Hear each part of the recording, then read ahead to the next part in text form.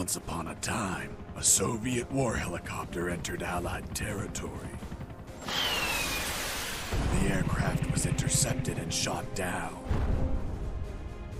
As the pilot emerged from the wreckage, he was arrested by the same bastards who shot him down, then later was brought to a military base for interrogation.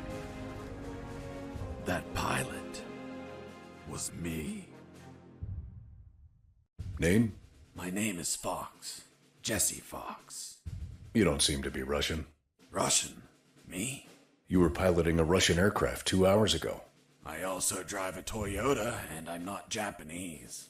All right, Mr. Fox. Before arresting you, I'm obligated to write down a report with your version of the facts. So tell us what the hell you were doing in that heavily armed Soviet helicopter. It's a long story. Sergeant, bring us some coffee. Yes, sir. Wachowski, bring the lieutenant some coffee. Yes, sir.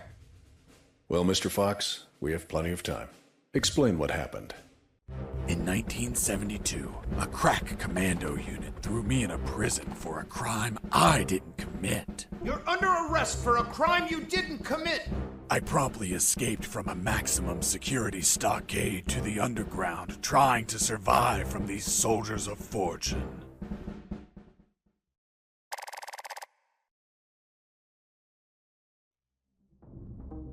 Let's start from the beginning. How did you escape from that cell? Piece of cake. I just had to write a note. A note? Where'd you get the paper from? I used toilet paper. I see. And how did you find a pen? A pen? I was in a dirty, grimy cell, not in an office. I wrote the note with a rusty wire, using my own blood as ink.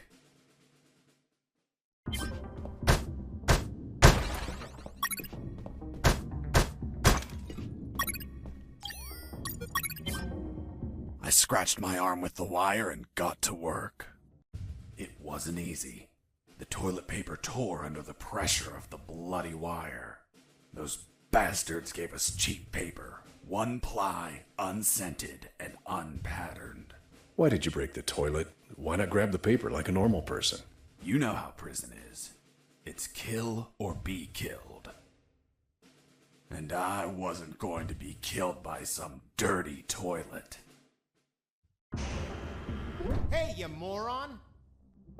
Holy Jesus.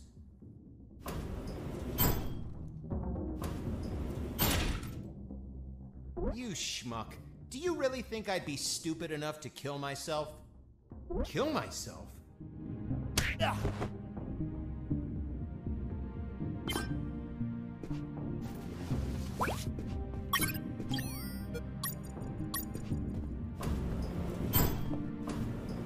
I left the guard locked in the cell. Then I threw away the key and got out of there. Mr. Fox, what about the noose? Where did you get that from? Where did I get the noose? Are you seriously asking me that? I am, Mr. Fox. I'll tell you later.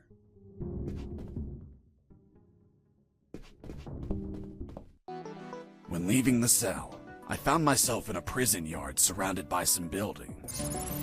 There were piles of boxes and other stuff here and there. And the ground was plain dirt. Oh, and it was night.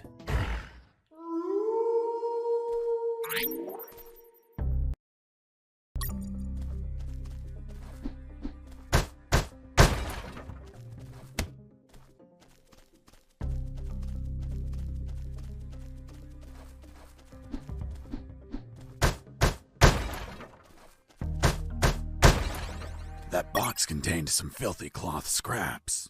I made some handy bandages to prepare for when I would get wounded. Bad news, dirty cloth rags don't heal you. They just stop the bleeding, and I ain't got time to bleed. Good news, I could reuse these rags as much as I wanted. Good dirty cloth is hard to come by.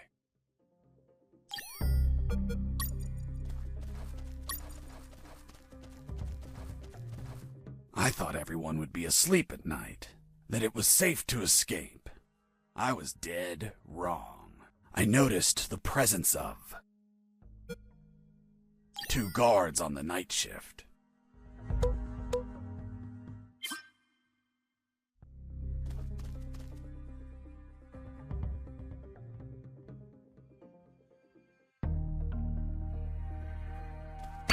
I heard something.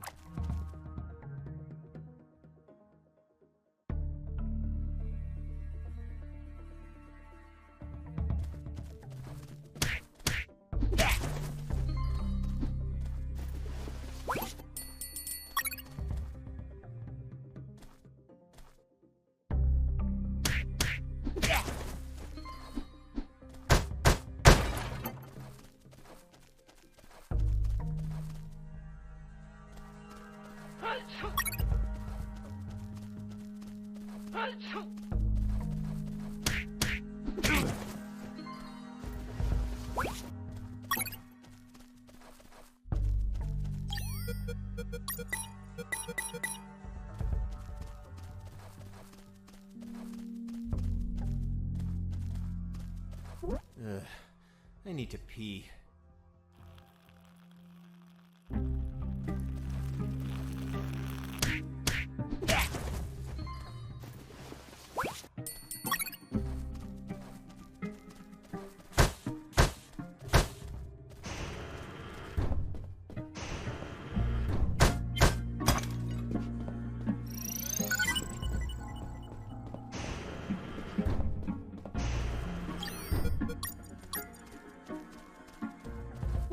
Hey, over here. Hello? You talking to me? Affirmative. My name is Colonel Alan Harris, 5th Battalion. I'm Jesse Fox. Rank? I'm not military, Colonel. Then tell me, Fox, what the hell are you doing here? I've been jailed for a crime I didn't commit. Do you know how to get out of here? Try to escape through any sewer. There must be one nearby, 'cause it stinks when it's hot. Once outside, move along at nighttime and sleep during the day. What about you, Colonel? I've been tortured. My legs won't make it. But if you bring me a radio, I can help you escape. Hold on, Harris. Are you sure you heard him say Alan Harris? Yes, sir. Saw him yesterday. Look, Mr. Fox, Colonel Harris died a month ago in an ambush. Well, it's the name that stubborn old man gave me. I see. I'll write down on the report that you talked to Colonel Harris after his death. Continue your story. As I was saying, I searched for a radio to bring him.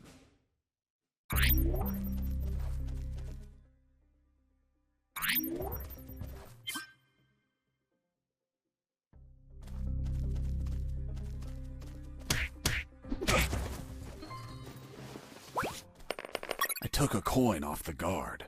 Money? What'd you intend to spend it on? I suspect there's no shops open for an escapee on a midnight run. Who said anything about spending?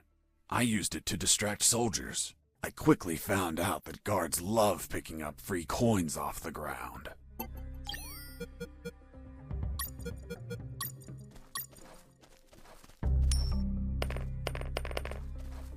Hey, a coin!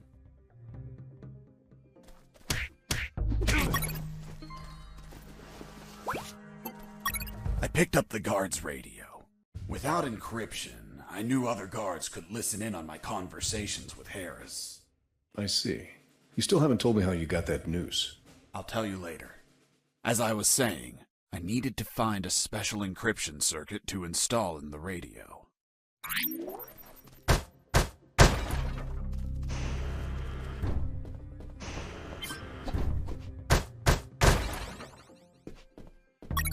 I had the circuit. I just had to attach it to the radio.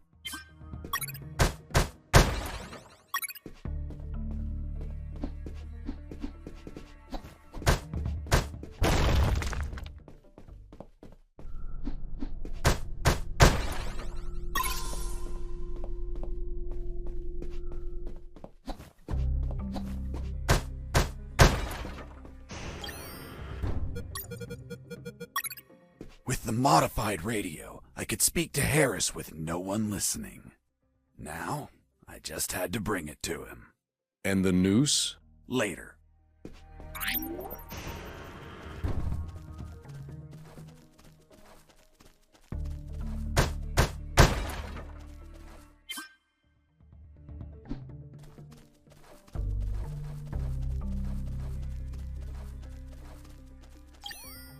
Here you are, Colonel. A radio. I've modified it to encrypt the signal. Oh, good job, son. Do you have another one for you? Not yet. I'll call you through Channel 1 as soon as I find another. Good luck, son. And Godspeed.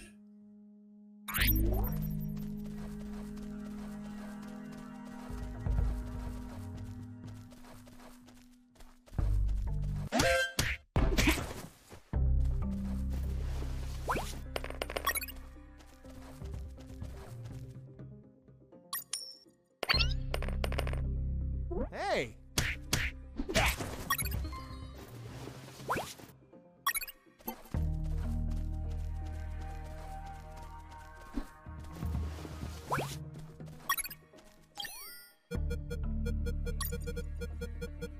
With the radio encrypted, I could talk to Harris.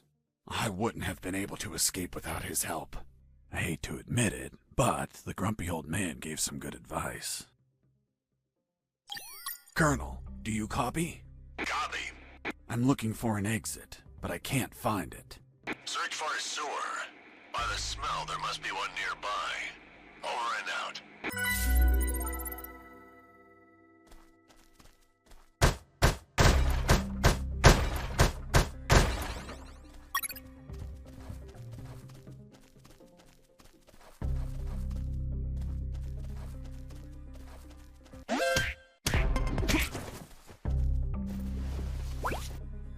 You stole a one-eyed man's patch? A one-eyed man that would shoot me without hesitation. Because it was his job. What you did was macabre and suggest you might have a fetish. Holy Jesus. Well, that patch turned out to be handy to create a lethal weapon.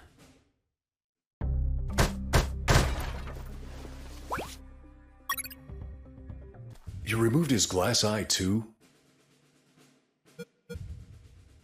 Yes, I took it out because it was suspicious. What was suspicious? Why did a one-eyed man have a glass eye under an eye patch? He'd be using a patch or an eye, but not both. Maybe the eye was some sort of secret device. I kept it just in case.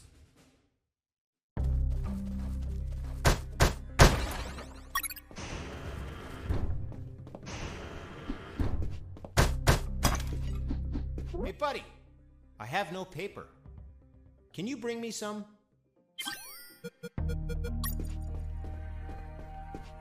Here you are. Thanks, man. You saved my ass, literally. What the fuck? What sort of paper is this? It's only one ply, unscented, and unpatterned. It's the kind the prisoners use. Fuck, that's why their hands stink so much. By the way, who are you? I don't recognize your voice. I'm Lieutenant Marcus Stevenson. Lieutenant, you say? Sir, I apologize for my manners. I did not know your rank, sir. Relax and clean up your rear guard well. Sir, yes, sir.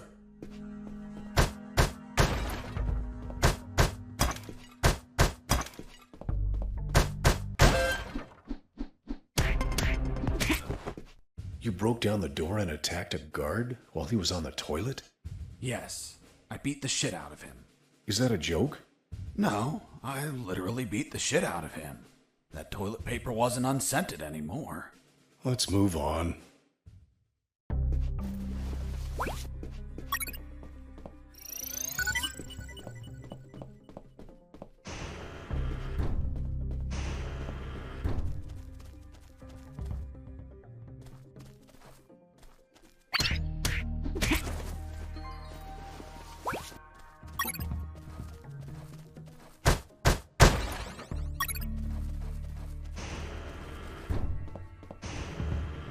I ran into a guard as I went in.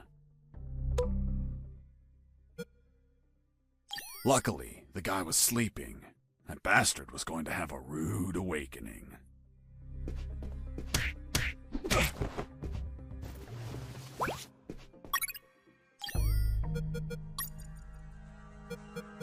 The lethal weapon you created with the patch was a slingshot? Sort of childish, don't you think? What were you going to shoot? Pebbles? Depleted uranium balls. 3 shots, and goodbye, guard.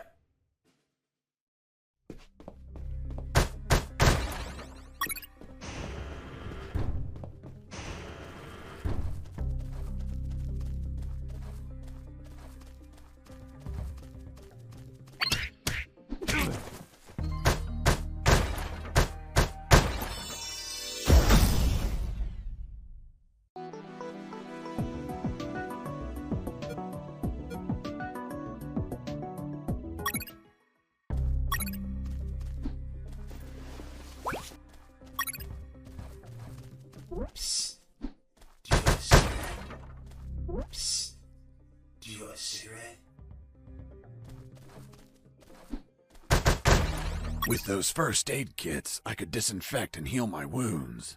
Good news, those kits stopped any bleeding and also healed my wounds over time. Bad news, once you used them, they were gone.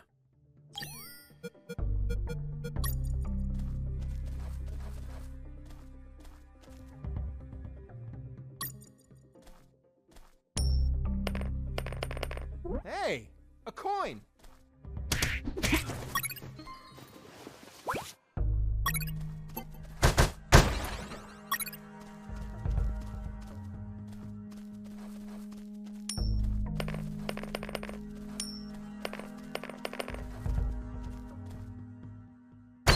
I heard something.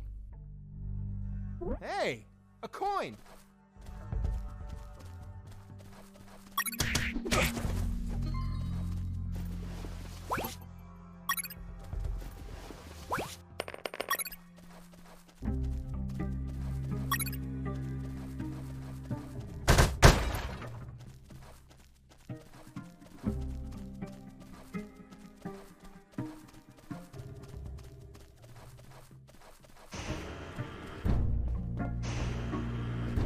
Hey, bro, help me. Get me out of this hole. If you're in a cell, it's because you committed a crime. And I don't free criminals. But you're a prisoner too. I've been imprisoned for a crime I didn't commit. Fuck you.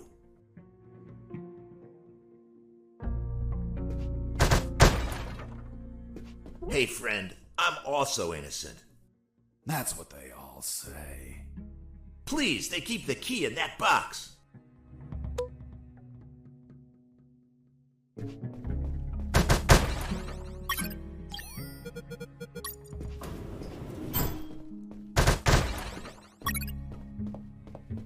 Hold on, I'm opening it. Thanks, dude. Oh, what a pity. The key broke. You bastard! Hasta la vista.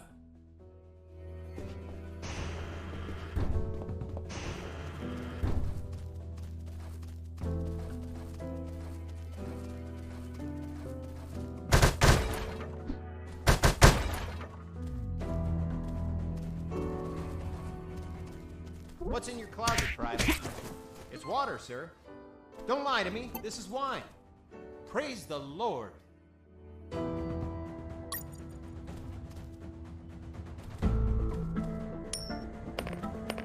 Hey, a coin. You're not going to pick it up, right?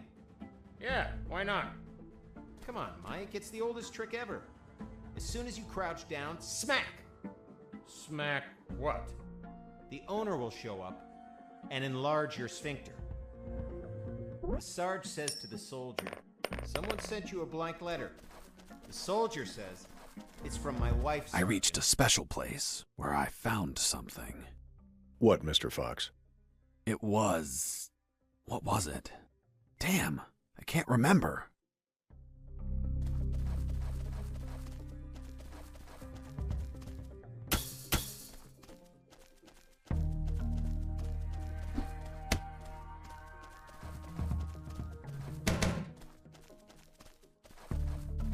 Let me sleep.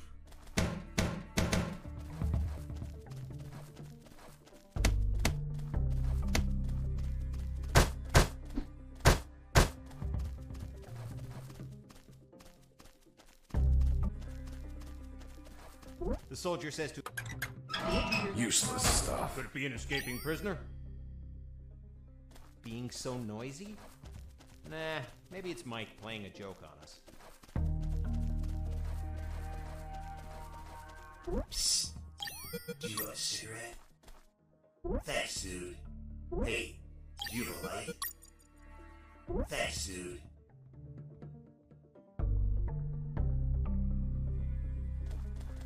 Hey, give me my lighter back. What later? You bastard. Screw yourself in that cell.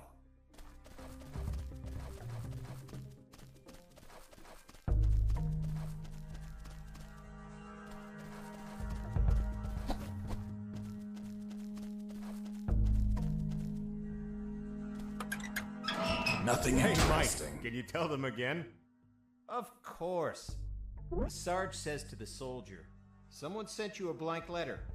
The soldier says, it's from my wife, Sergeant. How do you know that, soldier? Because we argued and we don't talk to each other.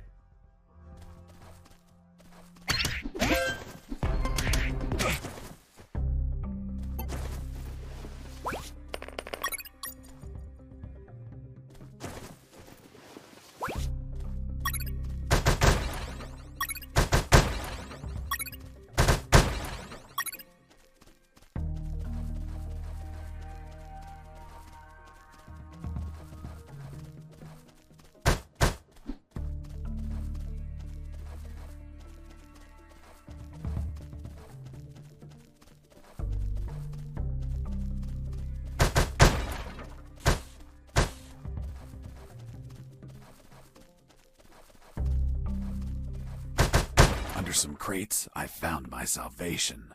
A sewer hole. There was no ladder and I couldn't see the bottom. I needed to find a ladder or rope if I wanted to go down.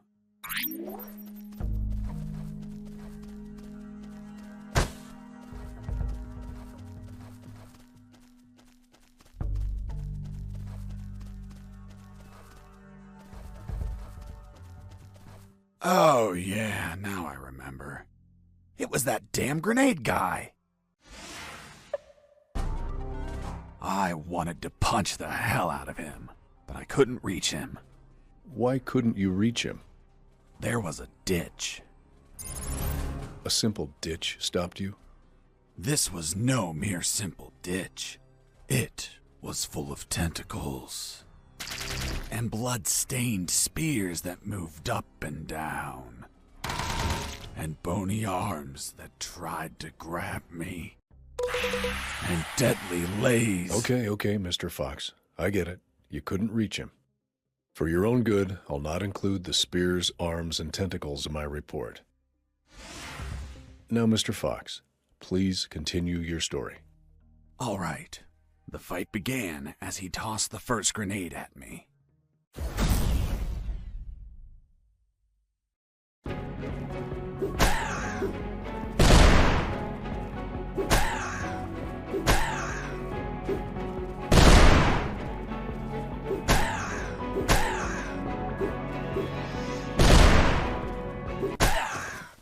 Boss defeated. I searched the grenade guy. Wait, wasn't there a ditch? I used the bridge. What bridge? But you told me you couldn't cross the ditch. Because I didn't see it at first. I was completely focused on my opponent, the grenade guy. I see.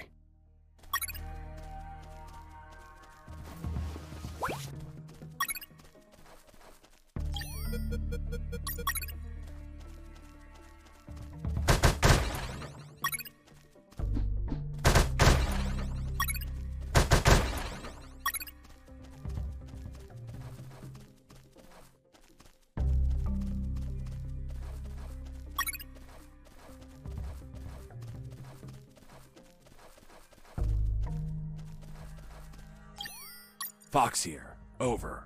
What is it, Fox? I found a rope to go down the sewer. And you're not down yet? What the hell are you waiting for? I'm on it, Colonel.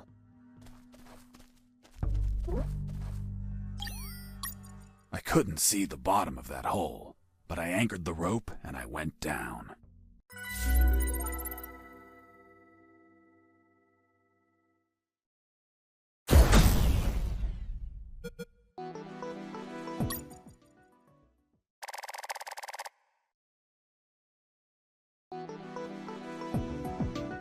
I anchored the rope and went down into the pitch darkness. Finally, I touched ground. I was in a sewer composed of narrow passages. There were channels of rotten water and narrow sidewalks, and the typical pipes and waste everywhere. It smelled like shit. The putrid air was barely breathable. But once my lungs got used to that stench, I started to investigate my surroundings. First off, I had to check the depth of the water.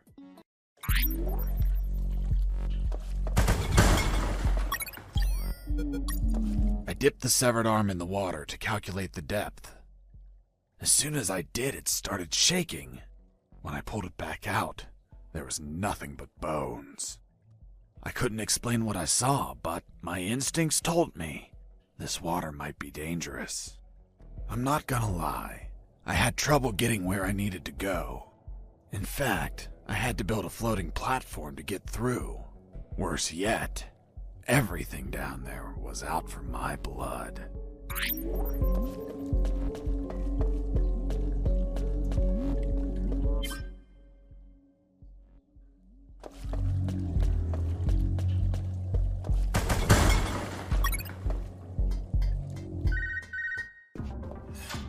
Sergeant Rosco here. What? Escaped? How? Through the sewers? Shit! No, don't send anyone. If he hides like a rat, he will die like a rat. Switch on the shredders.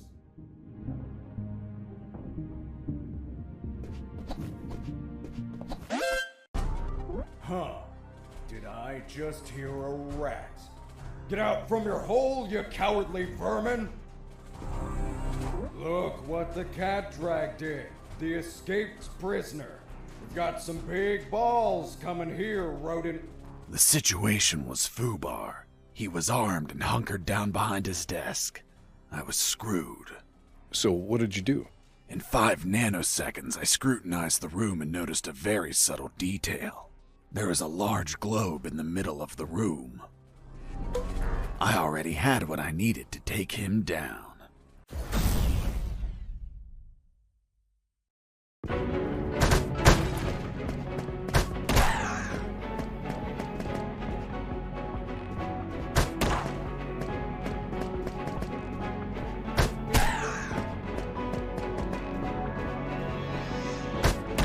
Pissing me off!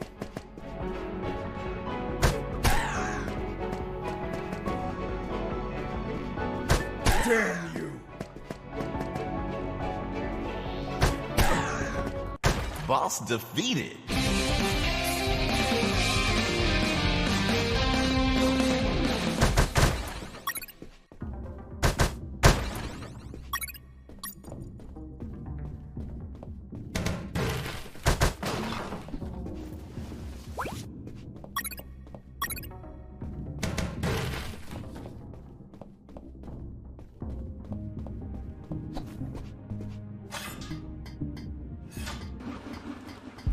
Shredders.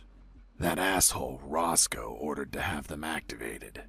Later they would be a pain in my ass, but they'd end up saving it too.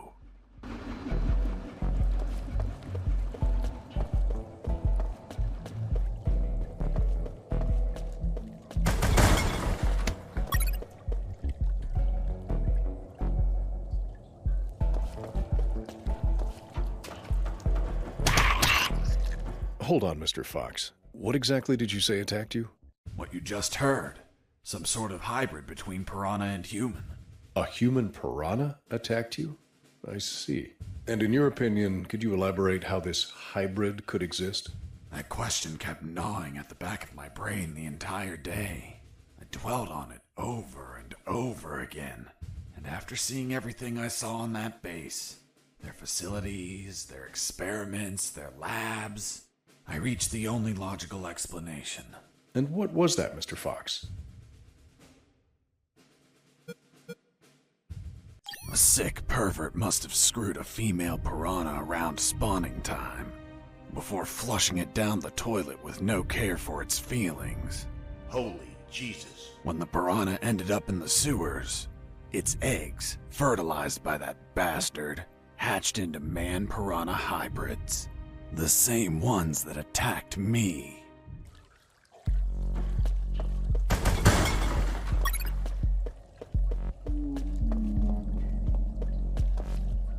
As I proceeded down the sewer sidewalk, I noticed a path nearby I couldn't reach. Why not? It was across the sewer water. What was the distance to the other side? A yard, more or less. Couldn't you just jump it? Since I was captured, I didn't jump a single time, and I wasn't going to start now. I realized I needed something to cross to the other side.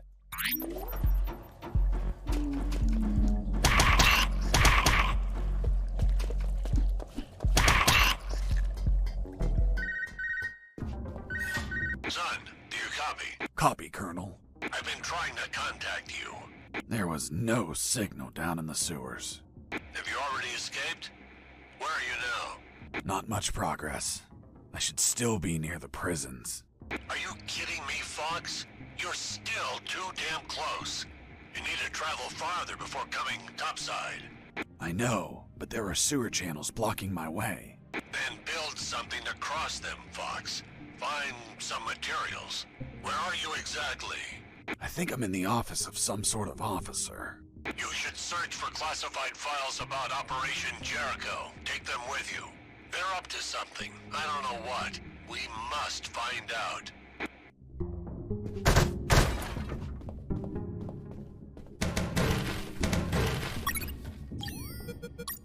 The first file was about an attack plan. Its code name was Operation Jericho. I couldn't find many details because it was encoded. But anyone could understand a chart about casualties. Its lines went all the way to the top. Colonel, do you copy? Copy. I found some documents. Operation Jericho. Looks like it talks about an attack plan? Attack? Against what, son? I have no idea. It's encoded. I'll keep searching for more documents, Colonel. Operation Jericho is a rumor only known by a few officers and, of course, the enemy. How did you find out about it, Mr. Fox? As I told you, Colonel Harris asked me to search for files about it. The deceased Colonel Harris? Yes. I had the feeling that this officer didn't believe anything I was saying. It's understandable. I don't believe you either. Oh, really? Well, Miss Incredulous, why ask me to tell you the story? Well, I like the way you tell it. And since there are no theaters here. Great. So, what was Operation Jericho? Turns out that location was actually a clandestine base, with a company codenamed X-Army, commanded by someone named General X. They were planning a large-scale attack against Allied posts. And that plan was? Be patient. That comes later. Hey! Don't be like that. Come on, tell me. The officer that was taking my statement was also curious about what I knew. And what exactly do you know about Operation Jericho, Mr. Fox? That it was a hell of an operation. Harris and I knew the details thanks to the files we found. Correction, I found. Again, how much did you exactly find out? Let me continue. You'll find out later.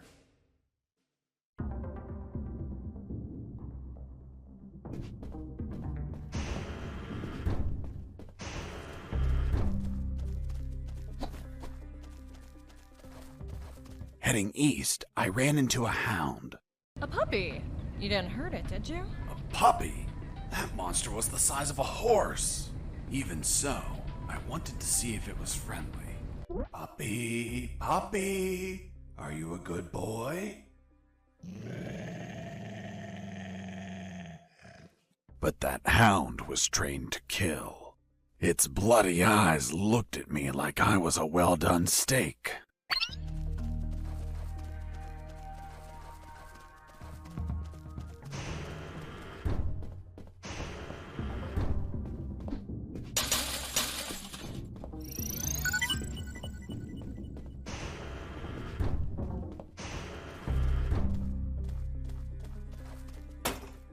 Who's there?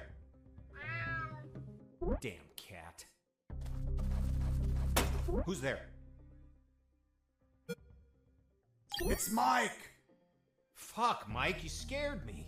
I'm sorry. Everything okay? Yeah, everything's okay.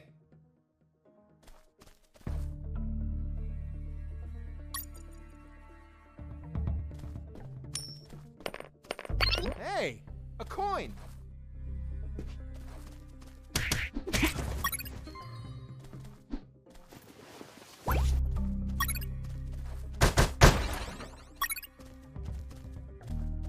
Heading south, I ran into a couple of trucks. That was my big chance to escape. But first, I had to get rid of the guards.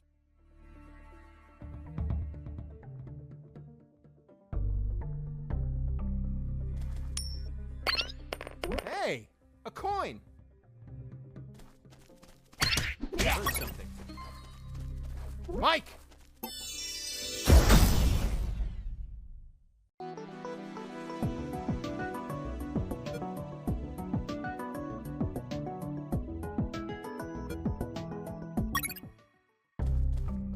Are you okay? Wake up, Mike.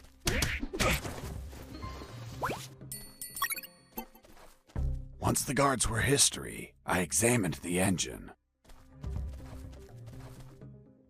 I took a glance and my worst fears came true. It was an old diesel engine with no AdBlue or particulate filter. What does that mean? Running away in that truck would have polluted the area with nitrogen oxides and microparticles. And I wasn't willing to sacrifice the environment for a hasty retreat. So I armed myself with patience, and I kept searching for another way to escape. Well, Jesse, I didn't know you were so eco-friendly. Well, it's nothing really.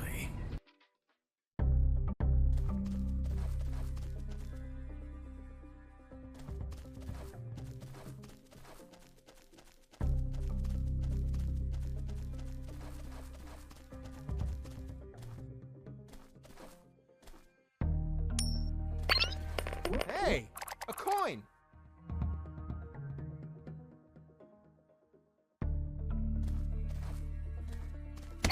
I heard something.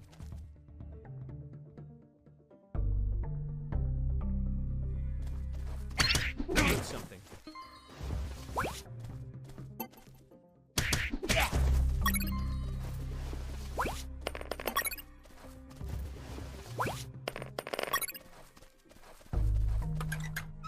Nothing interesting.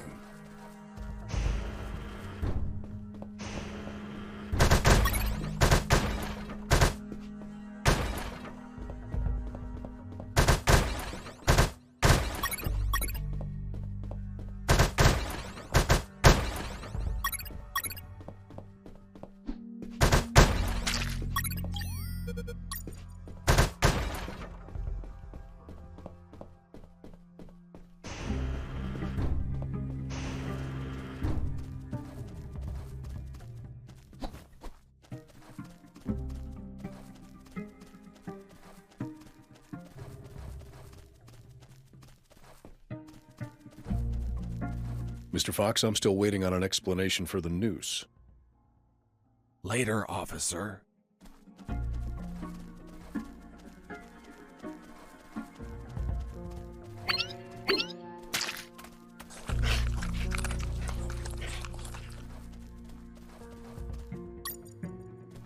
Psst, watch out. There's a guard looking here.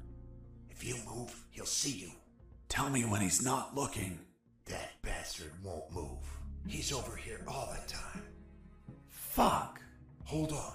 I have an idea. Yo, Mike! Mike! Shut up! I got pictures of your mom naked in the bathtub. Wanna buy them? Real cheap. You bastard! I'm done with his shit. Just go shoot that bastard. I'm already on my way.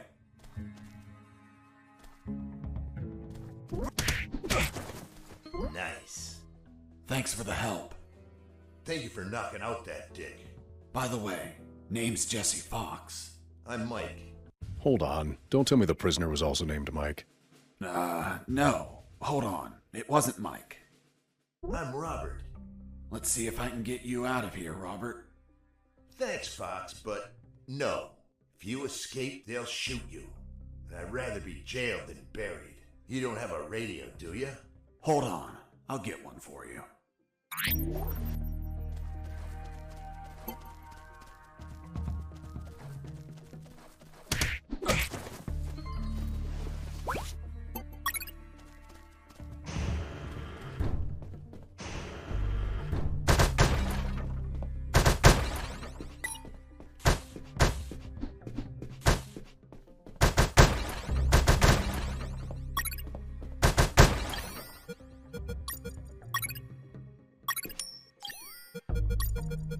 An empty drum could make it float, but I would need at least 4 to be stable.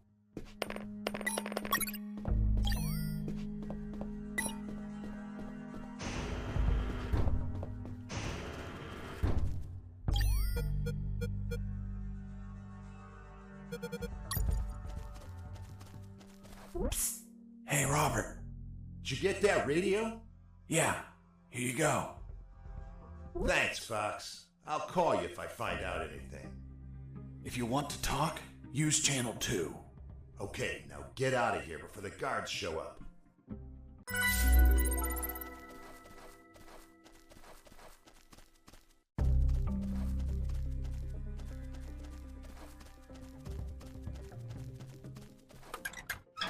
Useless stuff. Jesse here. Do you copy? I hear you. Hey, Robert. You don't look like a military man. Of course not. I'm a photographer. Hold on.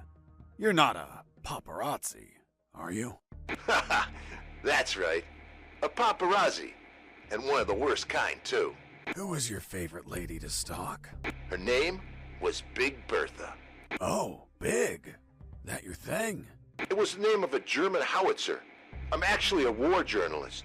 Thought you said you were a paparazzi. Yep. I said I was the worst fucking kind, too. Damn, Robert, you must have fucked up royally to end up locked in here. I've seen things I wasn't meant to, Fox.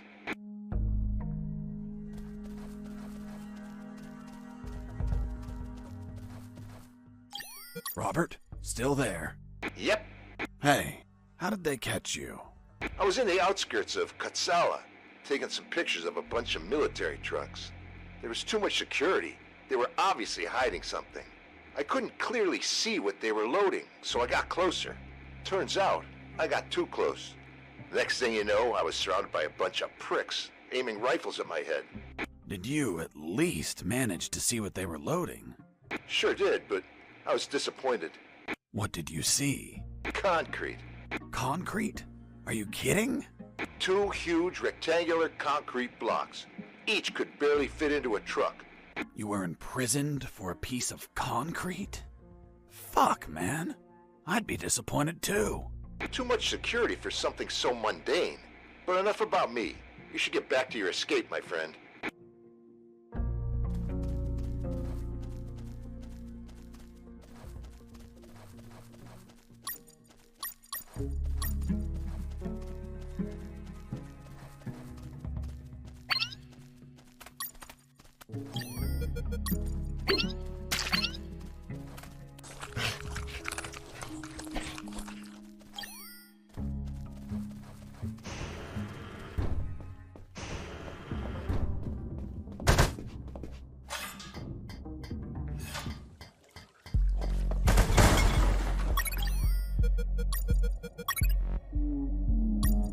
After making the platform, I had what I needed to cross the sewer channels to freedom.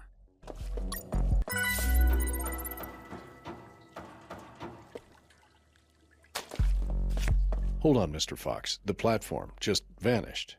What? Of course not. I picked it up every time I got to the other side. You didn't mention that. Sounded like it vanished. Well, I didn't feel like I had to mention something so obvious. Then should I write down that you picked up the platform every time you used it? Yes, of course. Well, Mr. Fox, please continue with your story.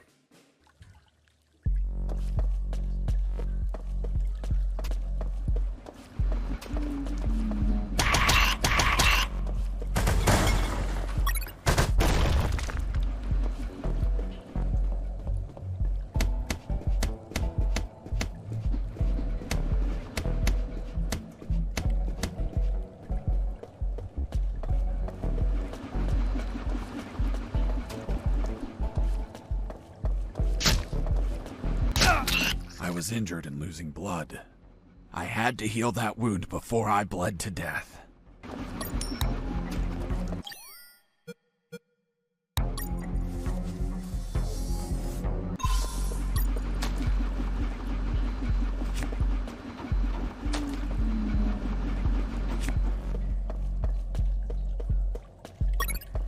Mr. Fox, the noose.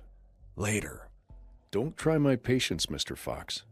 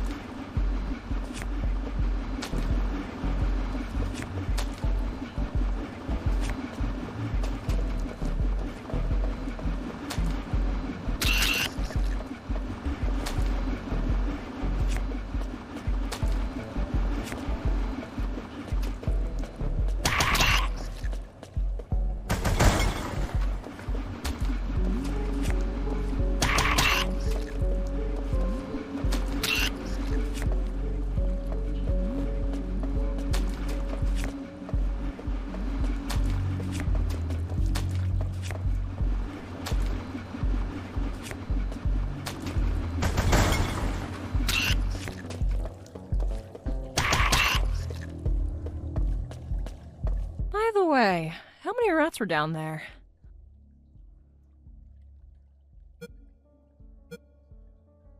None that I remember, but there were squirrels. Squirrels? In a sewer? That's right. Turns out, the bastards there don't like normal pets like cats or dogs. They go and buy exotic pets. You know, squirrels. Eventually, their owners get bored of them and they're flushed down the toilet to drown and die. But 1 in 10,000 mutates and it survives. Then it multiplies. Soon, the sewers are completely infested with mutant killer squirrels. It was horrible. Felt like I was a giant acorn.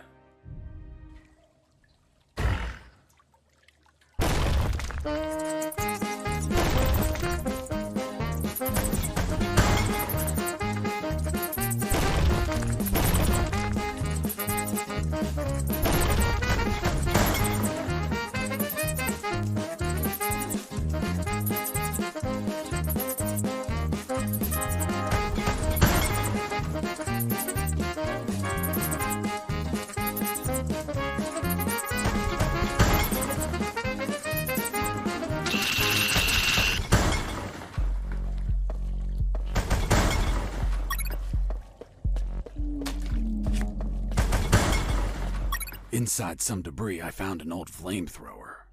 It was in bad condition, but I could fix it. The worst part was the fuel tank was savagely chewed apart. It couldn't be saved, so I set out to replace it.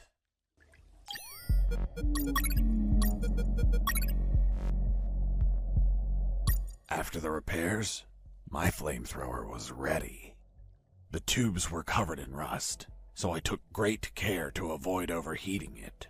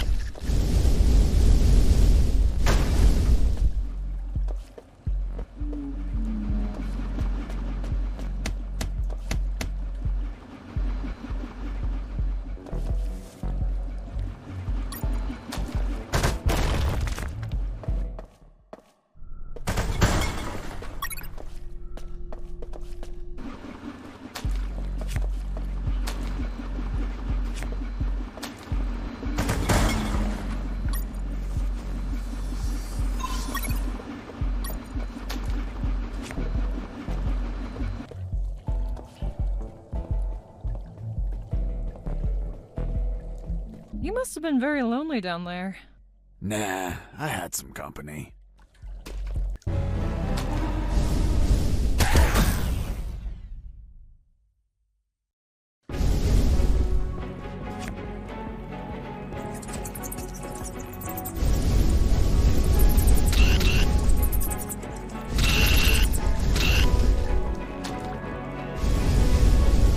Ugh. And that thing had tentacles? Well, now that you mention it... It had 6 tentacles.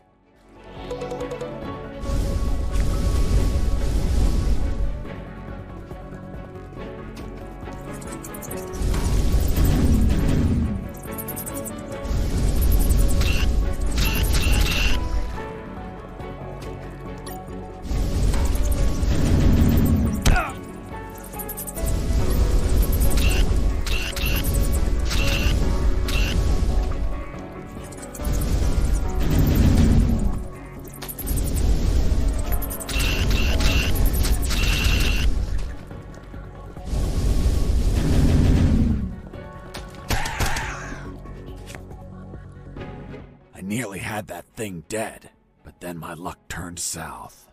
The old flamethrower broke apart as I continued the fight. So I finished it the old-fashioned way, with my fists.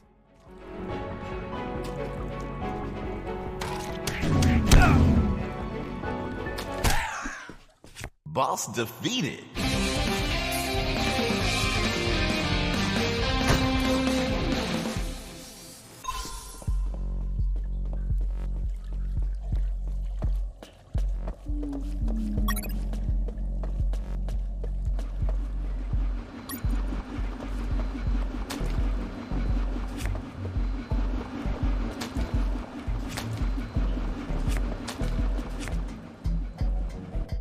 Mr. Fox, the gallows noose, tell me how you got it.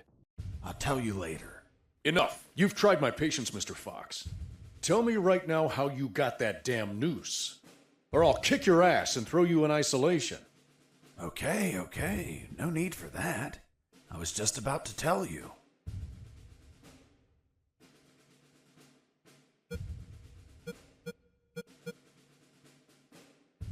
I asked Mike, the prison guard, to make a noose so I could hang myself. And he brought me one, thinking I would do it. That's all. What about the broccoli? Broccoli? What are you talking about? My apologies, Mr. Fox. I think I mixed something up. Is that really how you got the noose? Of course not. I lied to the officer. Why? Because no one threatens me to tell the truth. Then how did you really get the noose? I'll tell you later.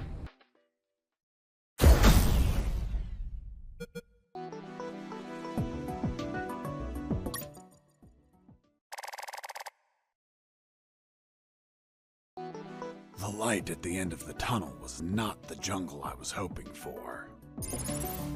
Instead, I found myself in what looked like an office. With cabinets, desks, and of course, a damn guard. Later, I'd realized that I was in one of the 2 main buildings of the military base. The building had 3 floors, hidden secrets, and a few unexpected surprises. Anyway, I headed towards the only exit, which was close to the first floor office I started in. Huh? What was that?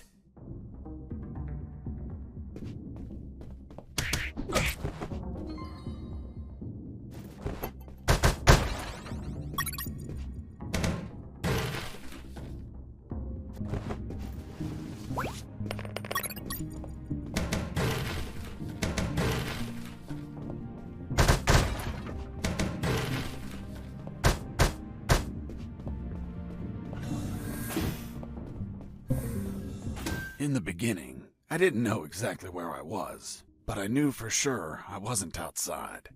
Now that I could get a signal, calling the colonel crossed my mind. But I realized I didn't have much to report. Speak of the devil. Son, do you copy? Copy, Colonel. For the love of God, where have you been? I thought you were dead. As I said, Colonel, there's no signal in the sewers. Give me a sitrep, son. My report. After crossing a mile of smelly, mutant-infested shit streams, fighting thousands of rodents and nearly being torn apart by some shredders, I managed to get out of there, and I'm still in this fucking military base. Don't lose your marbles, son. You have plenty of nighttime and they don't know your location. Take advantage of this and get the hell out of there. Just don't forget the documents. We need to find out more about Operation Jericho. If I make it out alive, will you write me a recommendation letter? If you make it out, we'll give you a damn purple cross. Over and out. I had no doubt that the Colonel worked for the government. Why is that? Because the only thing that old bastard did was demand, demand, demand.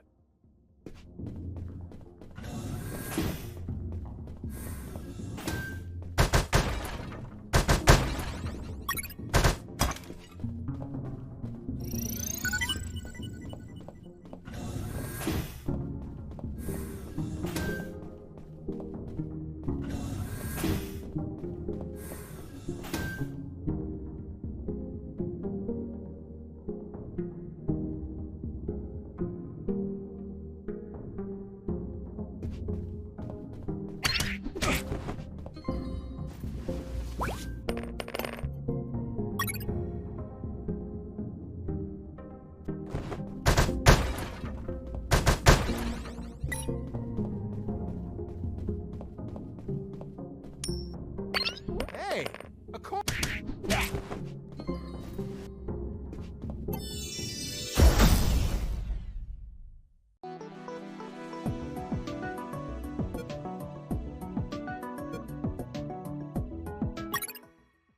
There it was, the exit.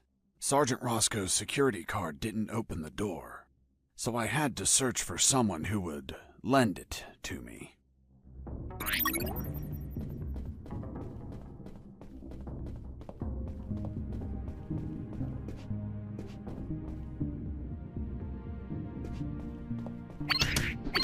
I heard something. What was... Mike! Are you okay? Wake up!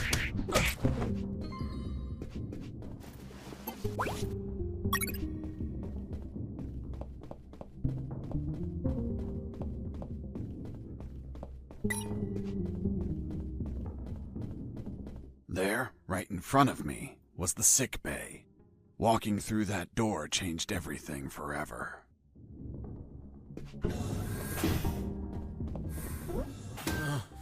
It's him. It's the prisoner that hit us. It turned out that all the guards I knocked out were brought to the sick bay, and some were still there. Freeze! Don't move or I'll shoot! Okay, I surrender. The woman that was aiming at me was the doctor. She, of course, was very pissed off because of the copious amount of work I caused. What a face. What a body.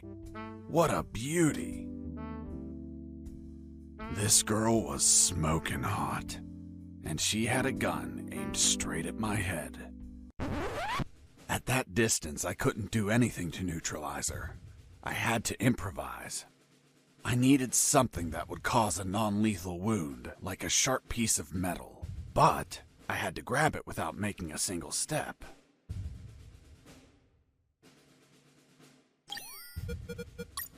Have you ever had a gun pointed at you?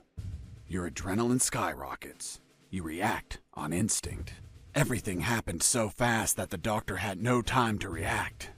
In one swift movement, I took the wire, looked deep within the doctor's eyes, and...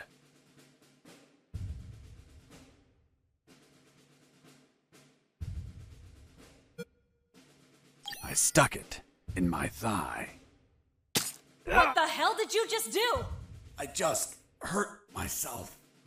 Are you nuts or what? Now you can't shoot me. What do you mean? You just made it easier for me. According to the degree on your wall, you're a doctor. The Hippocratic oath you took as a doctor forces you to aid your patients, and also forces you to cause patients no harm. I've been injured in a sick bay. Your sick bay. Therefore, I'm now your patient. And I'm forced to assist you. You bastard! Yeah, been called that plenty of times. By the way, I'm bleeding. Fine. I'll heal you. Then you get the hell out of here. Done. It's no longer bleeding. Thank you, Doctor. You're welcome. By the way... Hey, what was that for? That's for all the extra hours. I'm working because of you. It's just as well that you didn't kill anyone. Kill someone? Me? Do I look like an assassin? After arguing for a while, the doctor and I reached an understanding. I would not kill anyone, and she would help me escape. You'll find my access card in my jacket. There are first aid kits in the closet. Take some. If you shoot someone, use them so they don't bleed to death.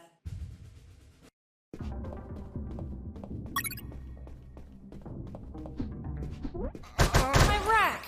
You couldn't just take the card from the pocket. It's kill or be killed. Doctor, it hurts.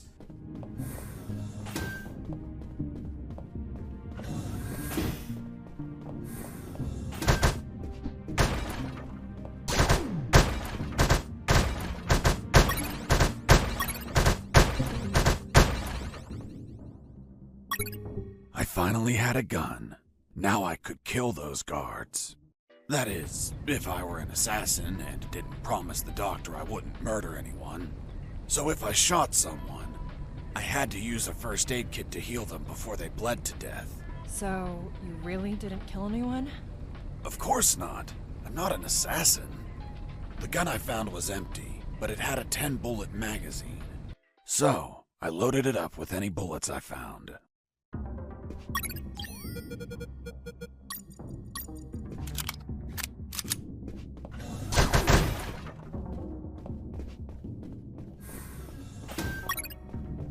I heard something.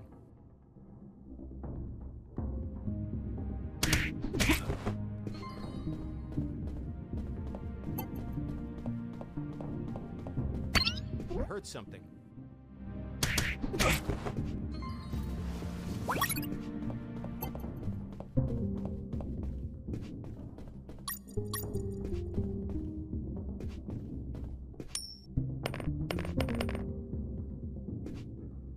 Hey, a coin! I heard something. Hey, a coin!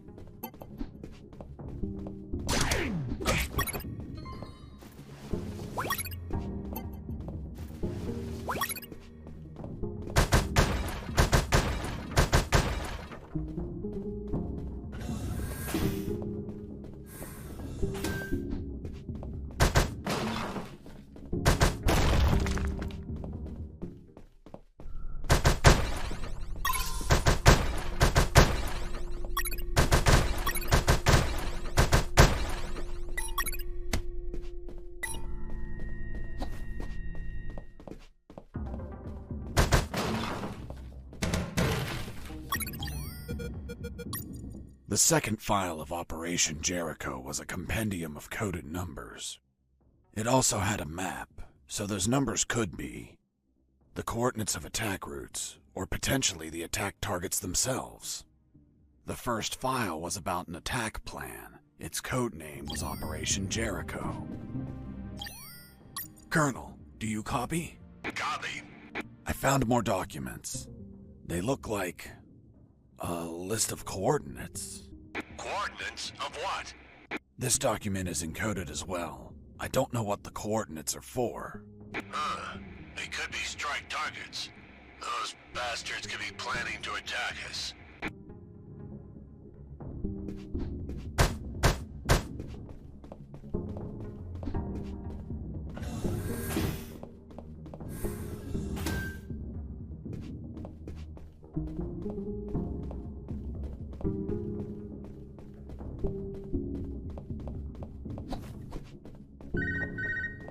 This is Jesse Fox. Over. This is the doctor. Over. What? Doctor? But how? How is the escape going? Just fine. Trying to find a way out of this building. Well, my access card won't work. It's only clearance level 2. Leaving the building requires level 3 clearance. Where would I find that? The officers would have them. Their offices are on the 3rd floor. Wow. Thanks for the help. I didn't know you cared about me. What I care about is that you leave ASAP so I stop getting so many patients. By the way, what's your name? My name is Doctor. Over and out.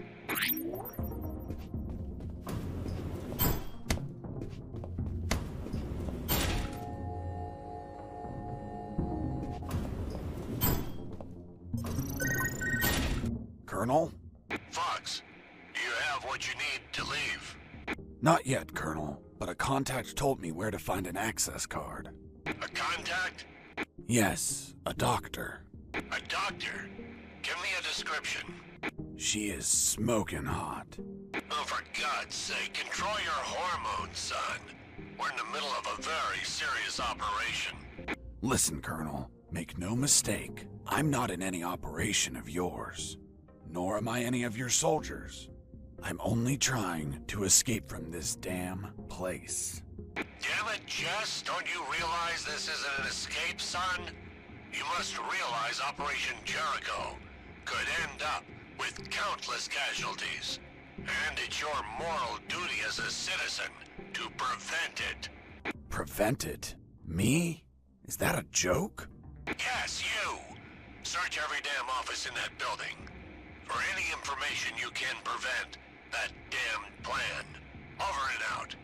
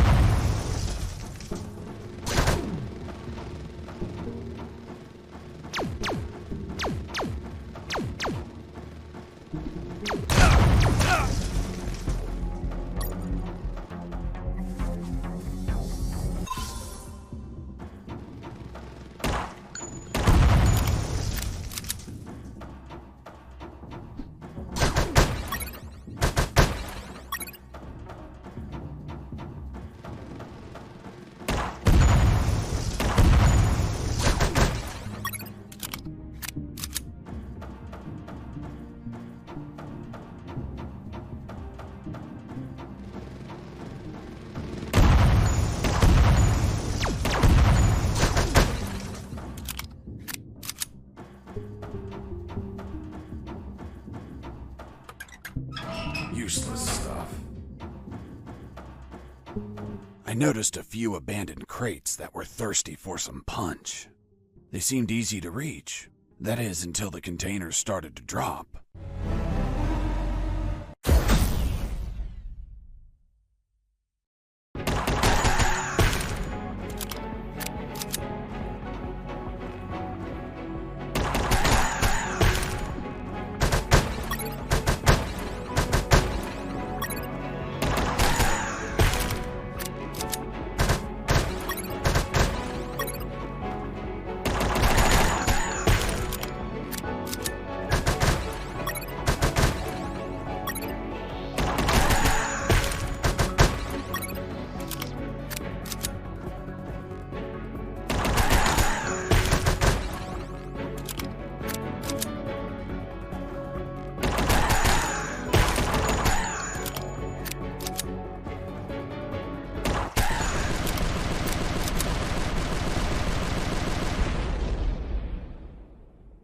Defeated.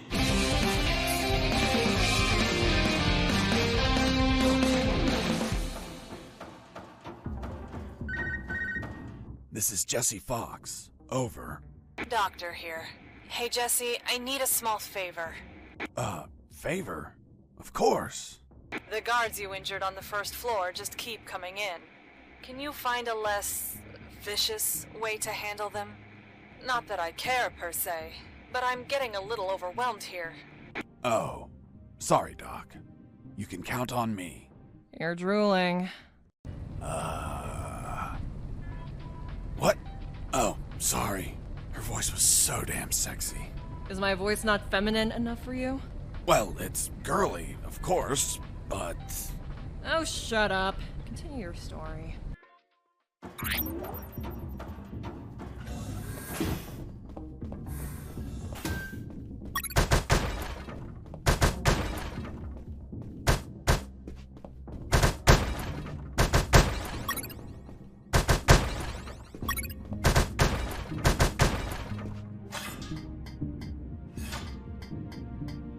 I climbed down into a poky little room that seemed to be stocked with a lot of chemicals. I could brew up some chloroform to put the guards to sleep and score points with the doctor. Hold on, you have expertise in chemistry? Chemistry's not that hard. You just have to mix the ingredients correctly.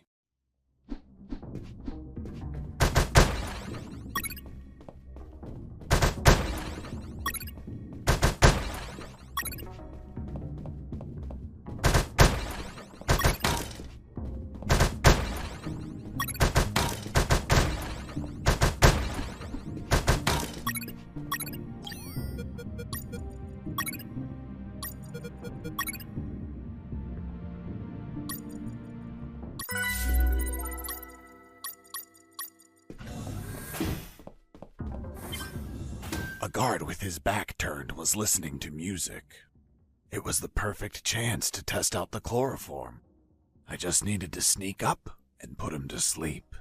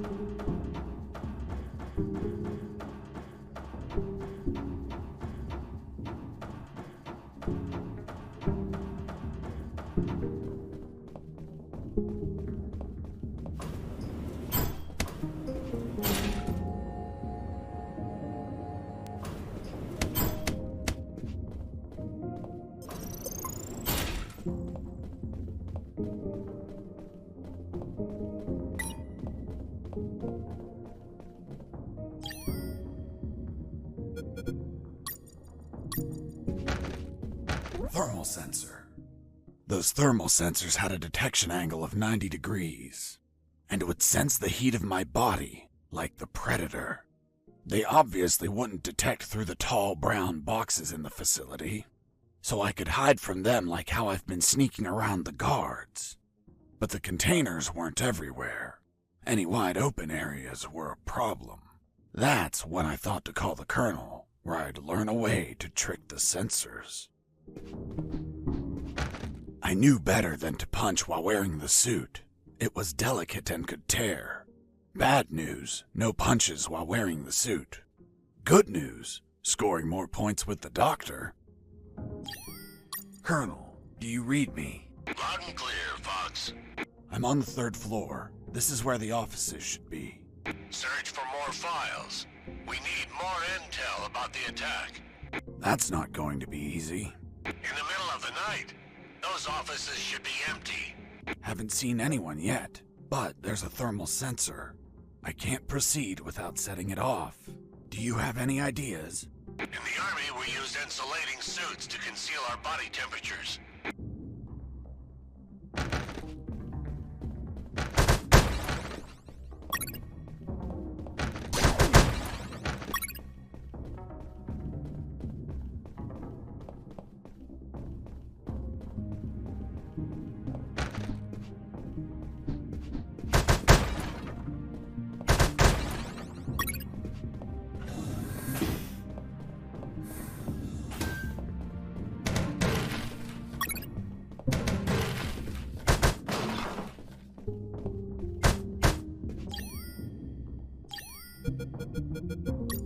The third file of Operation Jericho was quite revealing.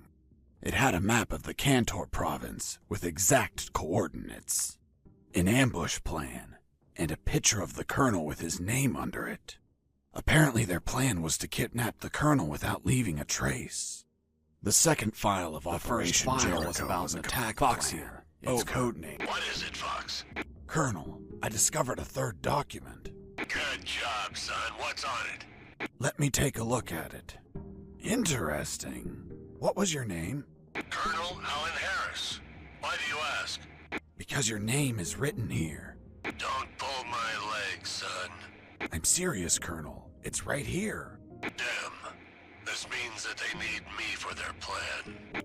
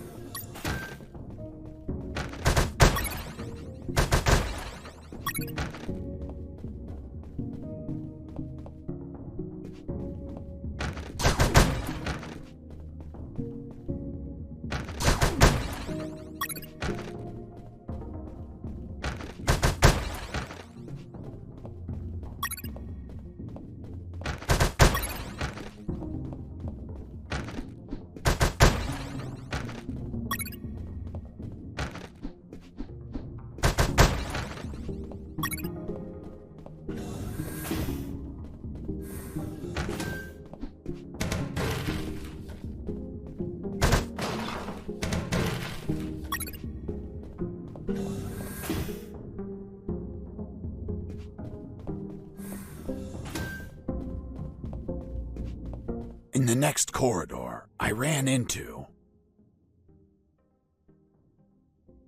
3 guards.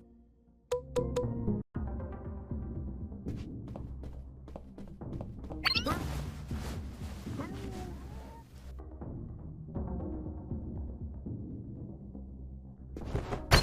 heard something. Mike! Are you okay? Wake up, Mike.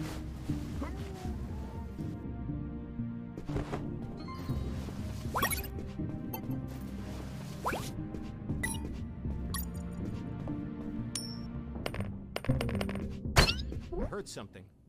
Hey, a coin.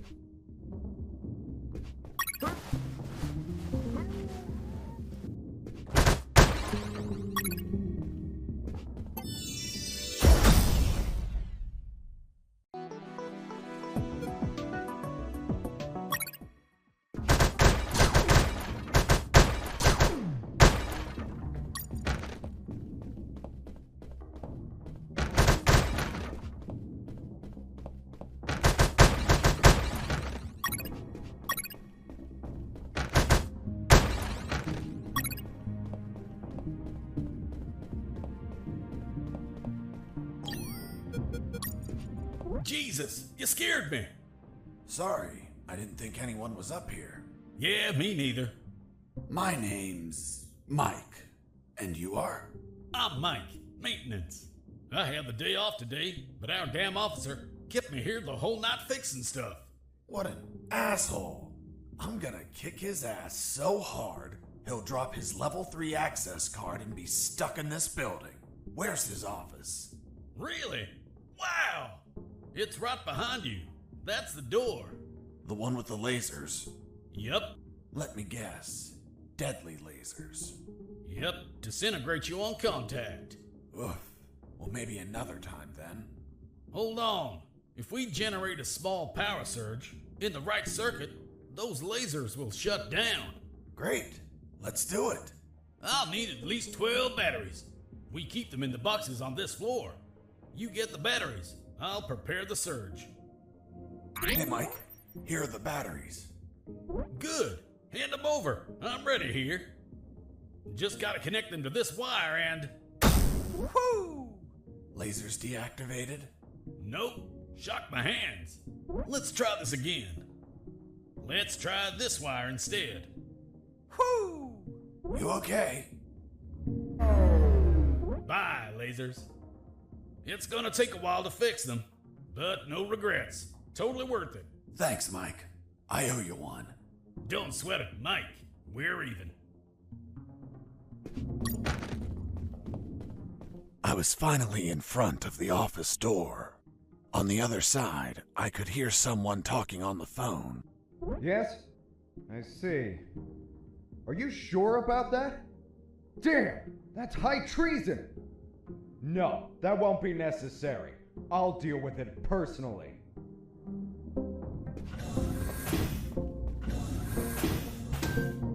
That was the officer with the access card I needed. But he was leaving through the other door, and the card had to be on him. What was he talking about?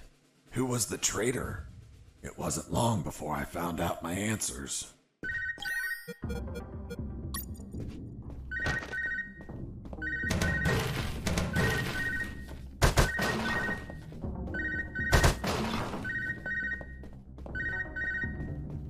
I answered the call before leaving.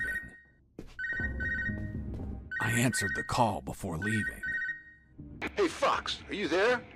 Here I am, Robert. It looks like you're in some big shit, pal. I've been listening to some radio comms and... Does the doctor sound familiar to you?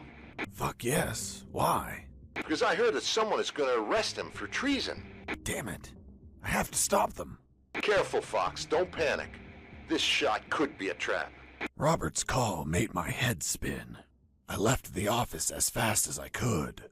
It took me less than 2 minutes to reach the sick bay.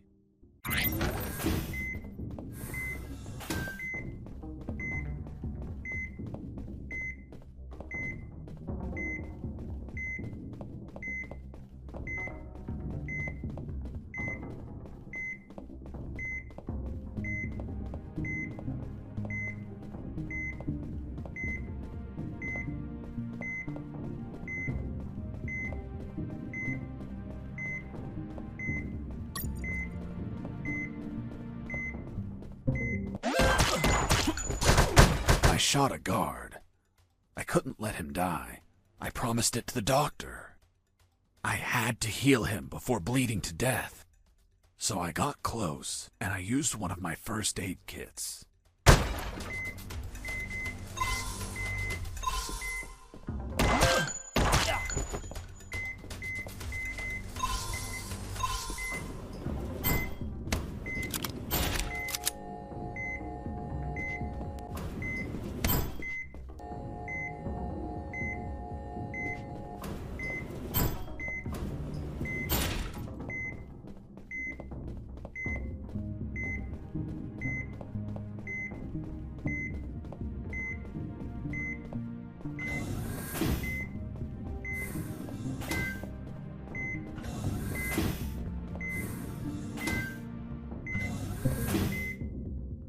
There they were.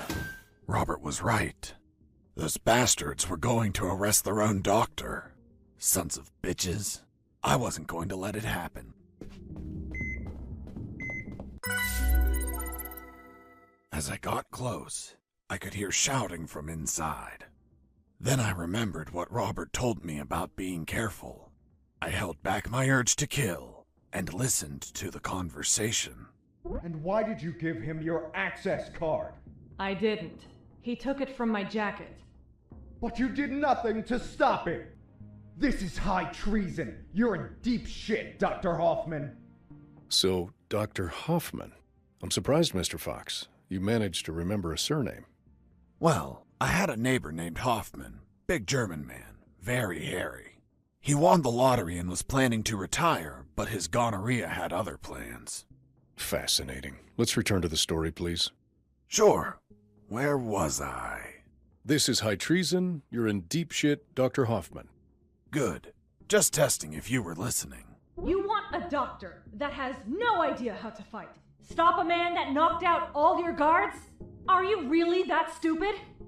Don't you dare insult my intelligence. I know you gave him medical attention. How many wounded have you healed, Lieutenant? I'll tell you, none. Why? Because your job is to be a paper-pushing butterbar. Mine, on the other hand, is to heal and attend anyone who needs it, even if that person killed my family. Aiding the enemy in this base is treason. My oath has no restrictions on who I must heal. You want to arrest me? Then tell me, Lieutenant, who is going to save the lives of your soldiers if I'm in a cell? You? A man so incompetent that a prisoner is running circles around him? How dare you! Now stop pestering me and get the hell out of my sickbay! This isn't the end, Doctor. You're on thin ice. Man, she's one badass doctor. Shit, they're coming out.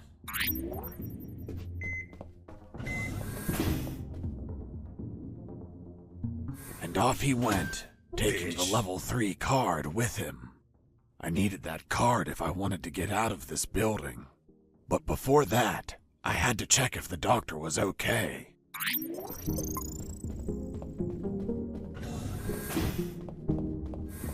Doctor, are you all right? Why do you ask? I found out you were going to be arrested, so I ran here to help, but I heard people shouting, and I saw those men walking out. That's Lieutenant Markuson.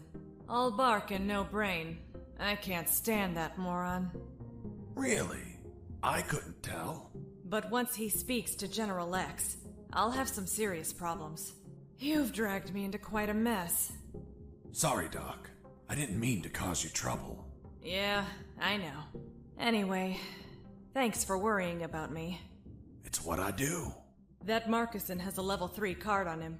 I'll understand if I see him in my sickbay later. You read my mind. See you around, Doc. Hang on.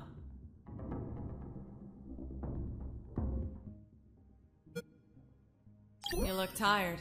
Take these first aid kits. Thanks, Doctor. Save some for Lieutenant Markuson. If you shoot him, don't let him bleed to death. I'll be executed as an accomplice if he dies. Now go! Catch him before he exits the building.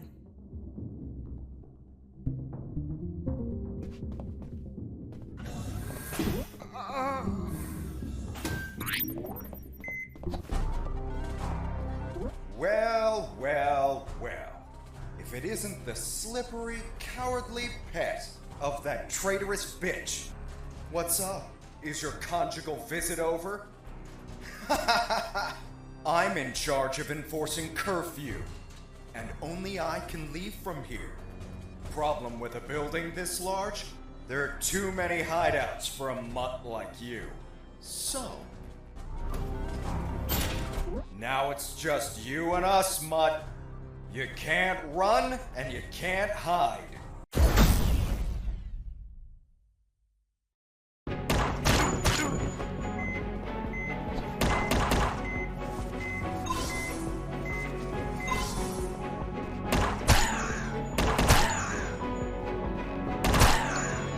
You're a tough little mongrel, aren't you?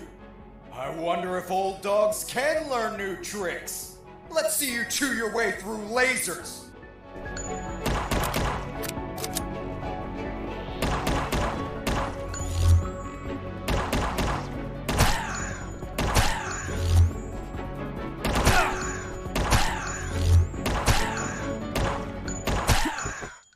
Boss defeated.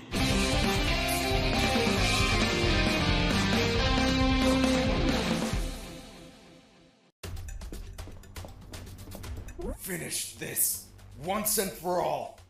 Don't even think about it, bastard. Death would be too good for you. I'm going to keep you alive, and you'll lie here on the ground until someone finds you. Everyone will know that a single prisoner defeated you. The best part? You'll be severely injured. I wonder how it'll feel. being the patient of a woman you called a traitor. No! No!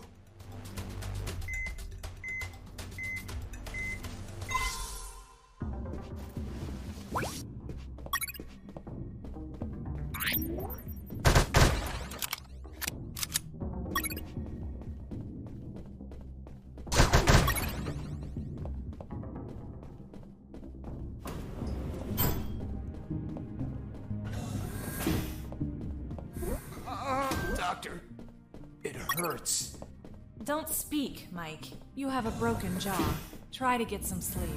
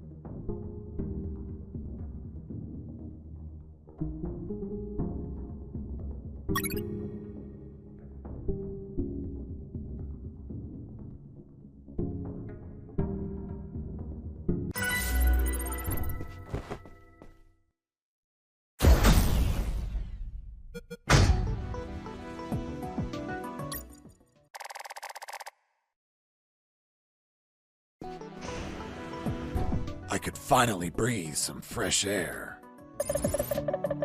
The ground was untended. Uneven grass covered the soil.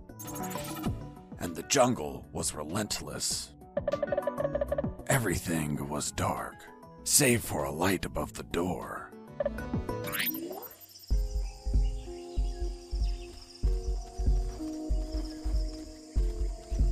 In my escape, I ran into a gang of hounds that were sound asleep.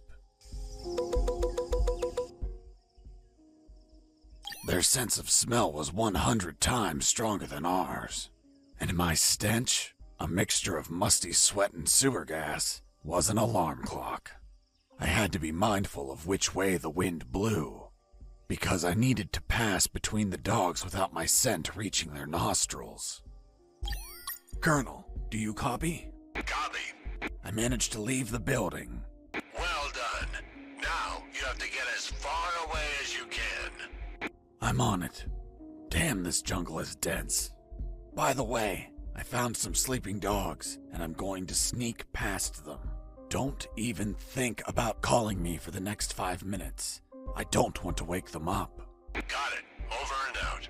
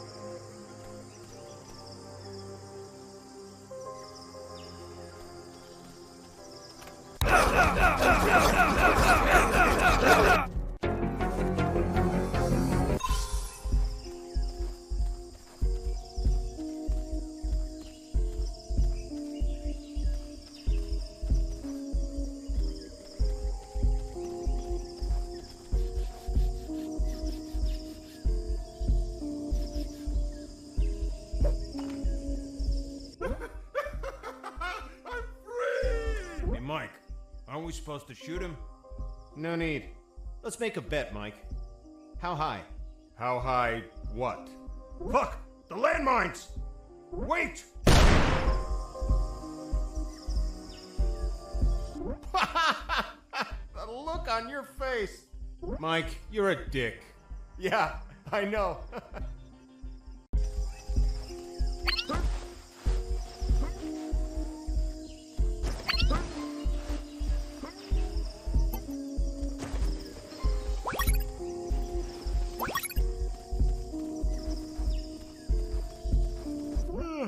I feel asleep. Hey, I'm sleepy. Oh, thanks. I'm sleepy.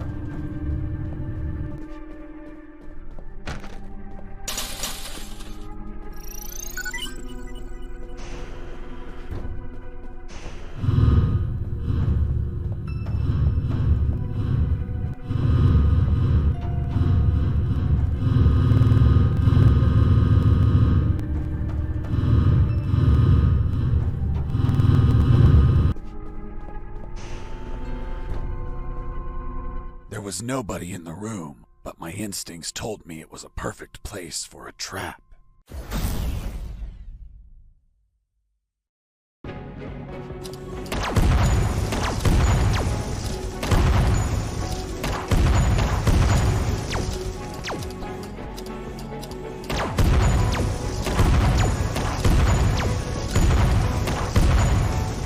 Boss defeated.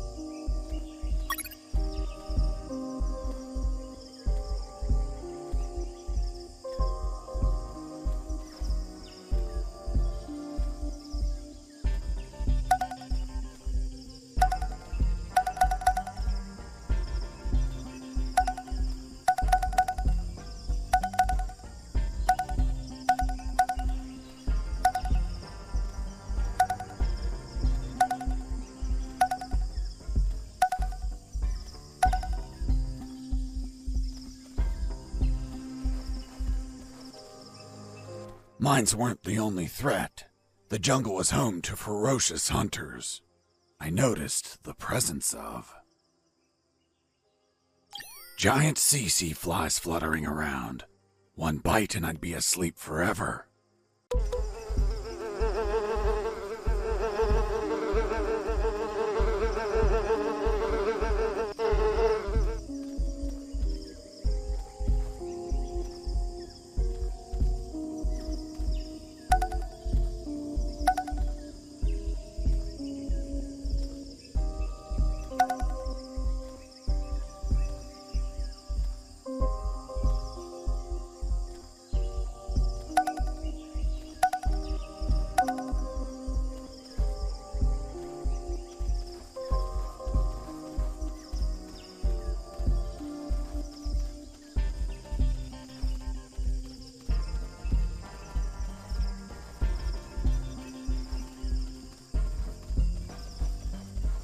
While wandering through that jungle, I found something, or rather, someone.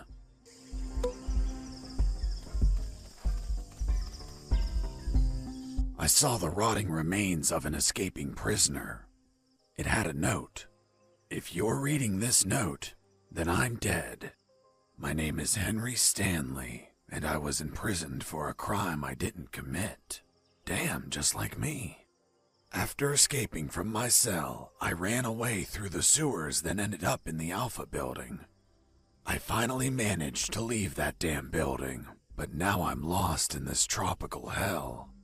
I've spent 30 years trying to leave this damn jungle, but no luck.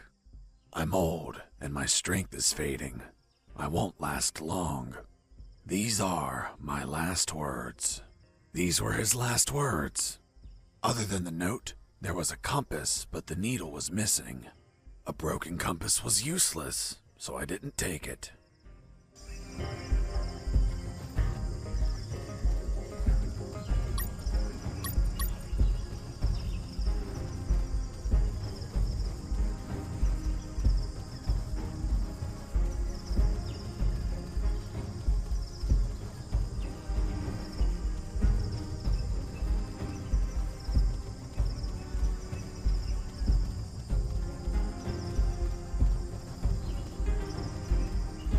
another corpse.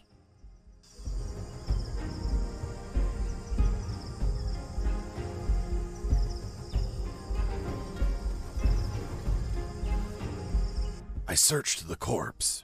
It was also rotting and gripping another compass. The needle was also missing. Someone or something in this jungle was stealing compass needles.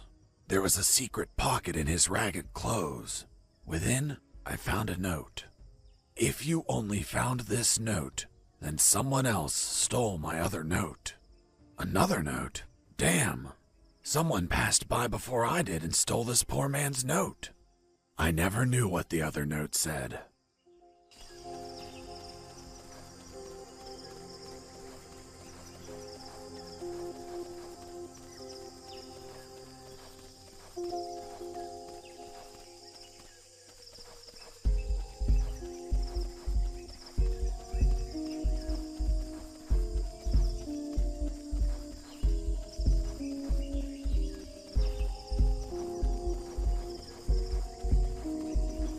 Third corpse.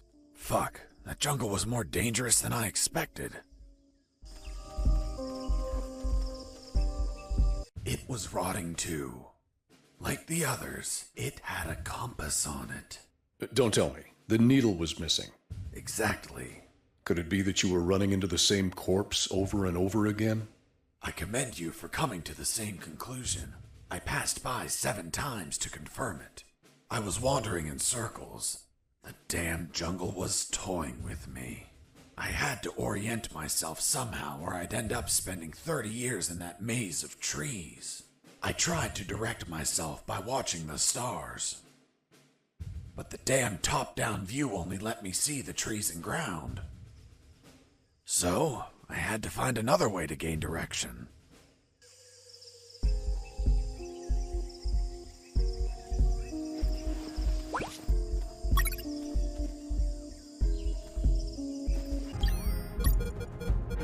What was the diameter of the compass, Mr. Fox?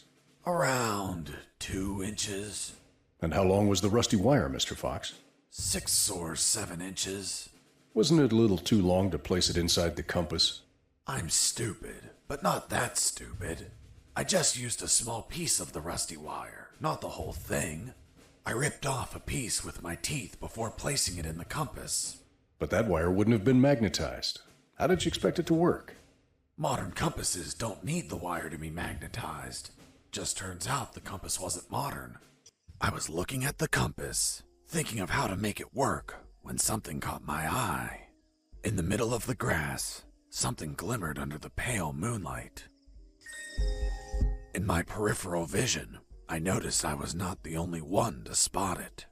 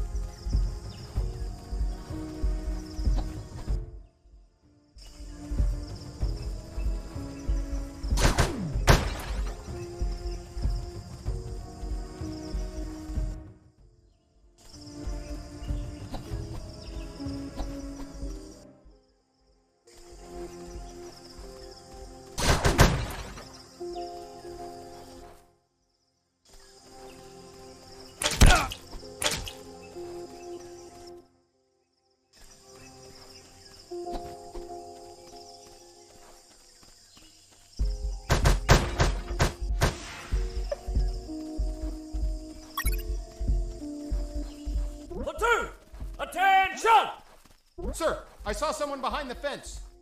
Fuck, scumbag, did I tell you to watch the damn fence? No, sir. I arrived at what looked like the exit of a barracks. Hey,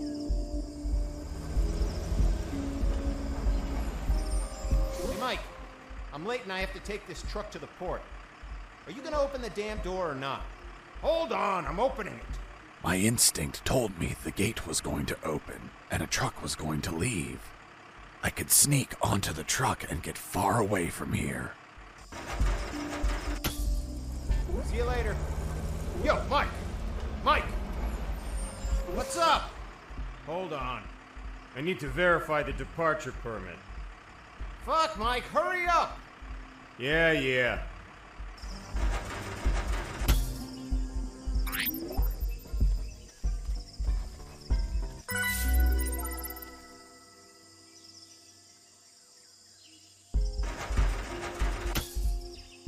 Yo, Mike! Can I leave now? Negative. The lieutenant canceled the delivery. You'll have to come back in. Oh, holy fuck!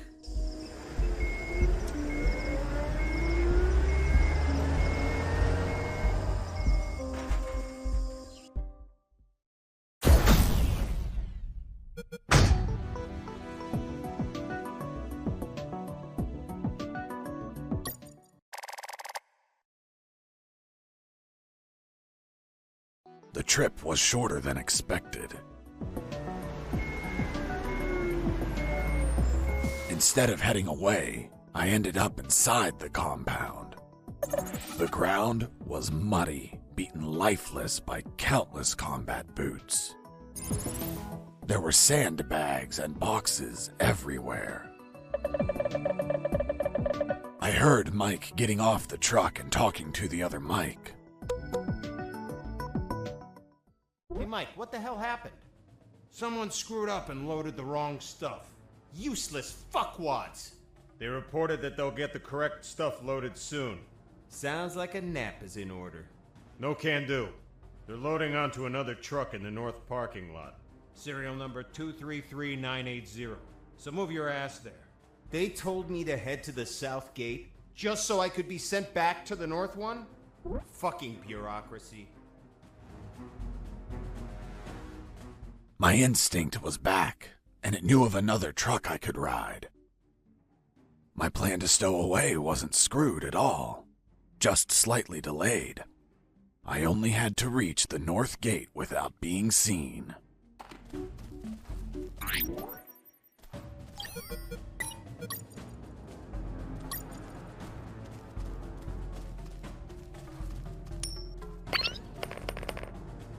Hey, a coin!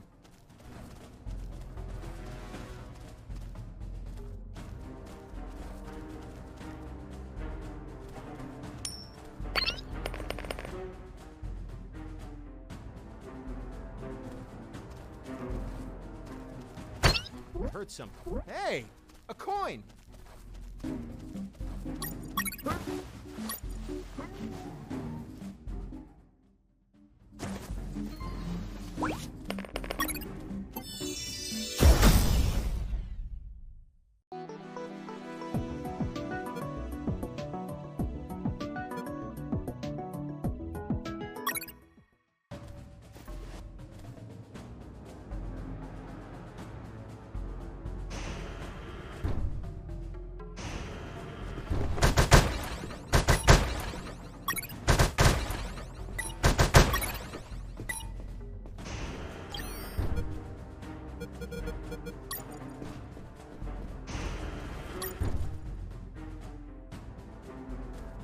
On that base, drill sergeants were assholes. They forced their platoons to run all around the complex.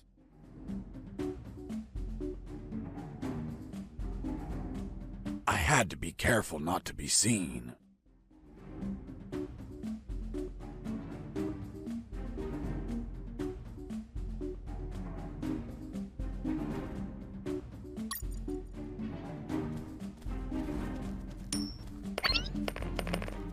Hey, a coin!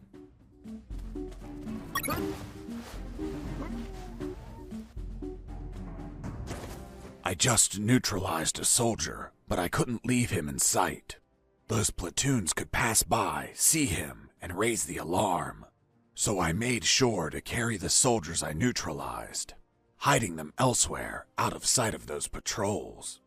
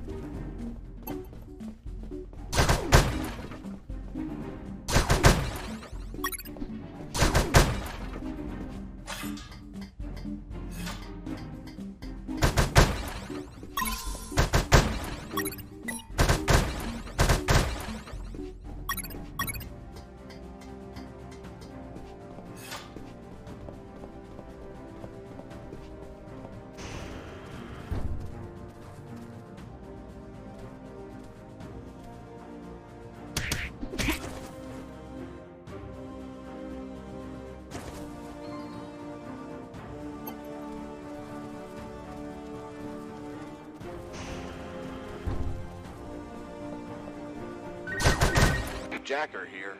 Ghost, do you copy? Who the hell are you? Huh? Who are you? Where is Ghost? I don't know who that is. I think you got the wrong channel. Oops. Hugeel must have been tampering with the communicator. Damn geeks. Over and out.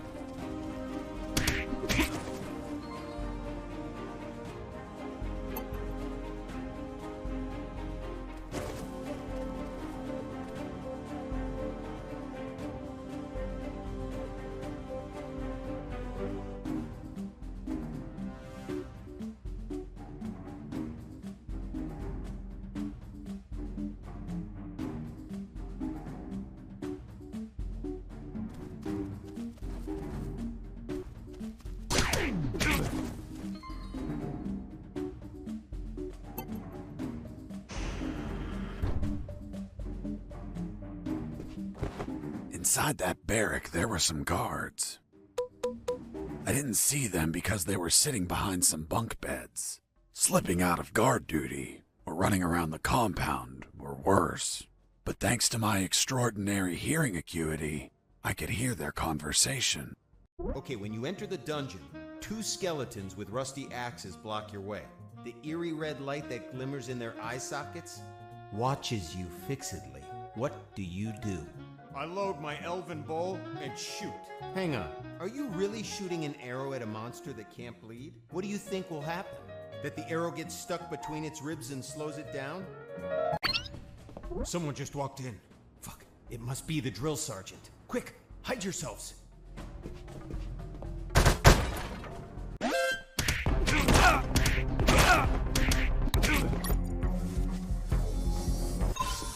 I left that scumbag on the floor.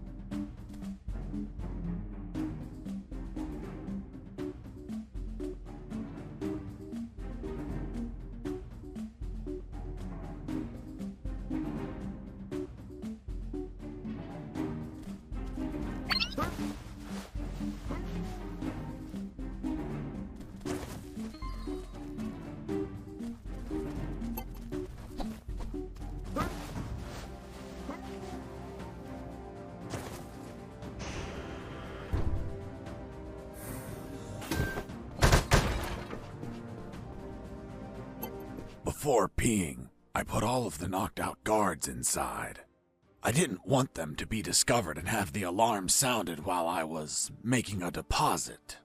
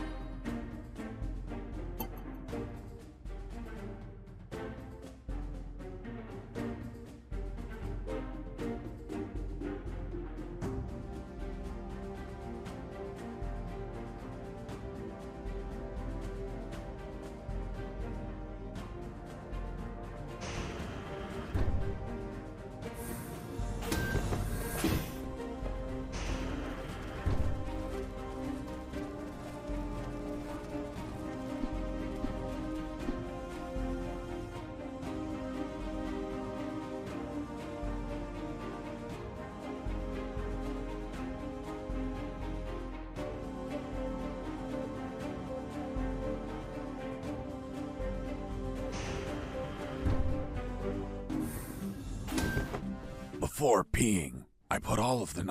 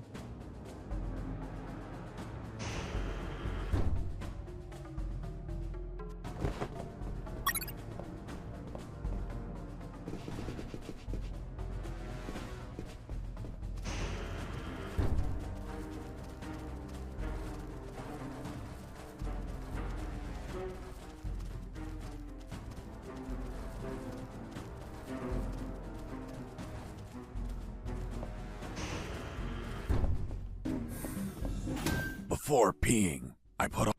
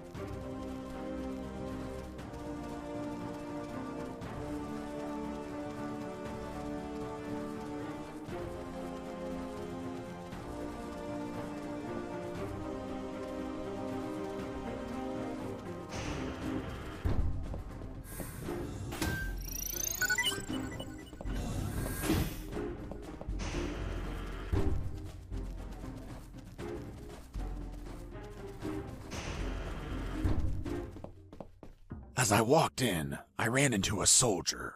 The guy was so hammered that he confused me with one of his buddies. Hey, Mike. You want a drink? No thank you. I don't drink when I escape. Hold on. You're not Mike. No, I'm Fox. Jesse Fox. You're the prisoner? I would escape too, if I could. Why? To see my daughter. It turns out that he had a little daughter who he hadn't seen in 3 years. Every year he requests leave to go see her, and every year his drill sergeant rejects it. Poor man. So, in a week, the daughter was turning 6, and Mike requested leave again. And yet, again, The drill sergeant rejected it, which was why he was drowning his sorrows. Until he knocked himself out.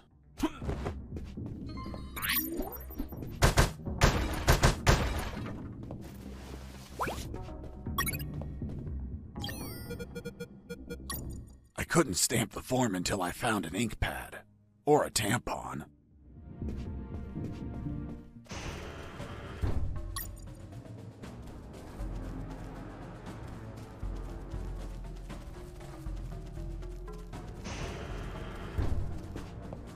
I ran into a guard as I went in. He was urinating. Please don't tell me you pissed that guard off while he was urinating. I couldn't. Someone beat me to it. What the hell are you doing, scumbag? Sir, I'm peeing, sir. Did you wash your hands? No, sir. I'll wash them when I'm done, sir. Are you touching your dick with your dirty hands? How can you be such a pig? Hands are washed before, not after peeing. Sir, yes, sir. Why did you stop peeing, scumbag? Sir, I ran out of pee, sir. What a pussy! Who do you think you are, a fucking Sybil? A soldier continues peeing even if his balls are empty. Now get the hell out of here! Sir, yes, sir. Sergeant, there's someone behind you. Fuck, soldier, did I tell you to look behind me? No, sir. Then why the hell are you looking behind me? Here, you don't look, listen, or speak unless I tell you to do it. Understood? Sir, yes, sir. That damn drill sergeant acted tough with his men, but he ended up crying like a baby with me. Who the fuck are you? And where the hell is your uniform? I can't find it, sir. I must have lost it. You shit for brains! And do you have a spare one? Yes, sir. And where would that crusty-ass spare uniform be? It's been stolen, sir. Someone broke into my locker and took it. And who the hell was it? We still don't know his identity, sir, but we have a clue. What clue, you fuck? We know he was born in the same state you were, sir. So that son of a bitch is from Texas. Hold on. You're telling me you're from Texas? Only two things come out of Texas: propane and assholes. I don't see any propane accessories, and I know you're full of shit. Me full of shit? What, you little... Of course you are. Look at your brown eyes. What? My eyes are blue. You sure? The whole base is talking about your brown eye. No. No! I'm not! Just as he started to tear up, I helped old Blue Eyes kiss the canvas. Boss defeated. Thanks, dude. Oh, I mean... Freeze, or I'll shoot. What the hell are you doing, scumbag? Aiming at you with my weapon. Fuck, soldier, did I tell you to aim your weapon at me? No, sir. Then why the hell are you aiming your fucking weapon at me? Here you don't look, listen, or speak unless I tell you to do it. Understood? Sir, yes, sir. Did you wash your hands before aiming your weapon at me, scumbag? No, sir. Fuck, how can you be such a pig? Get the hell out of here. Sir, yes, sir.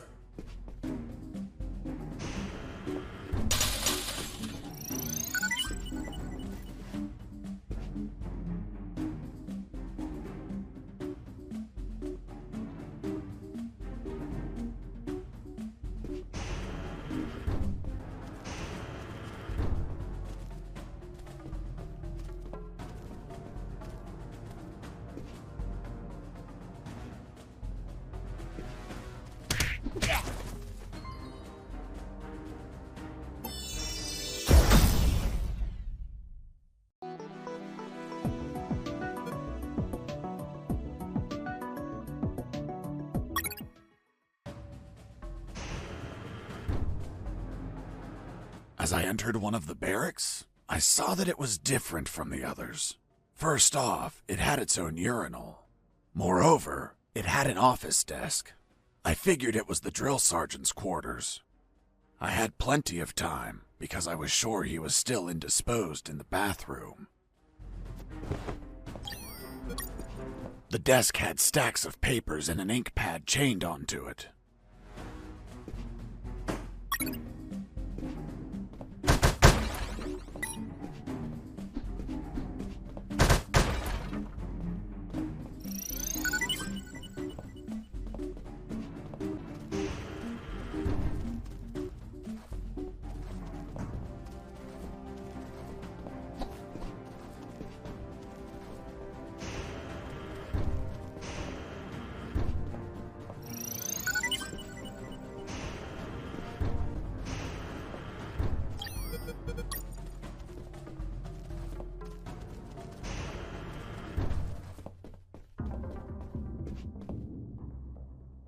I returned the stamped permission form to the same pocket I found it in.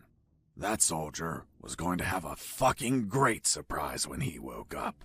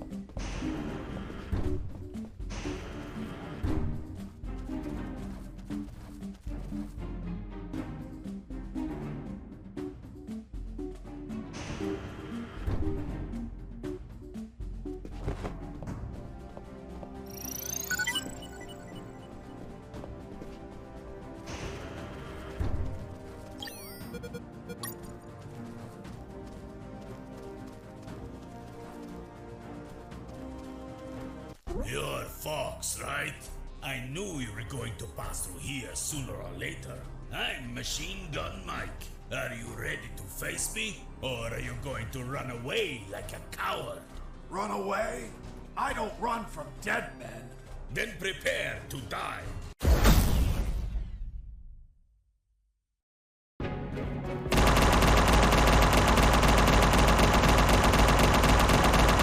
Hide as much as you want. Those sandbags won't last very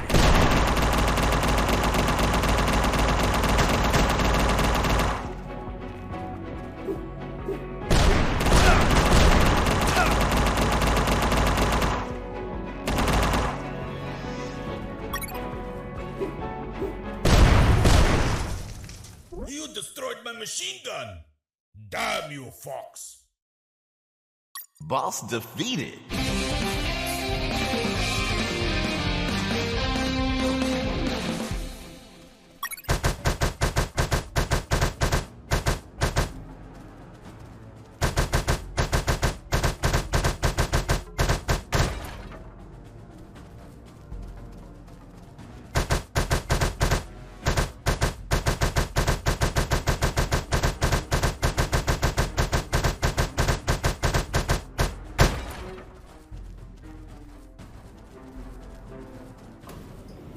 I arrived at the northern parking lot.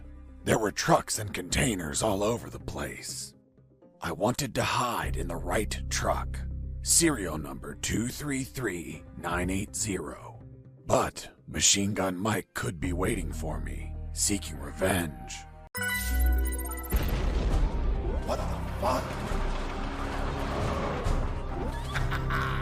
Come on, Fox! Try tossing your puny grenades now! Machine Gun Mike? Nope. Now I go by the name Splash Mike. Why Splash? Because I'm going to splash your entrails all over the place.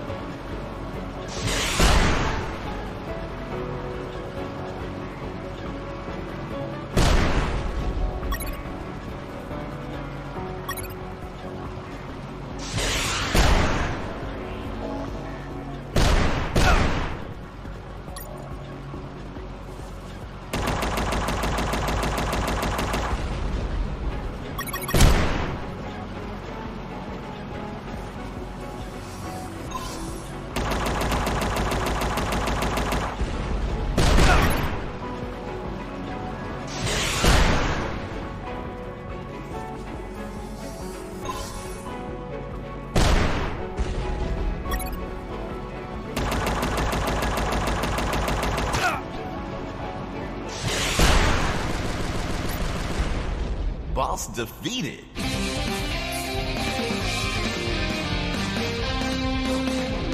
After dealing with the tank, I found the truck and hid inside.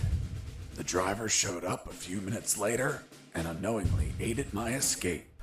And the military didn't find it weird that everything in the northern parking lot was destroyed? Who knows? Maybe it's a regular occurrence. But the truck driver must have seen all that destruction. Well, you know how military grunts are.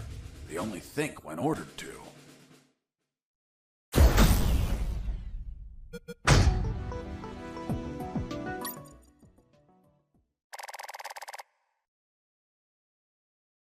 So, in the end, you escaped, hidden on that truck? Yep. What about the shit you told me about not escaping in a truck to prevent pollution? Because the first time, it would have been me behind the wheel. This time, the truck was going to leave, with or without me. Which means the pollution wasn't my fault. How convenient.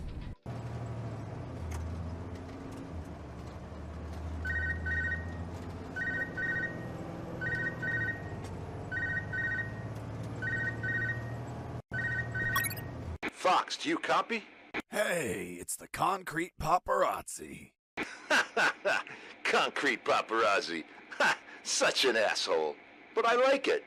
How's that escape of yours going? Making progress. I'm currently stowed away in a truck. Communications are hot. You really pissed them off, Fox. I guess we're both gifted with pissing people off. Sorry about the concrete joke, by the way. Nah, don't worry about it. Better to have a sense of humor about being jailed over some concrete blocks. By the way, you haven't seen them, right? I've seen concrete everywhere, Robert, but nothing as big as you mentioned. Ah, well. Send a postcard when you get home, my friend. Definitely. Over and out.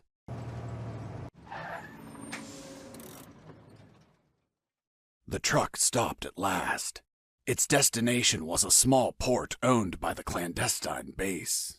Looked like the truck was carrying packages to be transported by sea. As we arrived, I overheard a conversation between the driver and a hangar officer.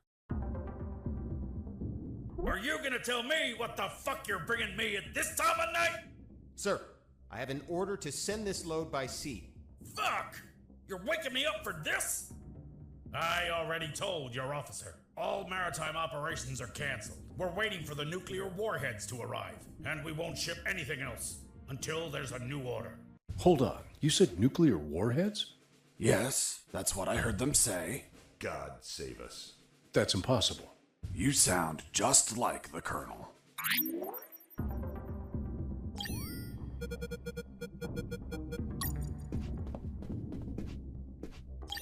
Colonel Harris, are you there? sound tense. Are you alright? Where are you? I escaped in a truck. I'm now in a hangar at a port. That's great news. Find a phone and call. Not so fast, Colonel. It's an ex-army port. I'm not safe yet.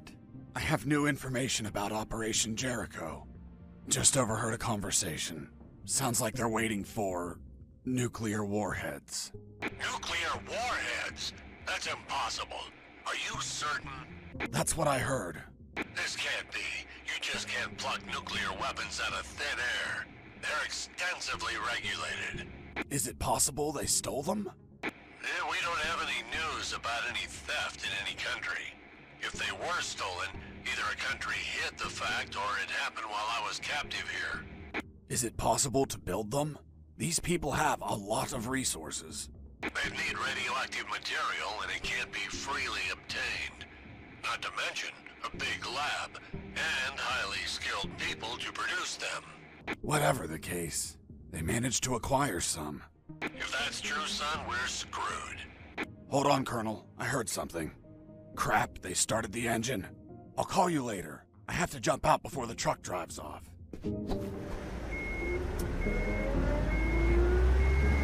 Close the door.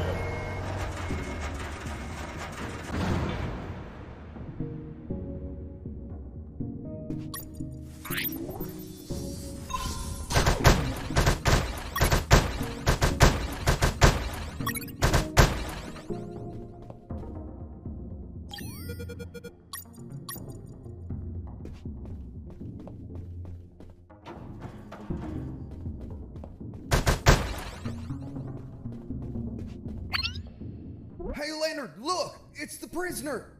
Leonard, not Mike. These guys were Leonard's. Mike doesn't fit engineers. Quick, call for backup!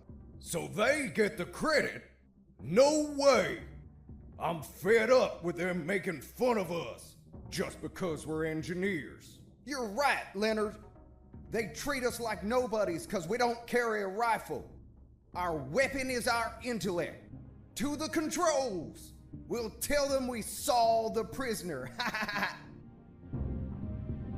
Activating radio saw. Guys, you're engineers. Don't play soldiers with me, okay? I won't hurt you. Come on, let me pass. I'll give you some trading cards. Eat a dick. Fine. I don't know what you have on those computers, but any unsaved work is going to get lost. The saws were controlled by the terminals. I only had to destroy them, and with all the noise in the hangar, a few explosions wouldn't draw any attention. But I had to be careful not to kill the engineers, and heal them in case they got injured.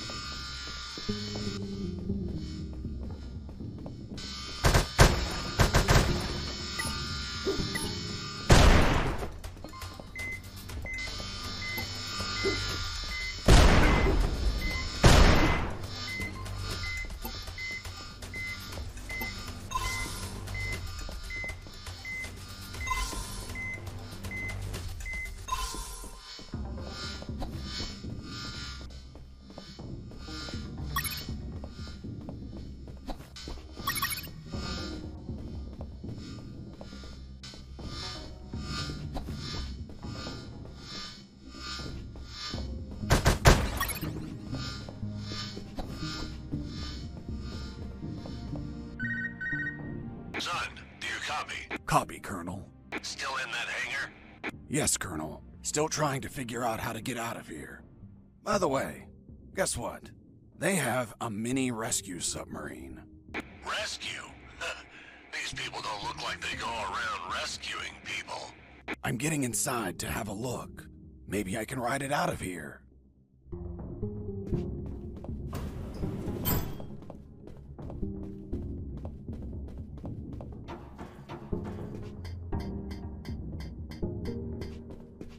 Well, look at what we have here.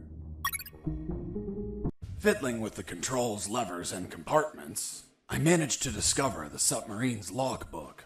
It contained details about its last mission, a rescue operation. The details didn't catch my attention at first, but this logbook turned out to hold exactly the answers we were looking for. The fourth document was the logbook of a mini rescue submarine. It mentioned its last mission, a successful rescue operation from a week ago. The target was a sinking submarine. The K-278 Consomolets, suffering from an onboard fire in the Barracks Sea. Apparently, 2 nuclear torpedoes were salvaged during the job. The warheads involved in Operation Jericho. The third file of Operation Jericho was quite revealing. It had a map of the Kantor province with exact coordinates, an ambush plan, and a picture of the colonel with his name under it. Apparently their plan was to kidnap the colonel without leaving a trace. The second file of Operation Jericho was a compendium of coded numbers. It also had a map, so those numbers could be the coordinates of attack routes, or potentially the attack targets themselves. The first file was about an attack plan. Its code name was Operation Jericho. Anything, Fox? I found a logbook with a single recorded mission. It says, Mission, Deep Rescue, successfully completed. Return date, a week ago. I'll continue reading. Rescue in the Barracks Sea. Objective, submarine K-278 Komsomolets. Damn it, the Komsomolets. Have you heard of it? Of course. It's a Soviet submarine that sank after catching fire. But I can't think of any connection between these scum and the Soviets. Maybe they're a Russian faction and went to rescue their comrades. Or they could be trying to trade the crewmen for Russian nukes or something. Fox, this wasn't a rescue mission. But the log says... The Komsomolets sank over a year ago. There's not a soul alive down there. It's not people they were hauling. It was something else. Colonel, what was the sub armed with? As far as I know, 2 nuclear torpedoes. Fuck! There it is. The nuclear warheads for Operation Jericho. Kindly donated by the Soviet Union in a game of Finders Keepers. If what you say is true, they had to bring those torpedoes in by sea and take them to a lab. The whole Komsomolets have been contaminated by the radiation, which means they would need a sarcophagus. A sarcophagus? Like the one for Tutankhamun?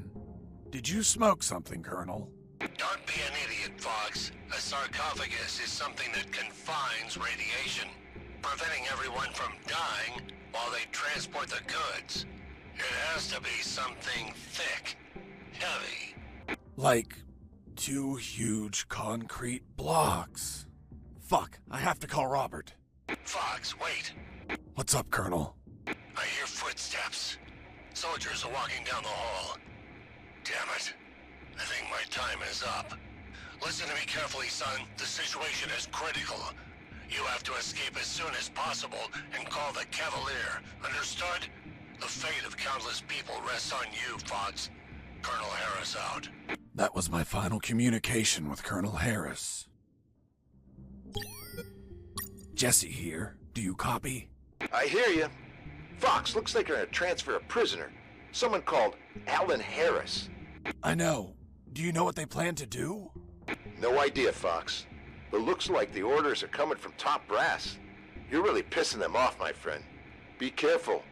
Maybe they'll use him against you. I'll keep that in mind. By the way, I have something to tell you about your concrete. Don't tell me him. Man, you rock.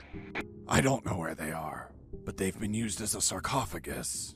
A sarcophagus? Like the one for Tutankhamun? Did you smoke something, Fox? Of course not. I mean a thick container to contain radiation. Radiation? Please tell me they're not nukes. They are, from a sunken Soviet submarine. Shit. That's why there's so much secrecy and surveillance. Cheer up, Robert. Your capture isn't for something trivial anymore. It's for a nuclear arms race. Fuck.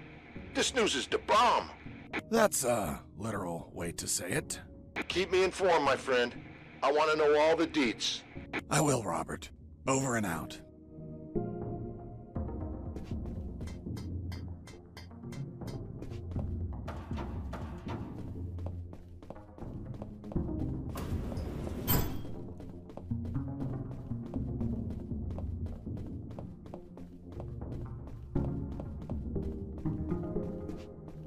Finally located a recycling bin.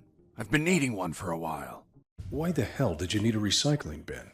To get rid of some stuff. But couldn't you just toss them on the ground? Are you taking me for some sort of shitbag? You were behind enemy lines. It wouldn't be unreasonable.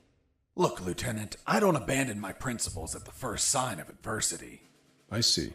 Now, why did you get rid of items that may be handy later? Because the more stuff you have, the more you're a slave to your own possessions. And nothing enslaves me. So, I threw away everything that I didn't need. An act that's common to minimalists such as yourself. Minimalist? Me? Where'd you get that stupid idea? Take a look at yourself. You look angry and disappointed. As if you're having minimalist intercourse. How dare you? Relax, Sergeant. It's obvious what Mr. Fox is trying to do. We've been here for a long time. We're tired, even slightly agitated. Mr. Fox is trying to take advantage of that by getting on my nerves with petty insults, hoping I attack him and provide an officer misconduct charge that enables him to be set free. But that is not going to work, Mr. Fox. Look, I'm used to interrogating assholes like you. Fuck. You got me, officer. I underestimated you. Fuck. I have to admit that you're very good. Well, thanks. Yeah, well, let's continue. You said that you got rid of some items.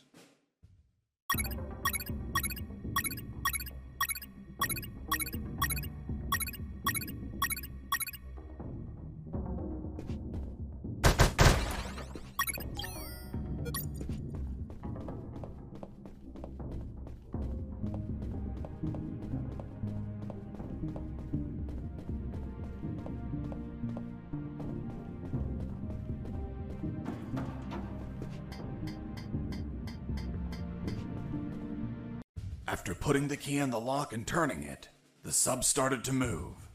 I took the mini submarine through underground channels beneath the hangar. Seriously? Now you can drive mini submarines? Nope. Never done it before in my life. But I found a manual. Can you read Russian? Of course not. It was in English. The mini submarine was American. It was a pretty smooth ride. I didn't have to worry about the battery levels, oxygen, or depth. And the inside was very comfortable. I could practically live in there. Well, of course. It's an American product. What did you expect? Yeah, but you know how American vehicles are. They practically explode on contact. Ever seen an action movie? Anyways, that's why I avoided any hard collisions.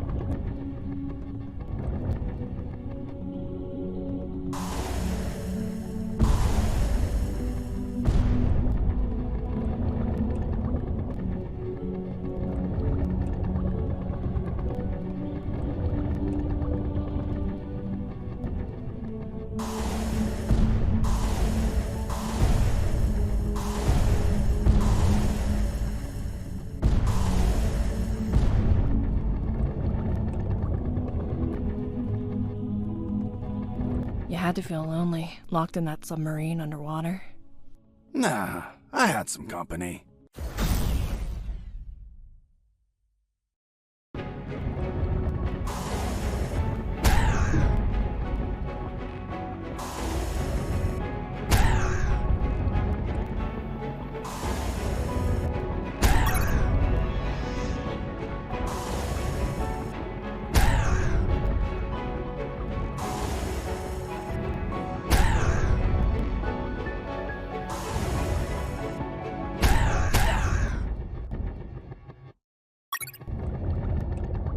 Boss defeated.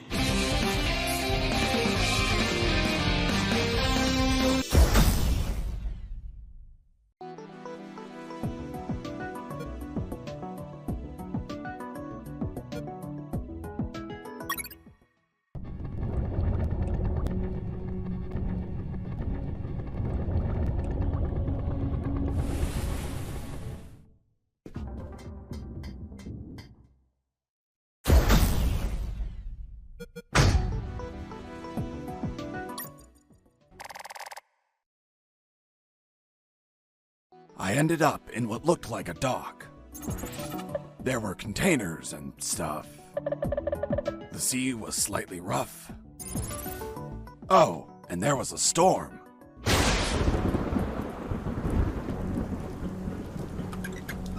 Nothing useful.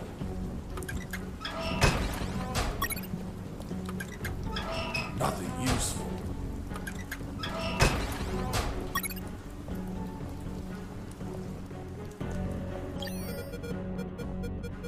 Under the rain and the biting cold, the Colonel's fate gnawed at my mind. According to Robert, they were moving him. Was it a routine inspection? Would he be returned to his cell? Would they find the radio? He was an old, annoying, tiresome man, but I feared for his life. Until the radio chimed in. It was Channel 1. Colonel, what happened? Are you okay? I'm fine, Mr. Fox. Thank you for asking. But my rank is General, not Colonel. Wait, you're General X? So, Mr. Fox, have you heard? You've become quite the celebrity. I've been dying to meet you since your debut. So I took this hack job of a radio to call you before your inevitable capture. Where's the Colonel? Don't worry about him. He's in good hands. Say hello, Colonel. Fox, run away! Don't listen to this bastard! Get your hands off me, you fucking moron! Colonel! Seniors say such silly things. I join him in wishing you a happy escape, but you know too much. Sooner or later, you will make a mistake. One that'll prove fatal. We'll see about that, General. Nothing useful.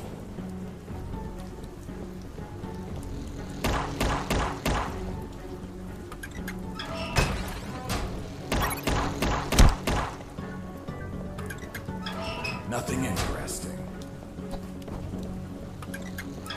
Nothing interesting. Nothing useful.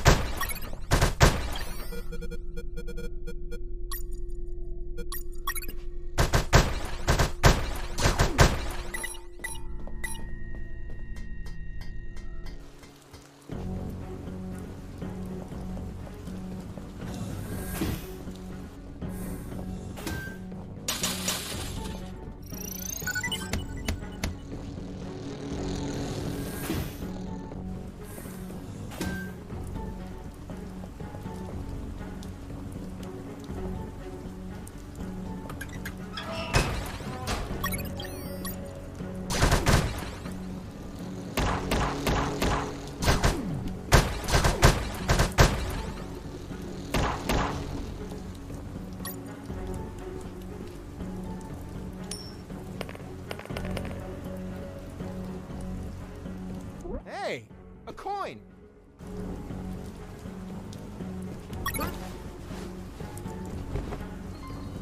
Mike!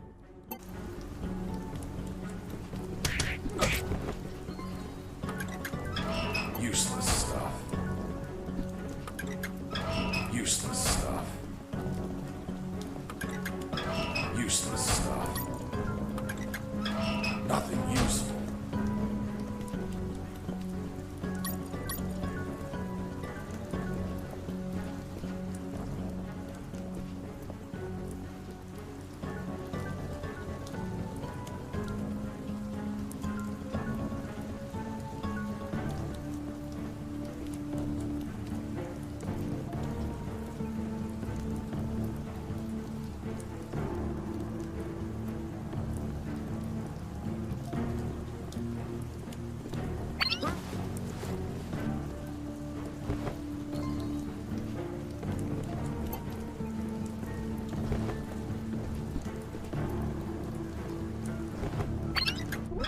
Nothing useful.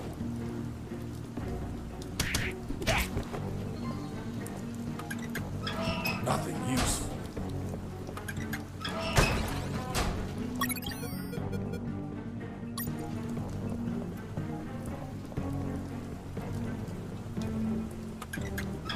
Nothing useful.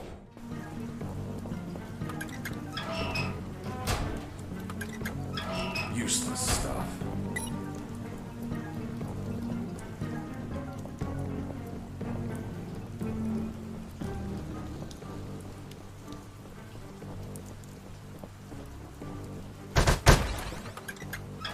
Useless stuff. She's a lovely ship. Indeed, and flies like the wind or the waves. Is she yours? She is. I look after her like a treasure. I want to buy her. Ha ha ha! This beauty costs $50 million. I doubt you can afford it. Just 50 million? I'm a few dollars short. Hold on. I'm going to the ATM. This escape was going to cost me a lot of money, so I searched in the containers. Why in the containers? It's how people usually smuggle money. Here's the money. Fuck! So much money! That hunk of scrap is all yours. Here's the key.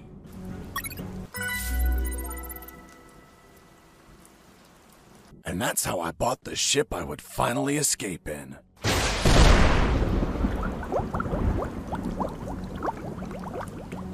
If only a lightning bolt didn't split her in two. Shit! Why are you giving me back the keys? I want my money back. Haha! Sorry.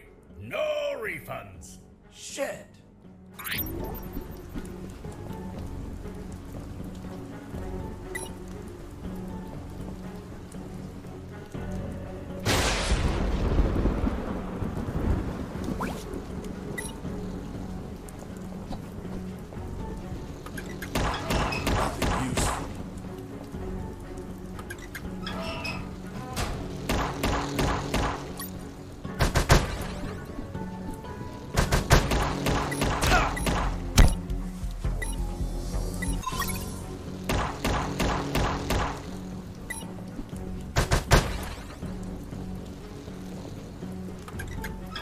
Nothing useful.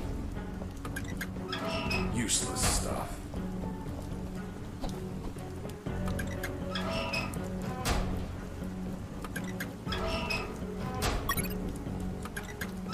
Nothing useful.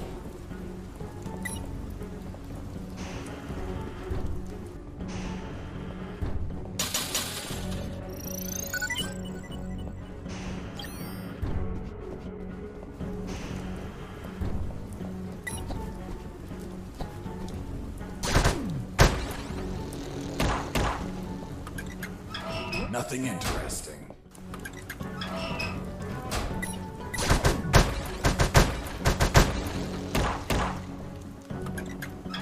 Nothing interesting.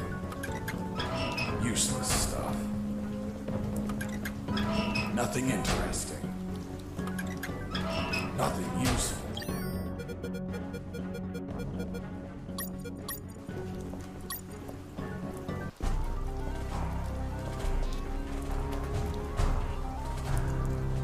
Are you telling me that a nuclear submarine attacked you? That's what I'm saying. I see. And now you're going to tell me you fought it instead of running away. Of course. I would have left it alone if it didn't launch its missiles. And nobody launches missiles at me without permission.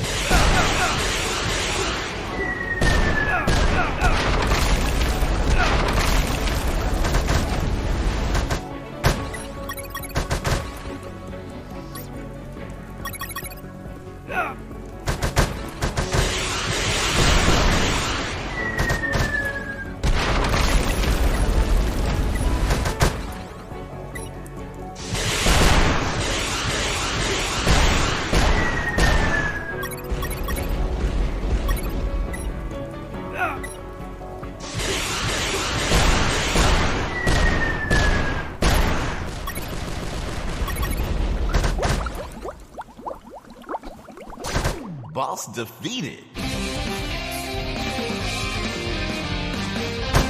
My triumph was fleeting. The platform collapsed after the ballistic abuse from all the missiles.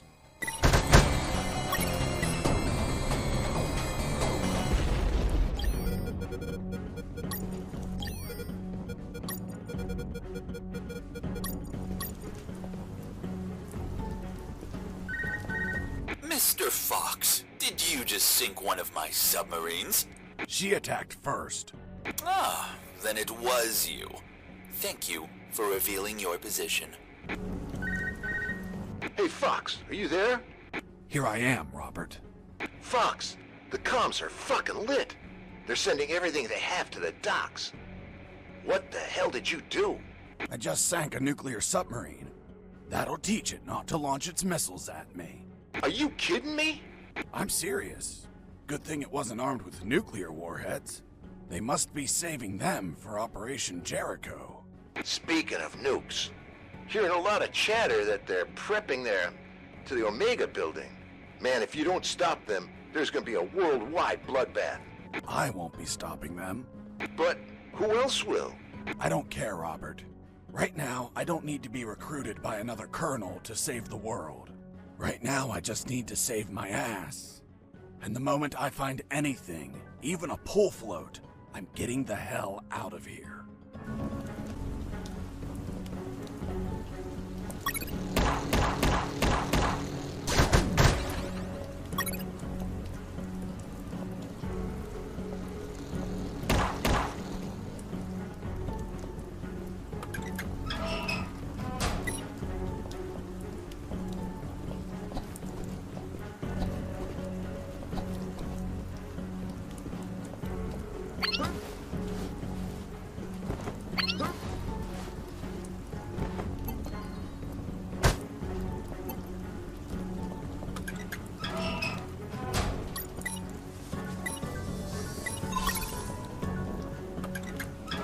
Useless stuff.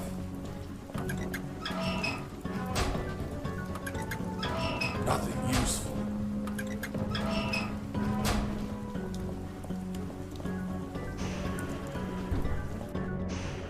Inside that hangar, I found what I was looking for.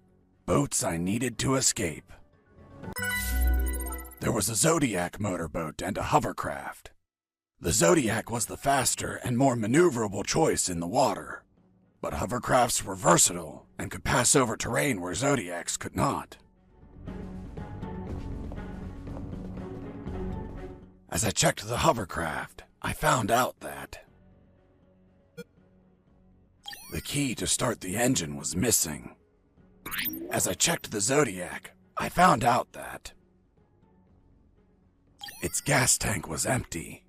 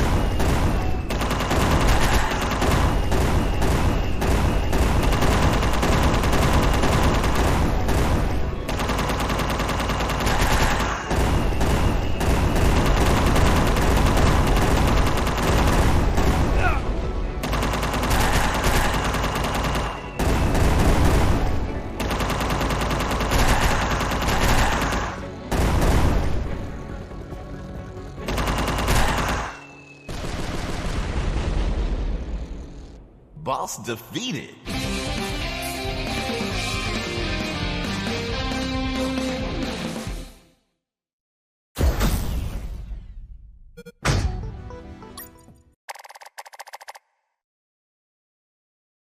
The confrontation with that chopper exhausted every drop of gas I had left. With no gas, the engine stopped shortly thereafter. Despite the dangers, I used my own arms to paddle forward. Piranhas and crocodiles constantly tried to eat my hands. But I was lucky enough to make it to a small dock. You're certainly a lucky man, Mr. Fox.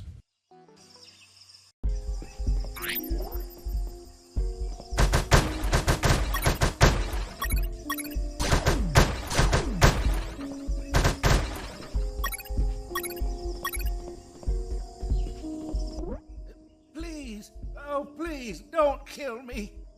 Why would I want to kill you? Hold on. You're not one of those bastards. Of course not. I'm a very nice guy. By the way, what are you doing? Those bastards won't stop building fences everywhere. They think the jungle is theirs, so I cut them to fuck with them. Do you have, by any chance, a van to get out of here? I had one, but they took it away. The old man told me a few stories about that place. It was isolated, with no roads or towns nearby. And most importantly, he told me about what I might encounter up ahead. There, hidden in the middle of the jungle, stood a compound riddled with cameras. The level of security was sky high, like the mansion of a cartel boss, and I could see why. Because the center of this fortress was the Omega Building, the heart of Operation Jericho. The old man told me that he saw some helicopters landing on top of the building. If I stole one of them, that would be my ticket out of there. One thing was for sure. If I was detected by a camera and the alarm triggered, they would put the Omega Building in lockdown, and I could kiss those helicopters goodbye. But none of that matters because, even though I was already showing signs of exhaustion, I slid in like a shadow and managed to go undetected.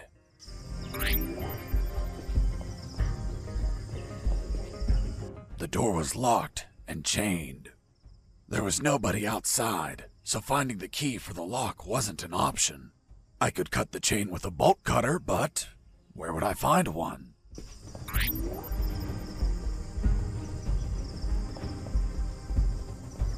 Hello, friend. Give me that bolt cutter. But it's mine. Now, it's mine.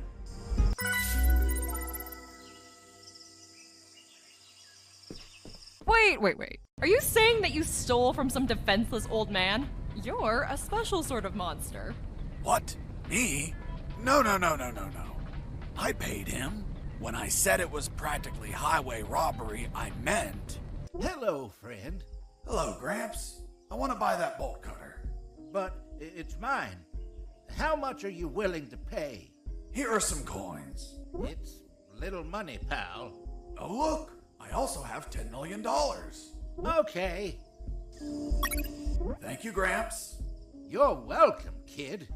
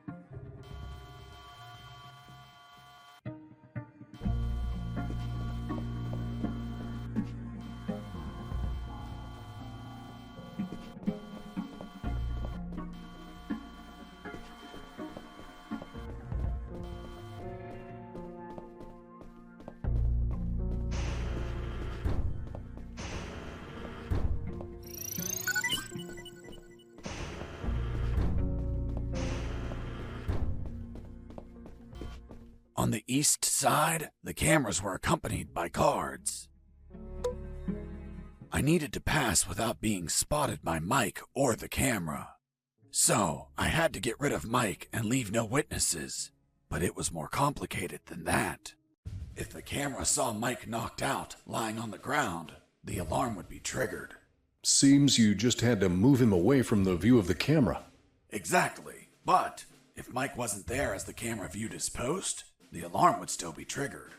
Whatever I did, the camera had to see Mike standing at his post. Quite the scenario.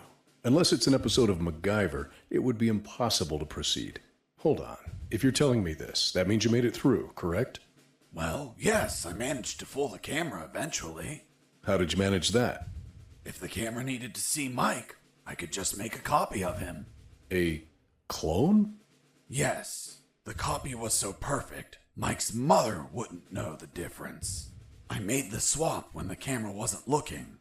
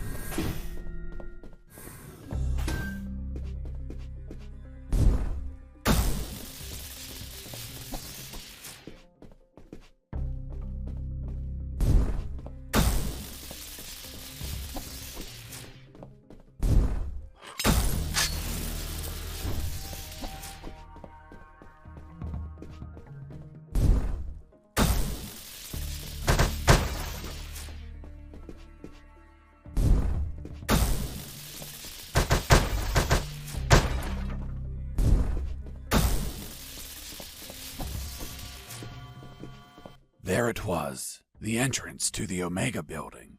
That would be the last place I'd visit on my tour de escape.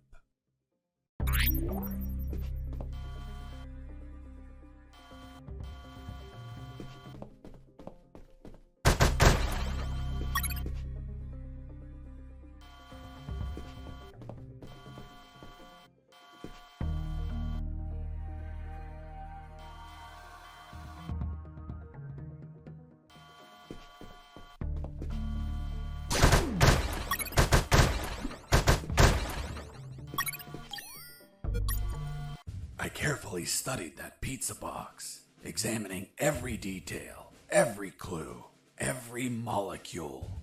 I deduced that it was used by someone else to smuggle something into the Omega building. A pizza? Exactly. A pepperoni pizza, to be precise.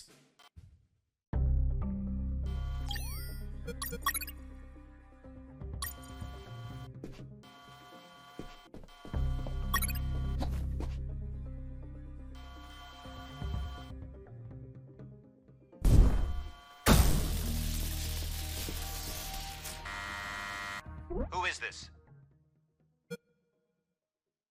I have a pizza here for Mike. That's me, but I didn't order one. Fuck. The pizzeria screwed up again. They must have repeated the last order. My God, they suck at managing orders. And this is so far away. Are you sure you don't want it? It's just out of the oven. Hold on. Show me the pizza. Here it is. Yeah, I see it.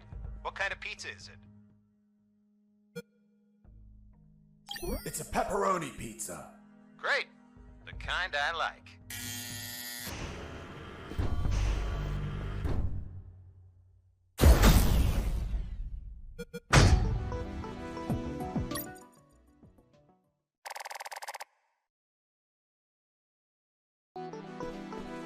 As I crossed the door, I entered into the Omega building, the heart of Operation Jericho. It was a cold, dark industrial place with containers and barrels everywhere.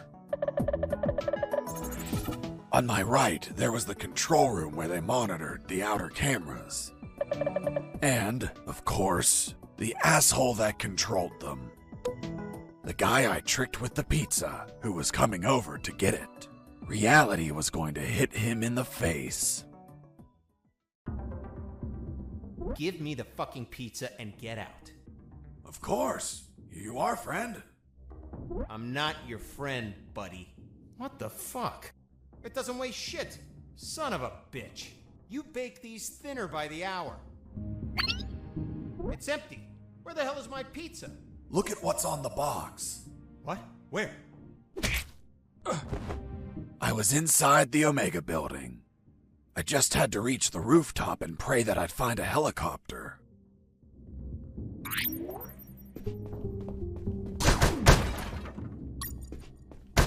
As I destroyed that computer, I saw something curious inside its metal guts. It was a thick cable and a sign that said ground floor alarm cable, do not cut. Done. With the cable cut, the alarm wouldn't be triggered on this floor.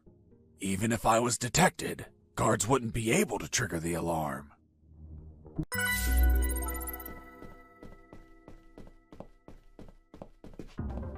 They put a lot of effort into the security of that compound. The guards weren't the typical ones I've encountered before. They were ex-Terminator guards. The ultimate robot technology. Titanium endoskeleton covered with organic material to look like humans. Programmed to kill with no regrets or doubts. And I held no regrets or doubts about destroying them since they weren't alive.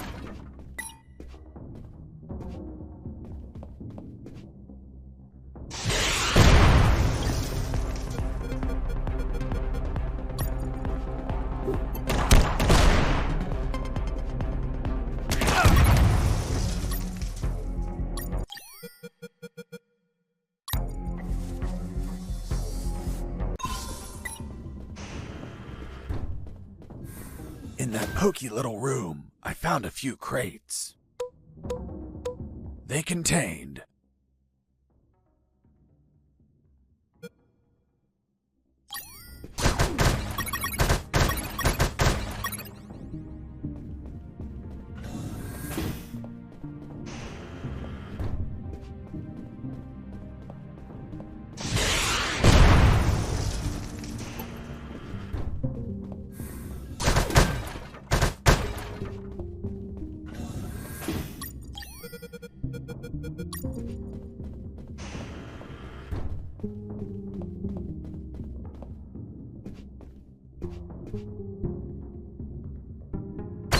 I heard something.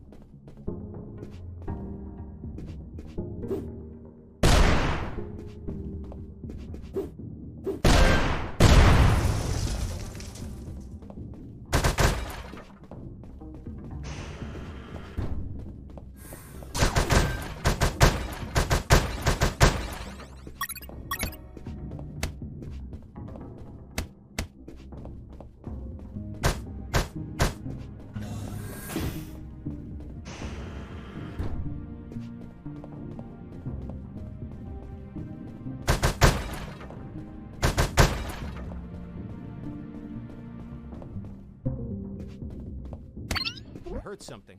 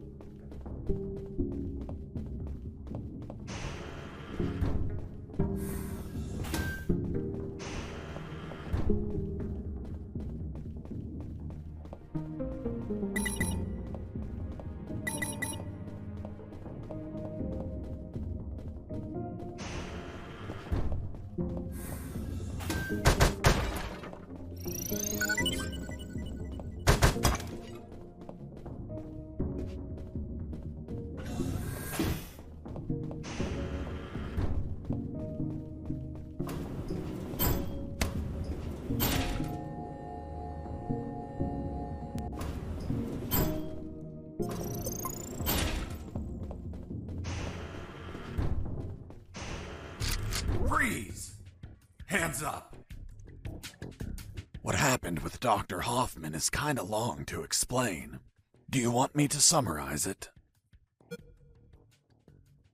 Don't even think about it. Any detail can be crucial, so don't skip anything. Now, I want you to drop that fissile core uranium-235 isotope sample. How in the world do you know that it's a fissile core uranium-235 isotope sample? What else would be in the hands of a scientist whose expertise is in fissile core uranium-235 isotopes? How do you know I'm a scientist whose expertise is in fissile core uranium-235 isotopes? I know everything about Operation Jericho. Now, drop that sample. Do you know what will happen if I drop this and the flask is broken? Of course I know. The radiation will flood the whole room. And that would kill us all. I know. I'm not telling you to literally drop it. I mean, slowly set it on the table. It's okay. Don't get nervous. Now turn around. Slowly. I'm afraid I can't turn around slowly. Because we're working in a 2D environment, I can only turn in multiples of 90 degrees. Then turn around 90 degrees twice. So you're the brains behind it all. You won't get away with this, you sick bastard. Operation Jericho will die with you. Everything okay, Dr. Hoffman? Oh God, he has a weapon! Wait, you said Dr. Hoffman? Is your surname Hoffman? Yes. Fuck. Why? What's up? I had a neighbor called Hoffman. He was tall, German, and hairy. He won the lottery, but died of gonorrhea the week after. Poor man. Yes, life can be cruel sometimes. But enough stories. What's the purity of the isotope you're using? 95%. Are you mad? That purity is highly unstable. You need to generate an absolute void field and contain that isotope in an electromagnetic field. That's what we do. We have containers of 500 megajoules. You're playing God. Rabble like you invented the H-bomb. You disgust me. Hold on. Fuck. H as in Hoffman. You invented the H-bomb. What are you saying? The H comes from hydrogen. Hydro what? Don't try to confuse me with your scientific slang. Whether or not you're the mind behind this, you're the accomplice of a nuclear menace. Say goodbye, Dr. Hoffman. Wait. I did it against my will. They have my daughter. If I don't do what they say, they'll kill her. Your daughter? Where are they keeping her? They have her working as a doctor in the Alpha building. The Alpha building? The same one where I met the doctor. Suddenly, I pieced things together, and everything made sense. There were 2 doctors in that building, although I never saw this man's daughter. Doctor, how old is she? Somewhere in her 30s. In her 30s? What kind of answer is that? A good father would say she turned 32 last April 31st. April only has 30 days. Don't change the subject. What sort of father are you? It's okay. I confess I've never been a good father, since I've spent all my time absorbed in science. Not mine. Not mine either. Excuse me one moment. Hello, honey. This is not a good time. It's never a good time for you, Dad. I know. But my current situation is particularly disastrous. Why? Because a man is pointing his gun at me. What? Who is he? I don't know. He doesn't seem like he's from here. I think I know who it is. Ask him if his name is Jesse Fox. Hold on. Pardon me. Are you Jesse Fox? Yes. Yes, it's him. Damn it all to hell. Do you know him? Honey, are you there? Hello? She hung up. Oops. Now it's mine. Jesse Fox here, over. Can you tell me what the hell you're doing? Doctor, hey, hello, how are you? Not very happy, knowing that you're aiming a gun at my father. What? Your father? Yes! Doctor, this is not your father. What do you mean? Of course he is. That's what they're trying to get us to believe. In truth, he's the father of another doctor that works in your building. What? There are no other doctors. I'm the only one here. They're trying to make us believe that too. They're manipulating us. Is your father, by any chance, an expert in nuclear chemistry who works in the Omega building? Yes, he is. The evidence finally collapsed in on itself. Besides 2 doctors, there were 2 scientist fathers. The one in front of me who also had a doctor daughter, and the doctor's father. Really? Then explain something to me. How is it possible that someone like you, dedicated to looking after others, has a father that is involved in the annihilation of millions of people? What are you saying? My father is a good man. He's a brilliant scientist, not a killer.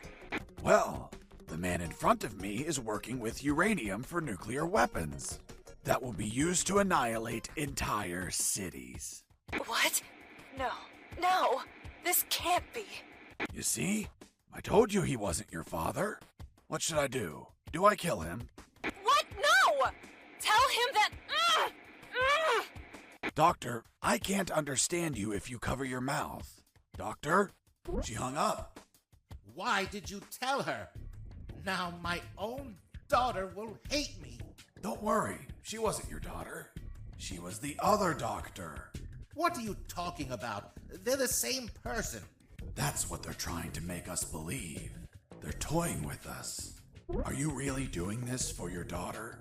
Yes. I want her to be safe. Millions of people could die. I prefer the deaths of millions of people over the death of my precious daughter. You're a monster. It's not called being a monster. It's called being a father. If you had a daughter, you would understand, Mr. Fox. Enough! Where is the rooftop? Above? Don't be an asshole. I know that. I mean, how do I reach the rooftop?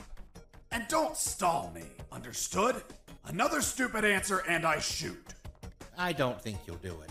You don't look like an assassin. Really? What have you done? Fuck, it was an accident! 'Tis but a scratch. Come on, my friend. Stand up. I'm going to repeat the question one last time. And this time, I won't miss. Excuse me. You didn't miss. You hit me. That's true. Then this time I won't heal anyone. How do I reach the rooftop? There is a lift that reaches the rooftop. You just have to keep going up as much as you can. But you will need a level 4 access card to go out. Well, in that case, give me a level 4 access card. We don't have one. We just have level 3 access cards. I swear. Fuck. I'll have to search for it. Now, continue working as if nothing happened.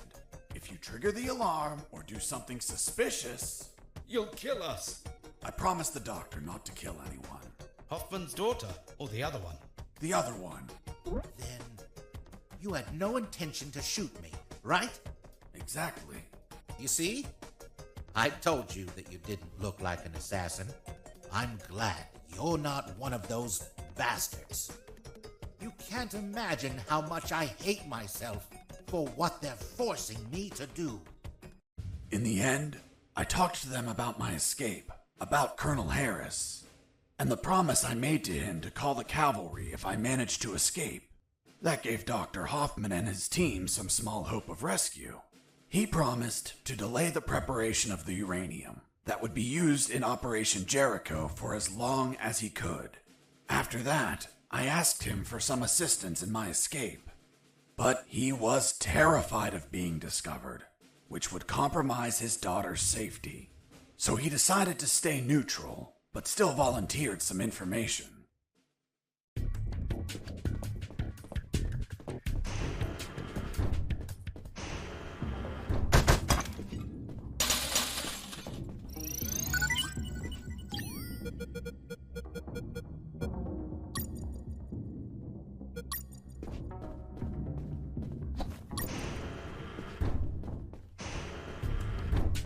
Another thing, don't shoot in the lab.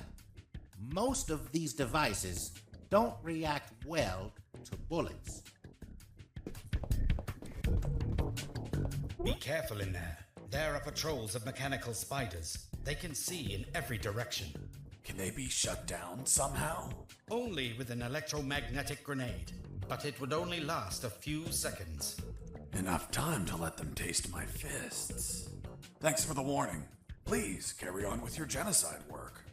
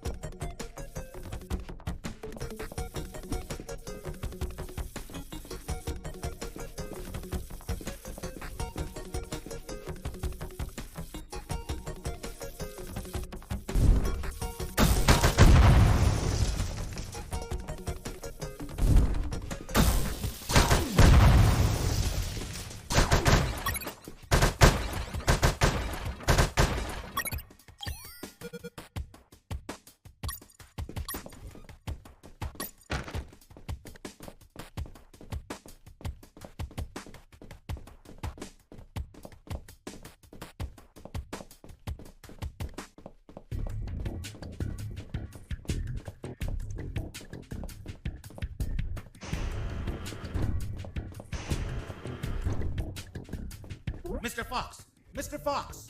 I'm coming! What's up, Hoffman? My daughter. She is not replying. Isn't she a doctor? She must be operating on someone. Right when you come into my life? Too many coincidences. What if they killed her? Why would they do that?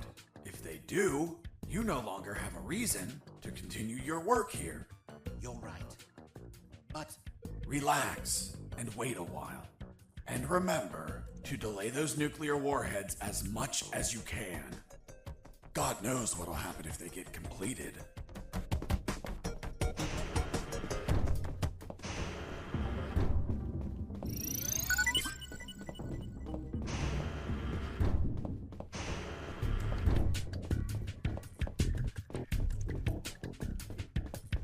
Are you going inside? I'm just going to have a quick look. The radiation level is extremely high, so wear the anti-rad suit the entire time.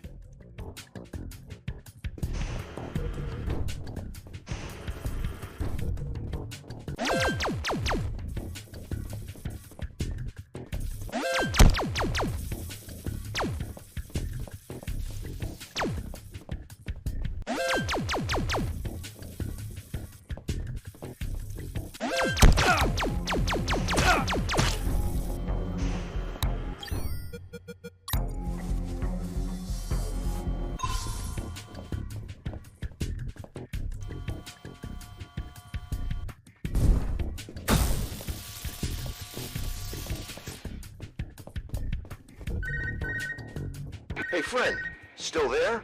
Still here, Robert. Guess where I am? I don't think you're home. The radio signal wouldn't reach. I'm in the Omega building. Fuck, man. Where they're prepping the nukes. You decide to stop them? What a change of heart, man. No, it wasn't intentional. Then why the hell are you there? Trying to ride a helicopter out of here. Guess that whole runaway by sea plan didn't work out, eh? Just forget about that. I'll see what I can find out about that building.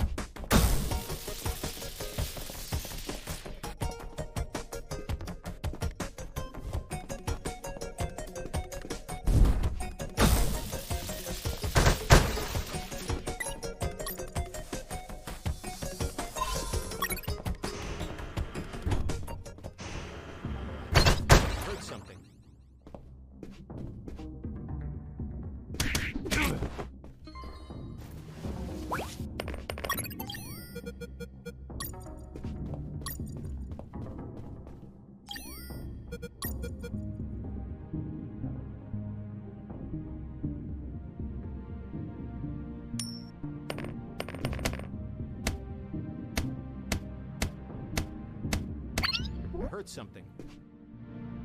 Hey, a coin.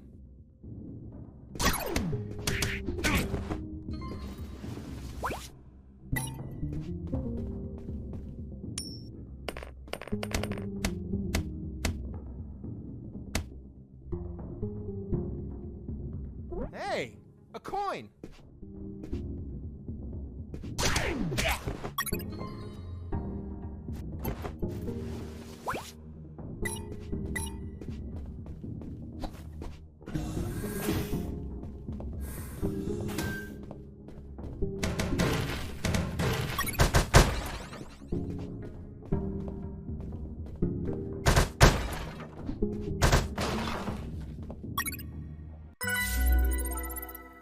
This was the access card I needed to reach the rooftop.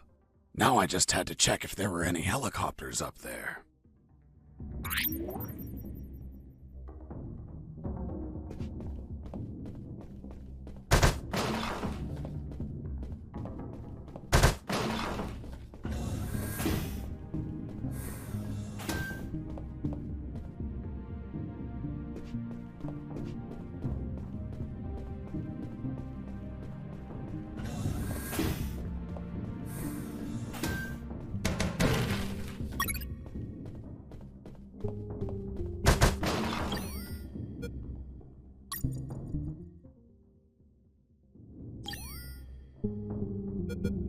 The fifth document was a shopping list.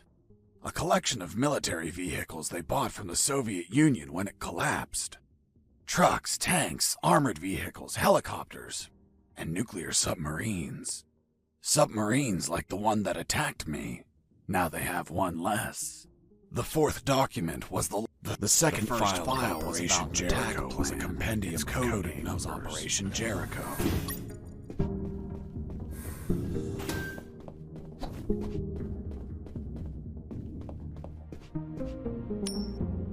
Hey, a coin.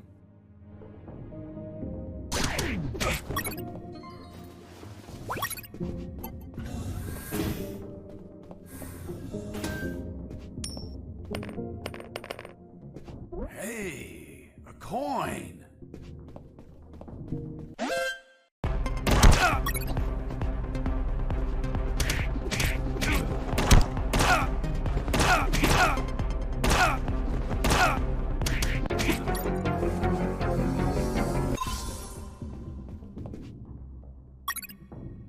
I found some photos on a desk.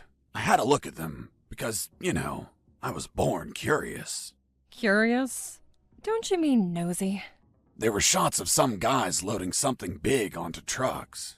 Something that looked like concrete blocks. Fuck. These were the photos Robert was taking just before he was captured. Jesse here. Do you copy? I hear you. Guess what I found? The love of your life? Your photos. Oh, really? They didn't destroy them? No. They must have Diogenes syndrome. Are you saying my pics are trash? Man, these pictures leave a lot to be desired. Did you take them with one of those disposable cardboard cameras? You're such an ass. Only the smartest of them. Take them with you, my friend. I hope they help you for something. Will do. Over and out.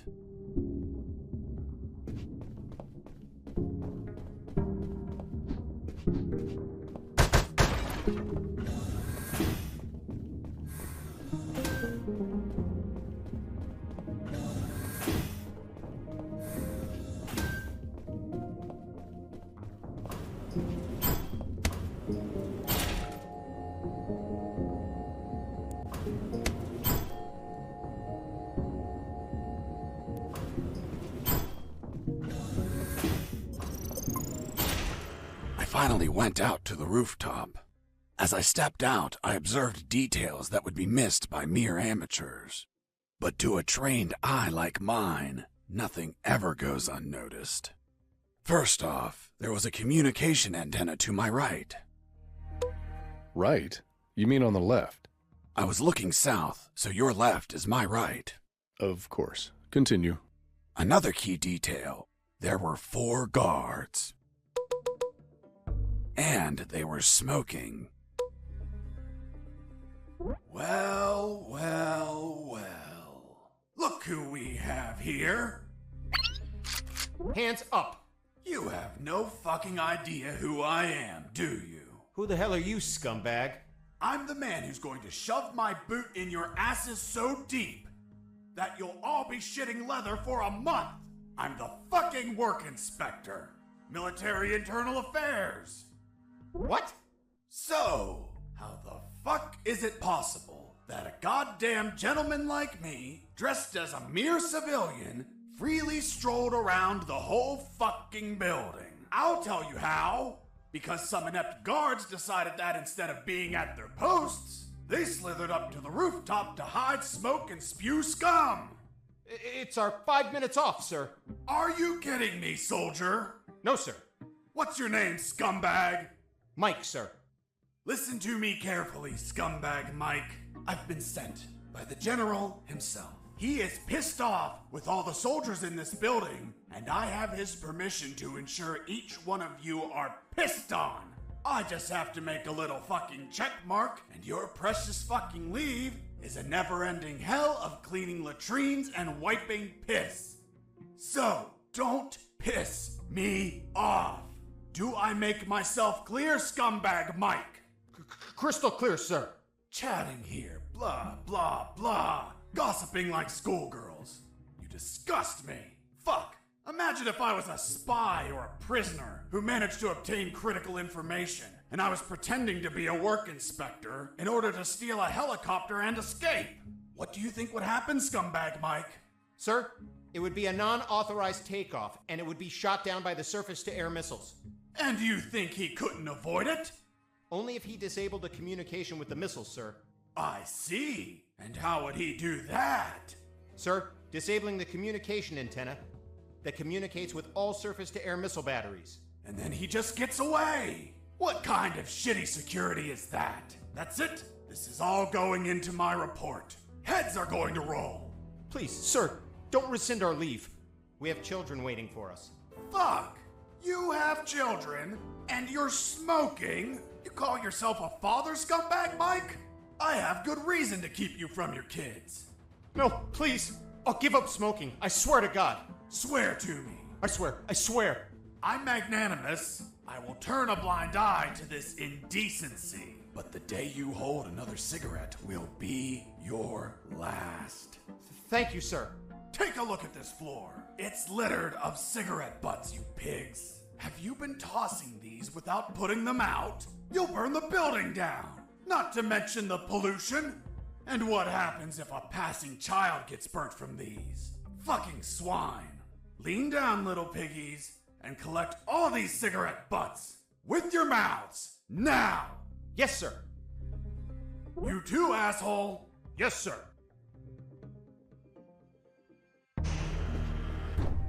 Now, get out of here and go back to your posts. Yes, sir.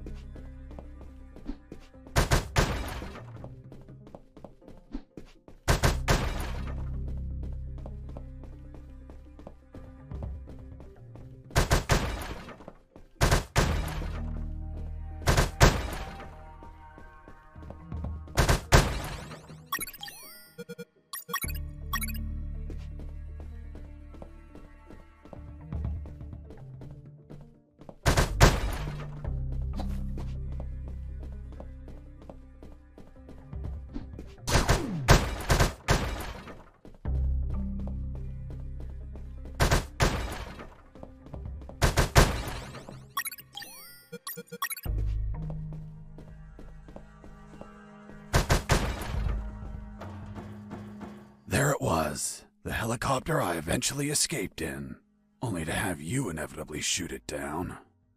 But fuck, if I flew away, the surface-to-air defenses would shoot me down. I had to disable that communication antenna so they wouldn't receive the command to fire. This would, instead, provide you the pleasure to take me down yourselves, you bastards.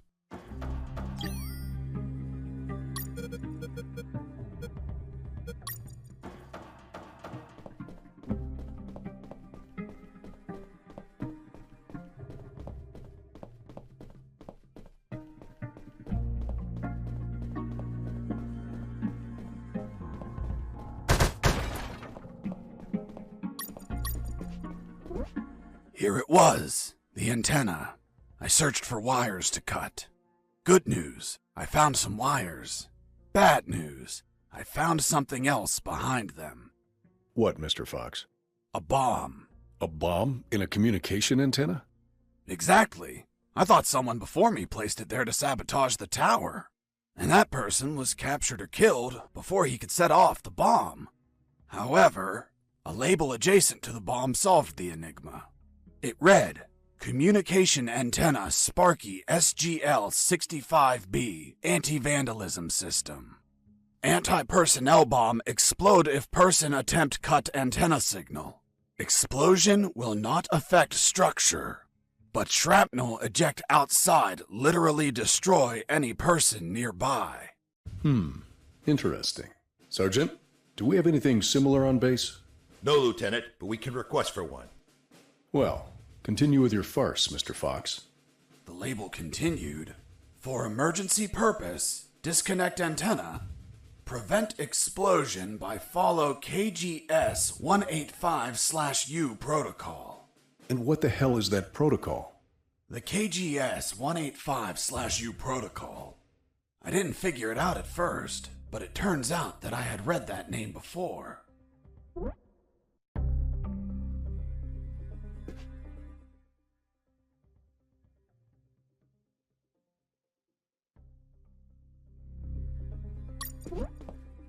I use the wire with clamps to connect the...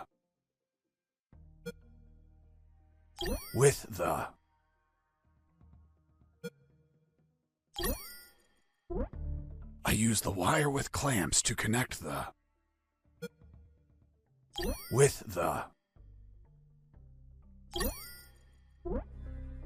I use the wire with clamps to connect the...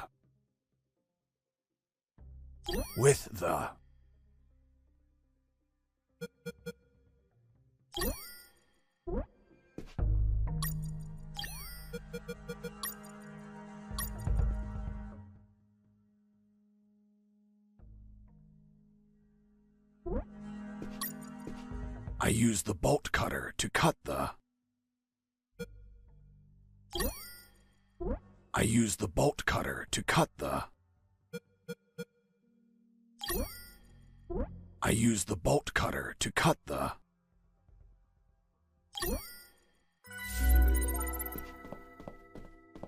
Done. The antenna was out of action. The surface-to-air defenses would never activate if I hit the skies. Now, I could finally get that damn helicopter and escape.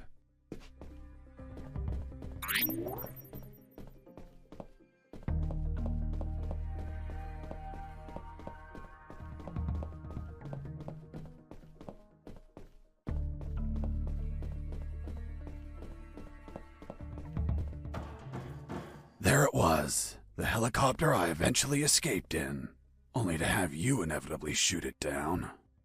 But fuck, I didn't have the damn key. I needed it to get the door open.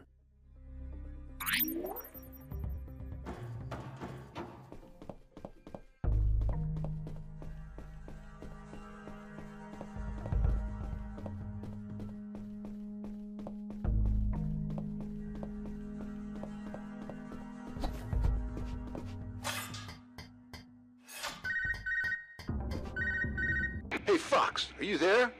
Here I am, Robert. You find a chopper yet? Found a helicopter, but I don't have the key. Can't you hotwire it? I can't even open the outer door. Work your magic with the radio. Maybe you can hear something useful. No problem.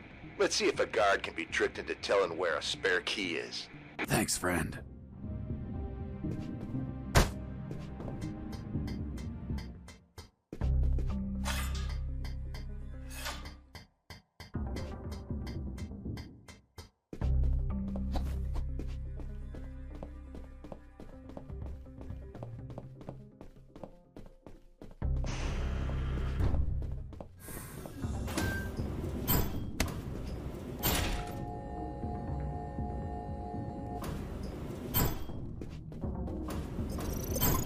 I was on the 3rd floor. There were guards keeping watch on the whole level. But these were not your run-of-the-mill guards. They were Japanese mercenaries. Were they also tougher than normal guards? No way. On the contrary, they were weaker. One punch and down they went. But these Japanese mercs were highly disciplined with an exceptional keen perception. Their unique awareness was twice that of a normal guard, an angle of 180 degrees. Getting close to them unnoticed was impossible if you weren't behind their back.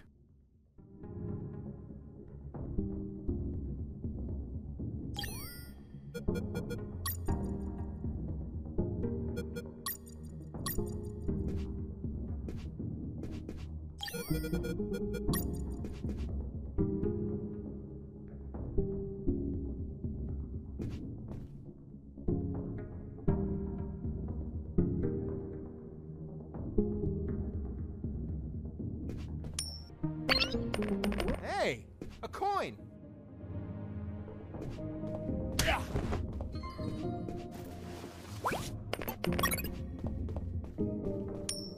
Hey, a coin!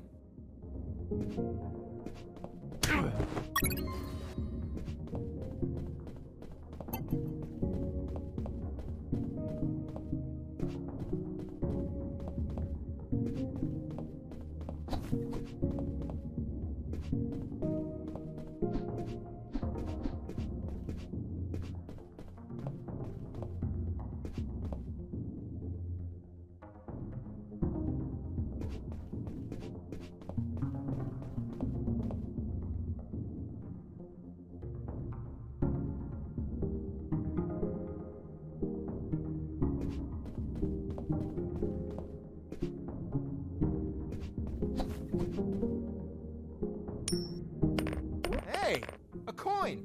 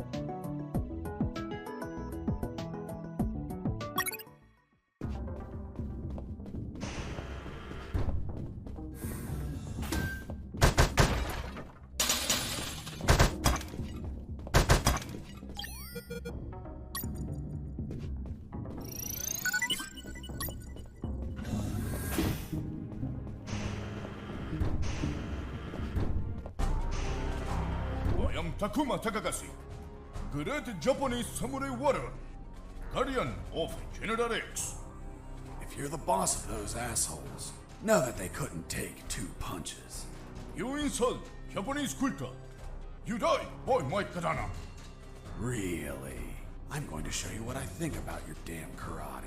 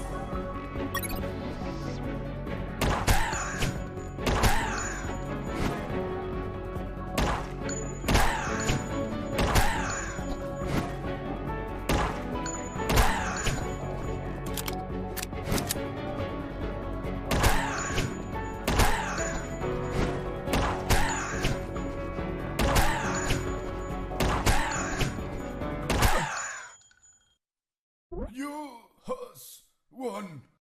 You show great courage in combat. To fight you has been great honor. Sayonara. Hasta la vista, baby. Boss defeated.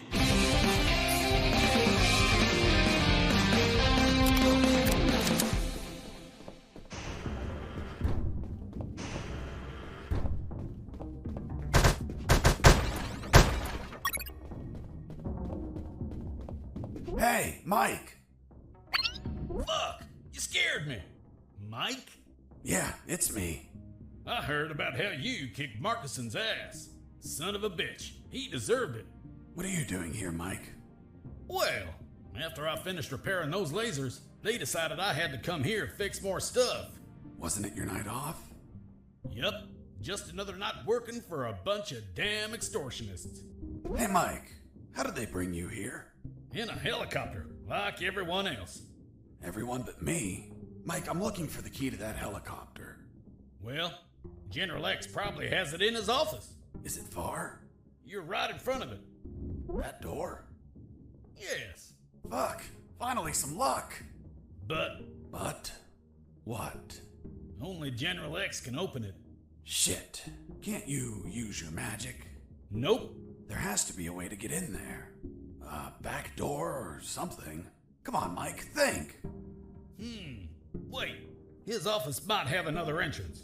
A while ago, I was studying the map of this building, and I saw something weird. Weird? What was weird? The office has a private elevator that leads to the basement. Always wondered why he wanted an unlocked private elevator.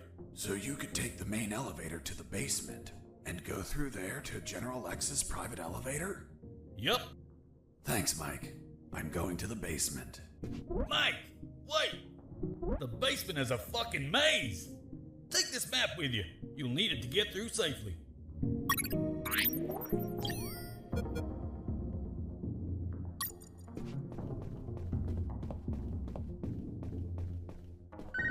I answered the call before leaving. Hey, Fox, weren't you searching for a helicopter key? Fuck yeah. You have it yet? Not yet, but I believe General X has one in his office. Why? Because I heard some talk on the radio. They're keeping a copy of that key in a special room. It's somewhere close to General X's office, through a private lift. Don't know what room it is or where, but I know the door is marked with an X. A door marked with an X? Yeah, man. Fucking weird. Thanks, Robert. If I don't find the key in his office, I'll look for that room.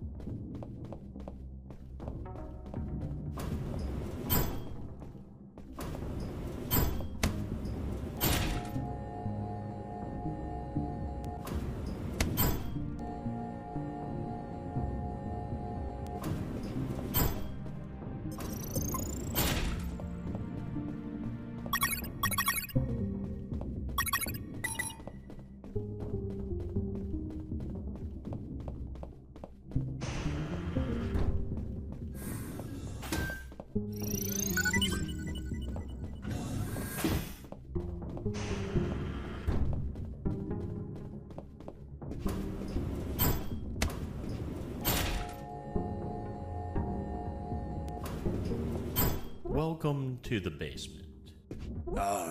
Thanks? Who are you? I'm the Lord of the Labyrinth.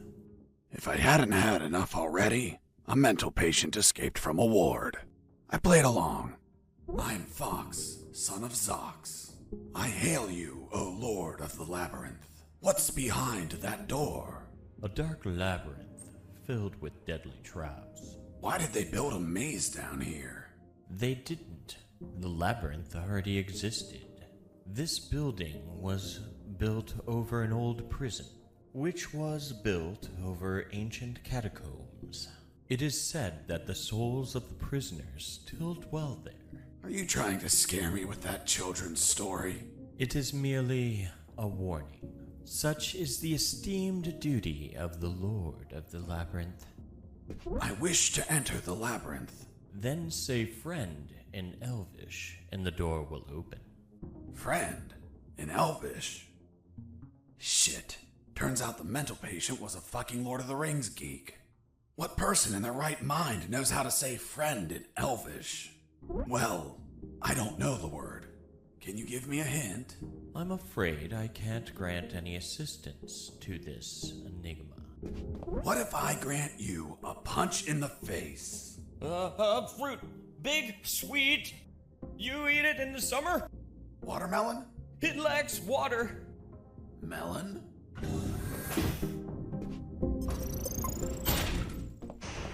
I couldn't see shit. If that labyrinth was full of traps, I was going to need something to see in there.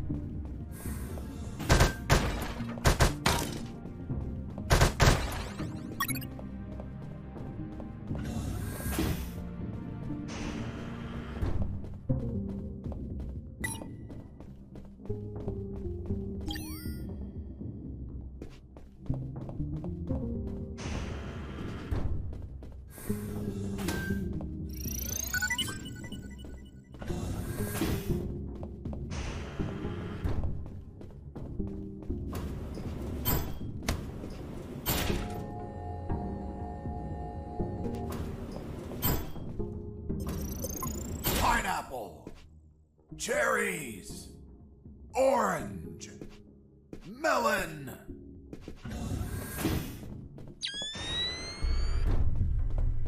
I reached the first intersection.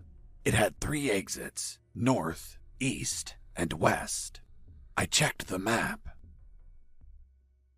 The first letter was E, so I took the path to the east.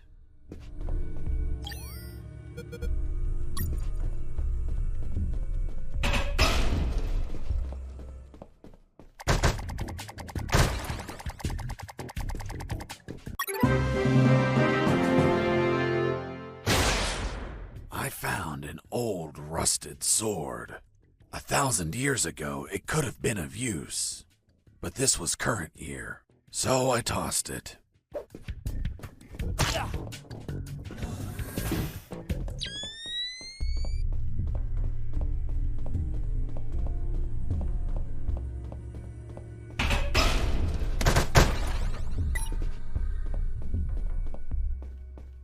I reached the second intersection. It also had 3 exits, north, east, and west. I checked the map a second time. The second letter was also an E, so I took the east path. I would make an effort to check the map at every intersection as I proceeded.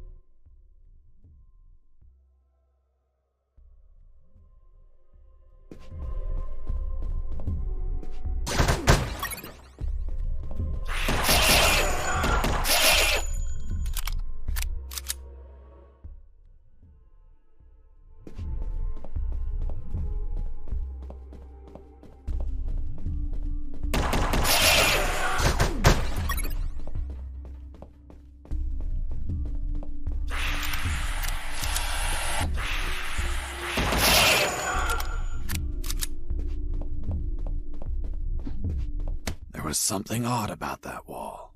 I found a suspicious brick that smelled like turkey. I pushed it, and...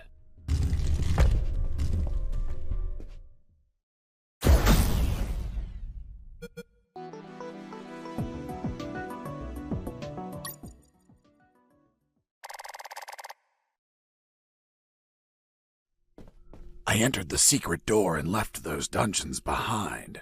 Ahead of me was a less dank portion of the basement. According to Mike, there had to be an elevator somewhere that went to General X's office, which should ultimately hold the original helicopter key. On the other hand, Robert told me that he heard of a special room with an X on its door, which could alternatively hold a copy of that key. Either option was fine as long as I could get a hold of a damn working key. And thus my search of the basement began.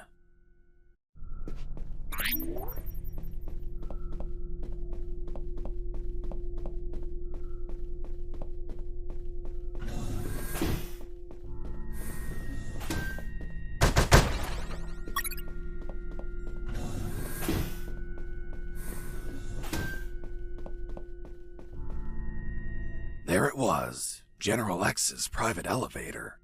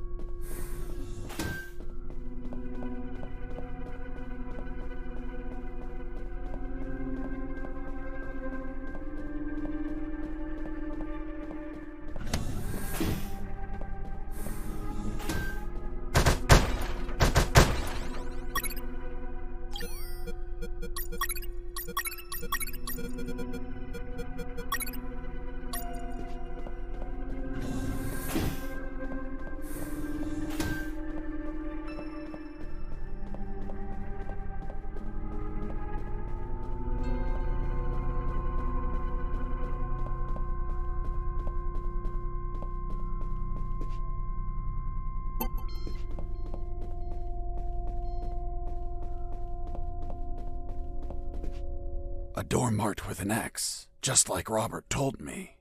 There it was, the secret room where they kept the helicopter key. Why would they keep a key in such a creepy place instead of an office? The more I thought about it, the more things felt out of place. I had a strange feeling, like a gut feeling that something was just wrong.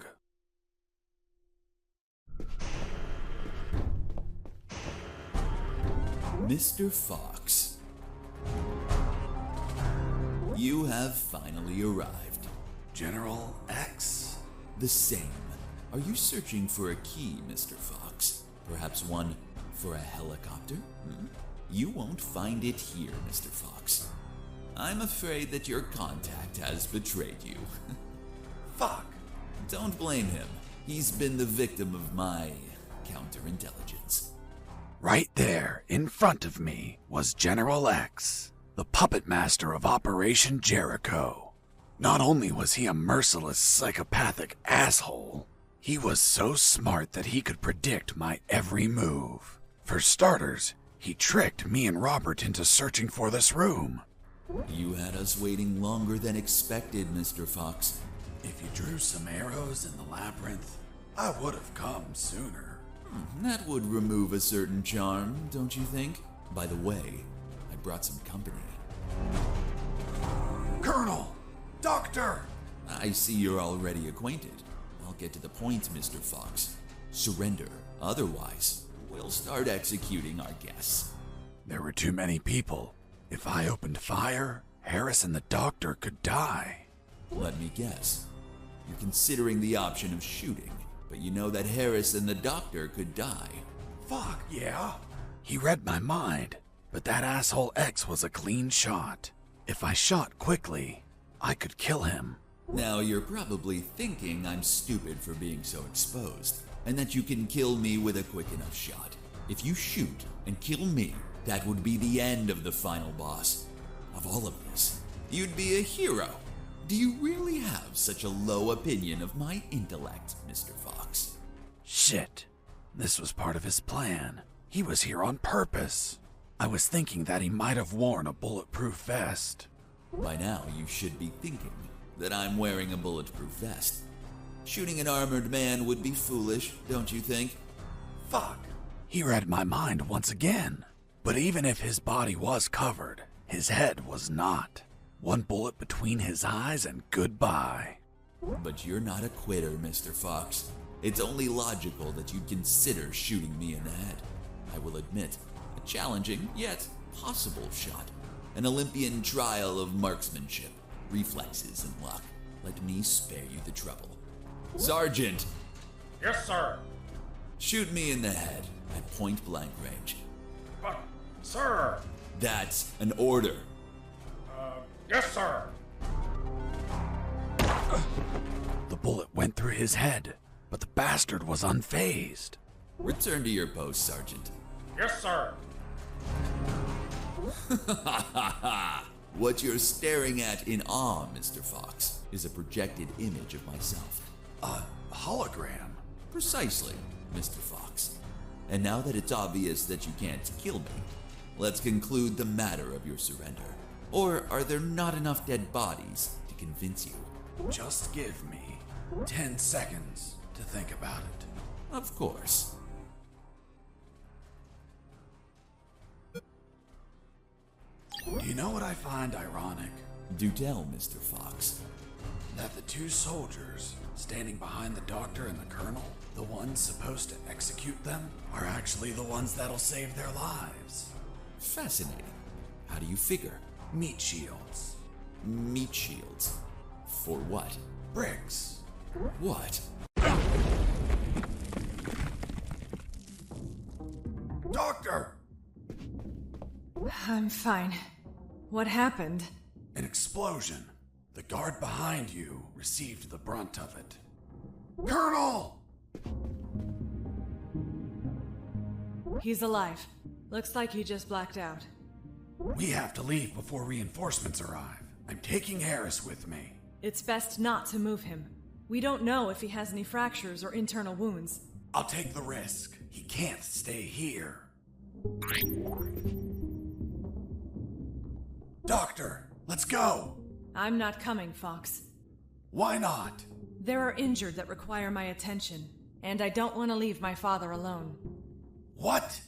They were going to kill you! No, they weren't. It was just a trick to catch you. And if I leave, my father won't work and they'll kill him. Run! Go away! I'll come back for you with the cavalry. You have my word. I left that room, carrying the colonel. Wait, you're saying that you managed to rescue Colonel Harris? That's correct. Well, Mr. Fox, let's see what you invent to remove him from this story. Lieutenant, we found a corpse in the remains of the helicopter. What? Who is he? We don't know, Lieutenant. It was totally carbonized by the fire. Take him to the lab. I want a forensic analysis done yesterday. Do you understand me, Wachowski? Yes, sir. Fuck. We killed Colonel Harris. May God forgive us. No, he's not Harris. The colonel died a month ago in an ambush. These are his personal belongings, his dog tag, his watch. Don't you remember, Sergeant? We found them on his corpse. That man has never seen the colonel. He's just trying to confuse us with his lies. Fuck's sake, he has absolutely no evidence for what he's saying. I have this. But what? If I'm not mistaken, it's a graduation ring for the 48th Commission of Officer Candidate School. Colonel Harris graduated in the 48th Commission of Officer Candidate School. Sergeant, you don't believe him, do you? With all due respect, sir, I only said that Colonel Harris graduated in the 48th Commission of Officer Candidate School. He's trying to fool us, Sergeant. I remind you that there are more rings like this one. Yes, but not with the same smell. It reeks of shit. Sir, permission to smell the ring? Fuck. It smells just like Colonel Harris's anus. What? How the hell do you know what the Colonel's anus smells like? I'm not authorized to reveal that information, sir. Fuck. This is getting out of hand. Mr. Fox, continue your story. Let's see if we can finish this once and for all.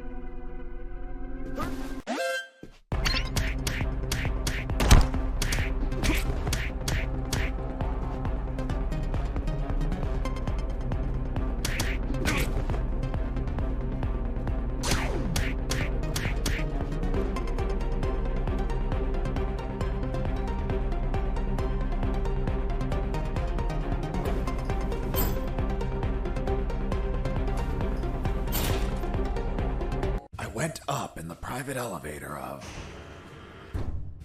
Lieutenant, they found a bullet in the carbonized corpse head. A bullet? So it wasn't us after all. Colonel Harris was murdered. Hey, friend, don't look at me. I haven't killed anyone. I'm not your friend. For fuck's sake, shut up. Wachowski, send the bullet to Science Officer Hollister for analysis. And tell him to collate it with the gun Mr. Fox had on him. Maybe we'll have a surprise.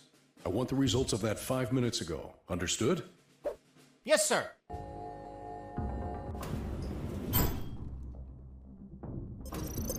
Wow! That asshole General X had some cool music equipment. Multi-band equalizer, auto-amplified subwoofer, and... No way. Double-deck cassette player. Fuck, you could record directly from one cassette to another.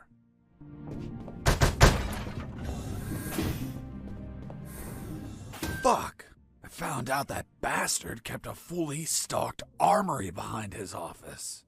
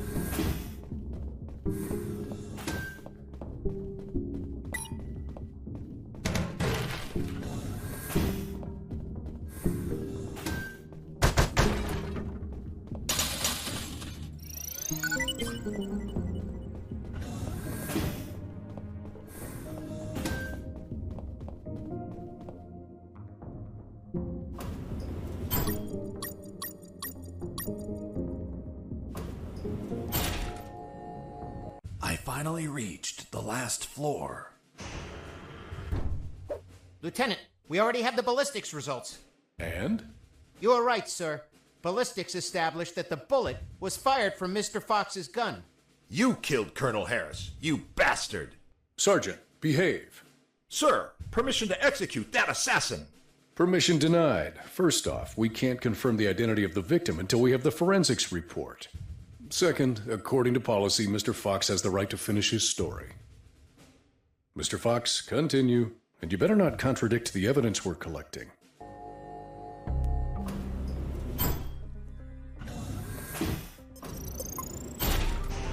Mr. Fox, leaving so soon and without a farewell. That's not very neighborly of you. And what's that on your shoulder? That's personal property, Mr. Fox. Haven't your parents taught you never to steal?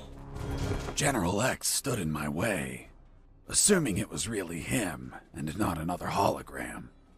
Are you asking yourself if I'm another hologram? Well, yeah. No, not this time. It is I, in the flesh. Good. Then I'll... Put a bullet in my head? You read my mind. Please tell me, Mr. Fox, how does one shoot that which they cannot see? What? What the fuck? Do you like my new device, Mr. Fox? Optical electronic hollow camouflage, the latest in nanotechnology. Obviously, if you start firing randomly, there's still a chance I may be hit. I believe dumb luck is a concept you're fond of? So if you don't mind, I invite you to expend some ammunition with some friends.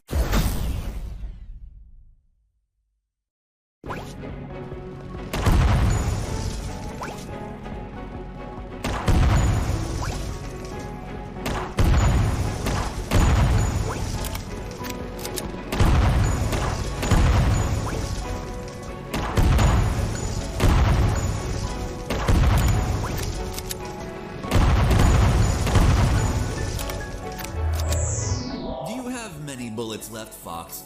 I imagine not. I suspect you've stashed some grenades, though. Let's find out.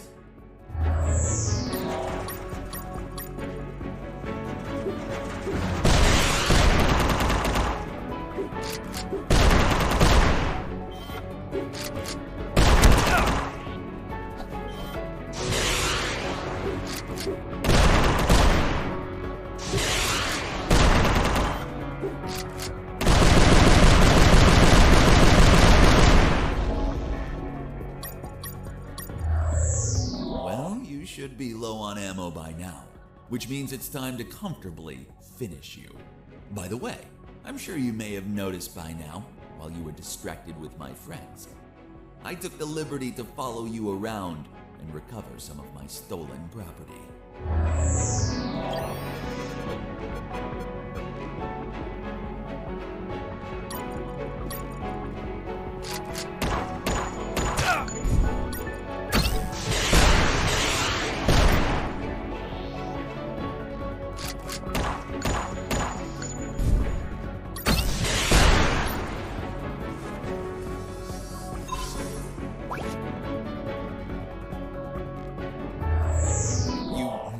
To injure me, Mr. Fox. Sincerely, this was beyond my expectations. Luckily, you brought my first aid kits. Hope you don't mind that you're missing one. So, you've been stealing my stuff. Your stuff. Everything you've acquired is from my base, Mr. Fox. And as the proverb states, one who steals from a thief will receive 100 years of pardon. That bastard had been stealing from me while I was busy destroying his machines. And I'm sure he was going to steal more stuff as he needed it.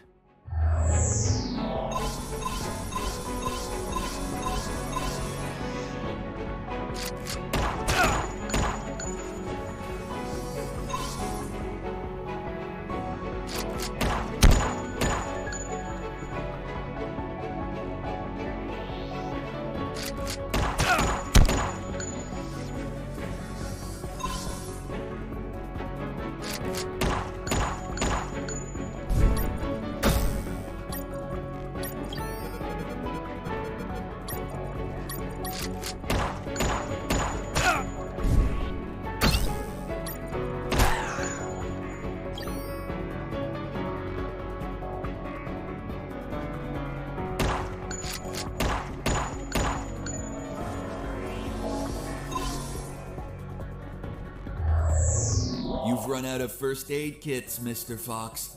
Unfortunately, you'll be unable to heal yourself anymore. Fortunately, it also means that you've run out of them. Which adds to the thrill. Let the best man win.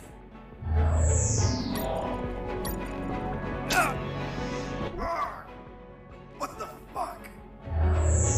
You bastard! Mr. Fox, first you complain because I remove your belongings, and now you complain again when I return them? What? Cheer up. I simply gave back your rusty wire. Although, maybe I've been a little brusque. You can find it between your ribs. By the way, Mr. Fox, let's see if you can kill me before bleeding to death. Good luck.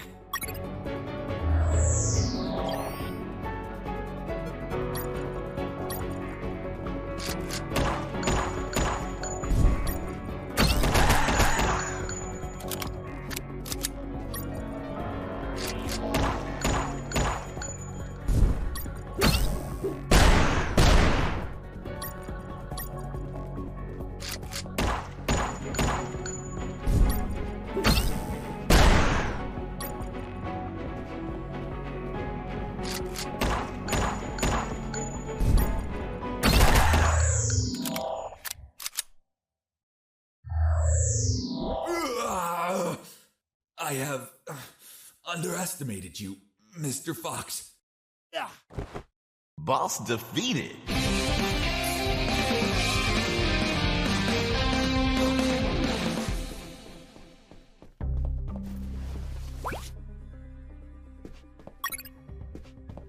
What are you waiting for? Finish me. Time without paying for your crimes? No way. I'll take you to a trial so they condemn you and lock you in a cell to rot for the rest of your life. I see. Tell me, Mr. Fox, how are you going to take me if you can't move? What? You're so predictable. I knew you wouldn't kill me or let me die. Just like all of my other subordinates, they consistently led you directly into my trap, Mr. Fox. Honestly, I hope you were going to surprise me again, like that little spark in the basement. But once more, the pen is mightier than the sword. By the way, thanks for volunteering to test my new paralyzer. The discharge it releases shuts down the whole peripheral nervous system.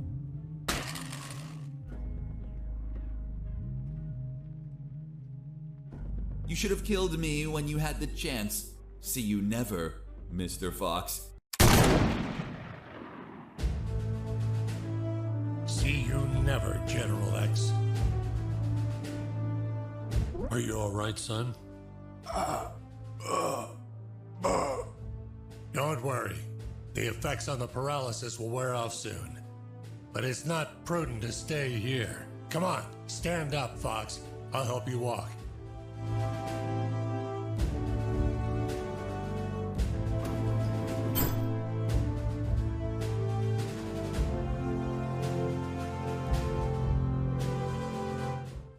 Colonel Harris and I went to the helicopter.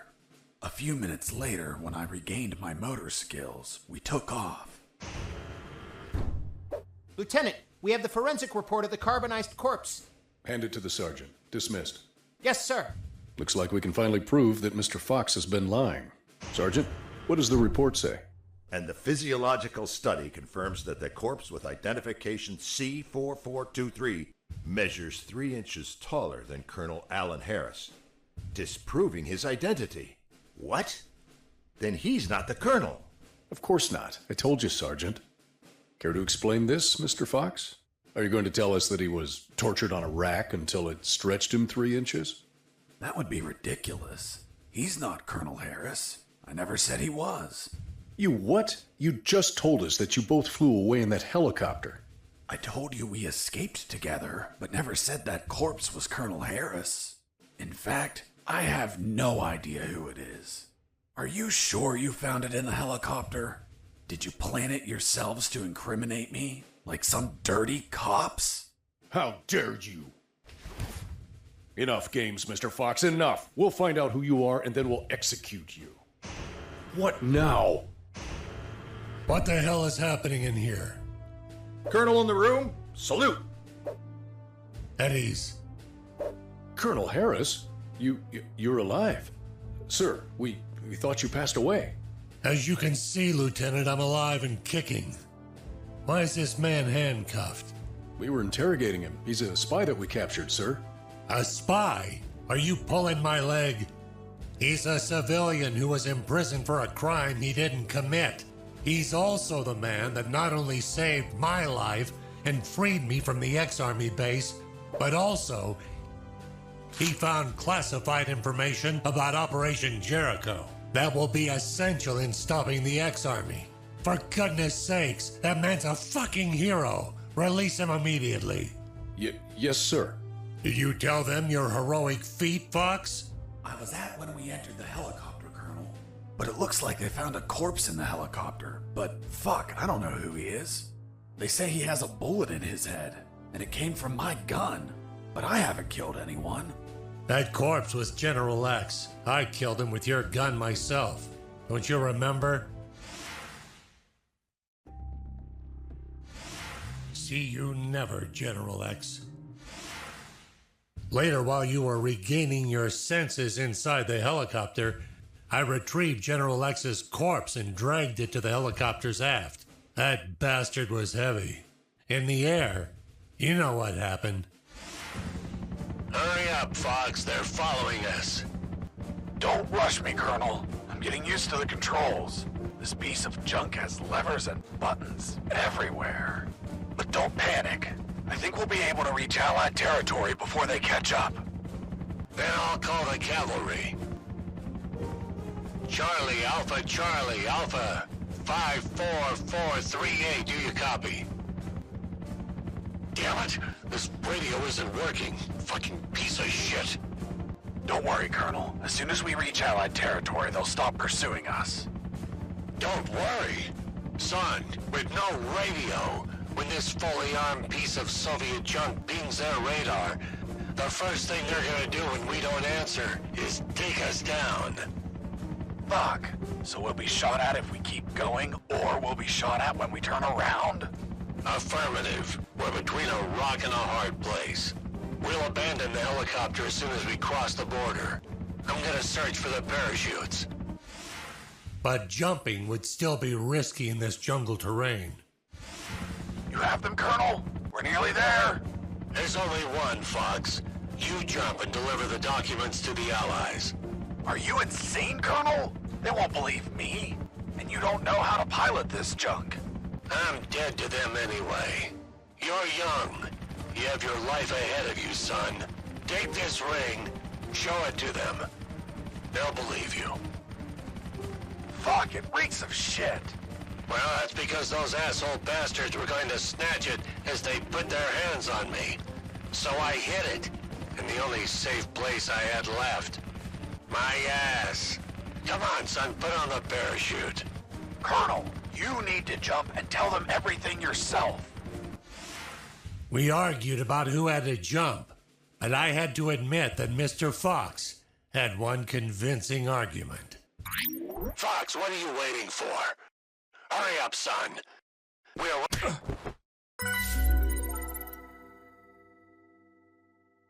The next thing I remember was waking up, hanging from the parachute tangled to a tree. The owner of a farm who spotted me arrived a few minutes later. After tending to my wounds and offering me food, he was so kind as to bring me here to the base. The lieutenant and the sergeant were shocked and immediately apologized. A few days later, the Army decorated me with 2 medals. Jesse Fox, for rescuing an MIA military colonel and recovering intelligence on Operation Jericho. I, Colonel Alan Harris of the 5th Battalion, award you the Purple Cross of Civilian Courage. That medal really exists? It didn't. They had to invent it, as they had nothing that they could provide for a civilian. You're also awarded the Gandhi Medal of the National Idiot. National Idiot? Well, I received it because I didn't kill any enemies at all during the escape. As you know, militaries don't get why killing is wrong. Well, at least we agree on that. So, thanks to the documents I found, the Allies could find and sink every related submarine. The military base, docks, and Omega building were the target of a large operation. Everyone was arrested. Robert the paparazzi published the story and won a Pulitzer Prize. The 2 doctors and their 2 fathers dedicated themselves to finding a cure for cancer using nanonuclear weapons. Wasn't it one doctor? That's what they wanted us to believe. The captain of that boat retired with my $50 million, but he died of gonorrhea the week after. Seriously? Nah, but he would have deserved it. Do you remember Private Mike, the one I found hammered and whose leave I obtained? Well, he could finally visit his daughter for her birthday. Hello? Daddy! And I went back to my old life as a smuggler. The end. Wow, Jesse, that's the most incredible story ever told. My God, you have an amazing imagination. You should be a video game writer. You don't believe me? Not a word. Thank you very much, Miss Incredulous. those guys? Must be an improvised patrol. Don't say a word if they don't ask you anything.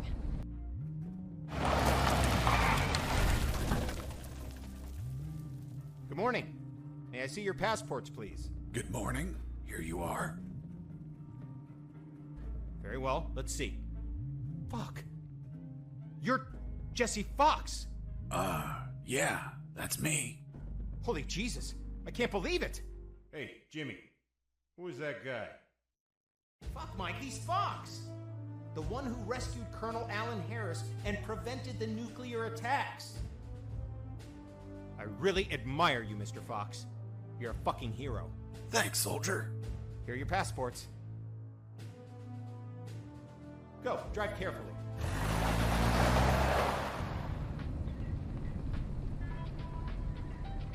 Are you okay? You've been very quiet. Stop the car.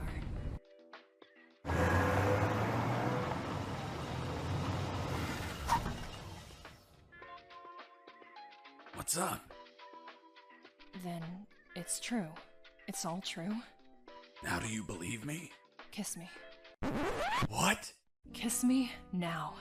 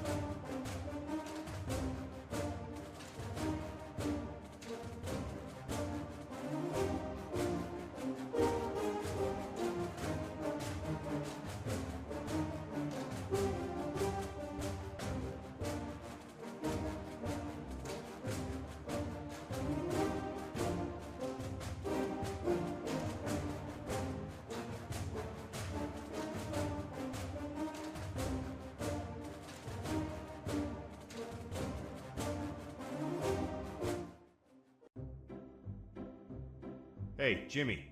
Who the fuck is this Colonel Alan Harris? I don't know. Yesterday I met that guy in a bar. He was nice. I told him that I was going to slog as a guard here today. And he said if I pretended he rescued the Colonel and prevented nuclear attacks when he drove by, that he'd give me $100. $100 for saying 4 sentences. Can you believe it? Good morning. May I see your passports, please? Good morning. Here you are. It's been the easiest $100 ever. Fuck. People make up stupid shit just to score. Yeah, dude.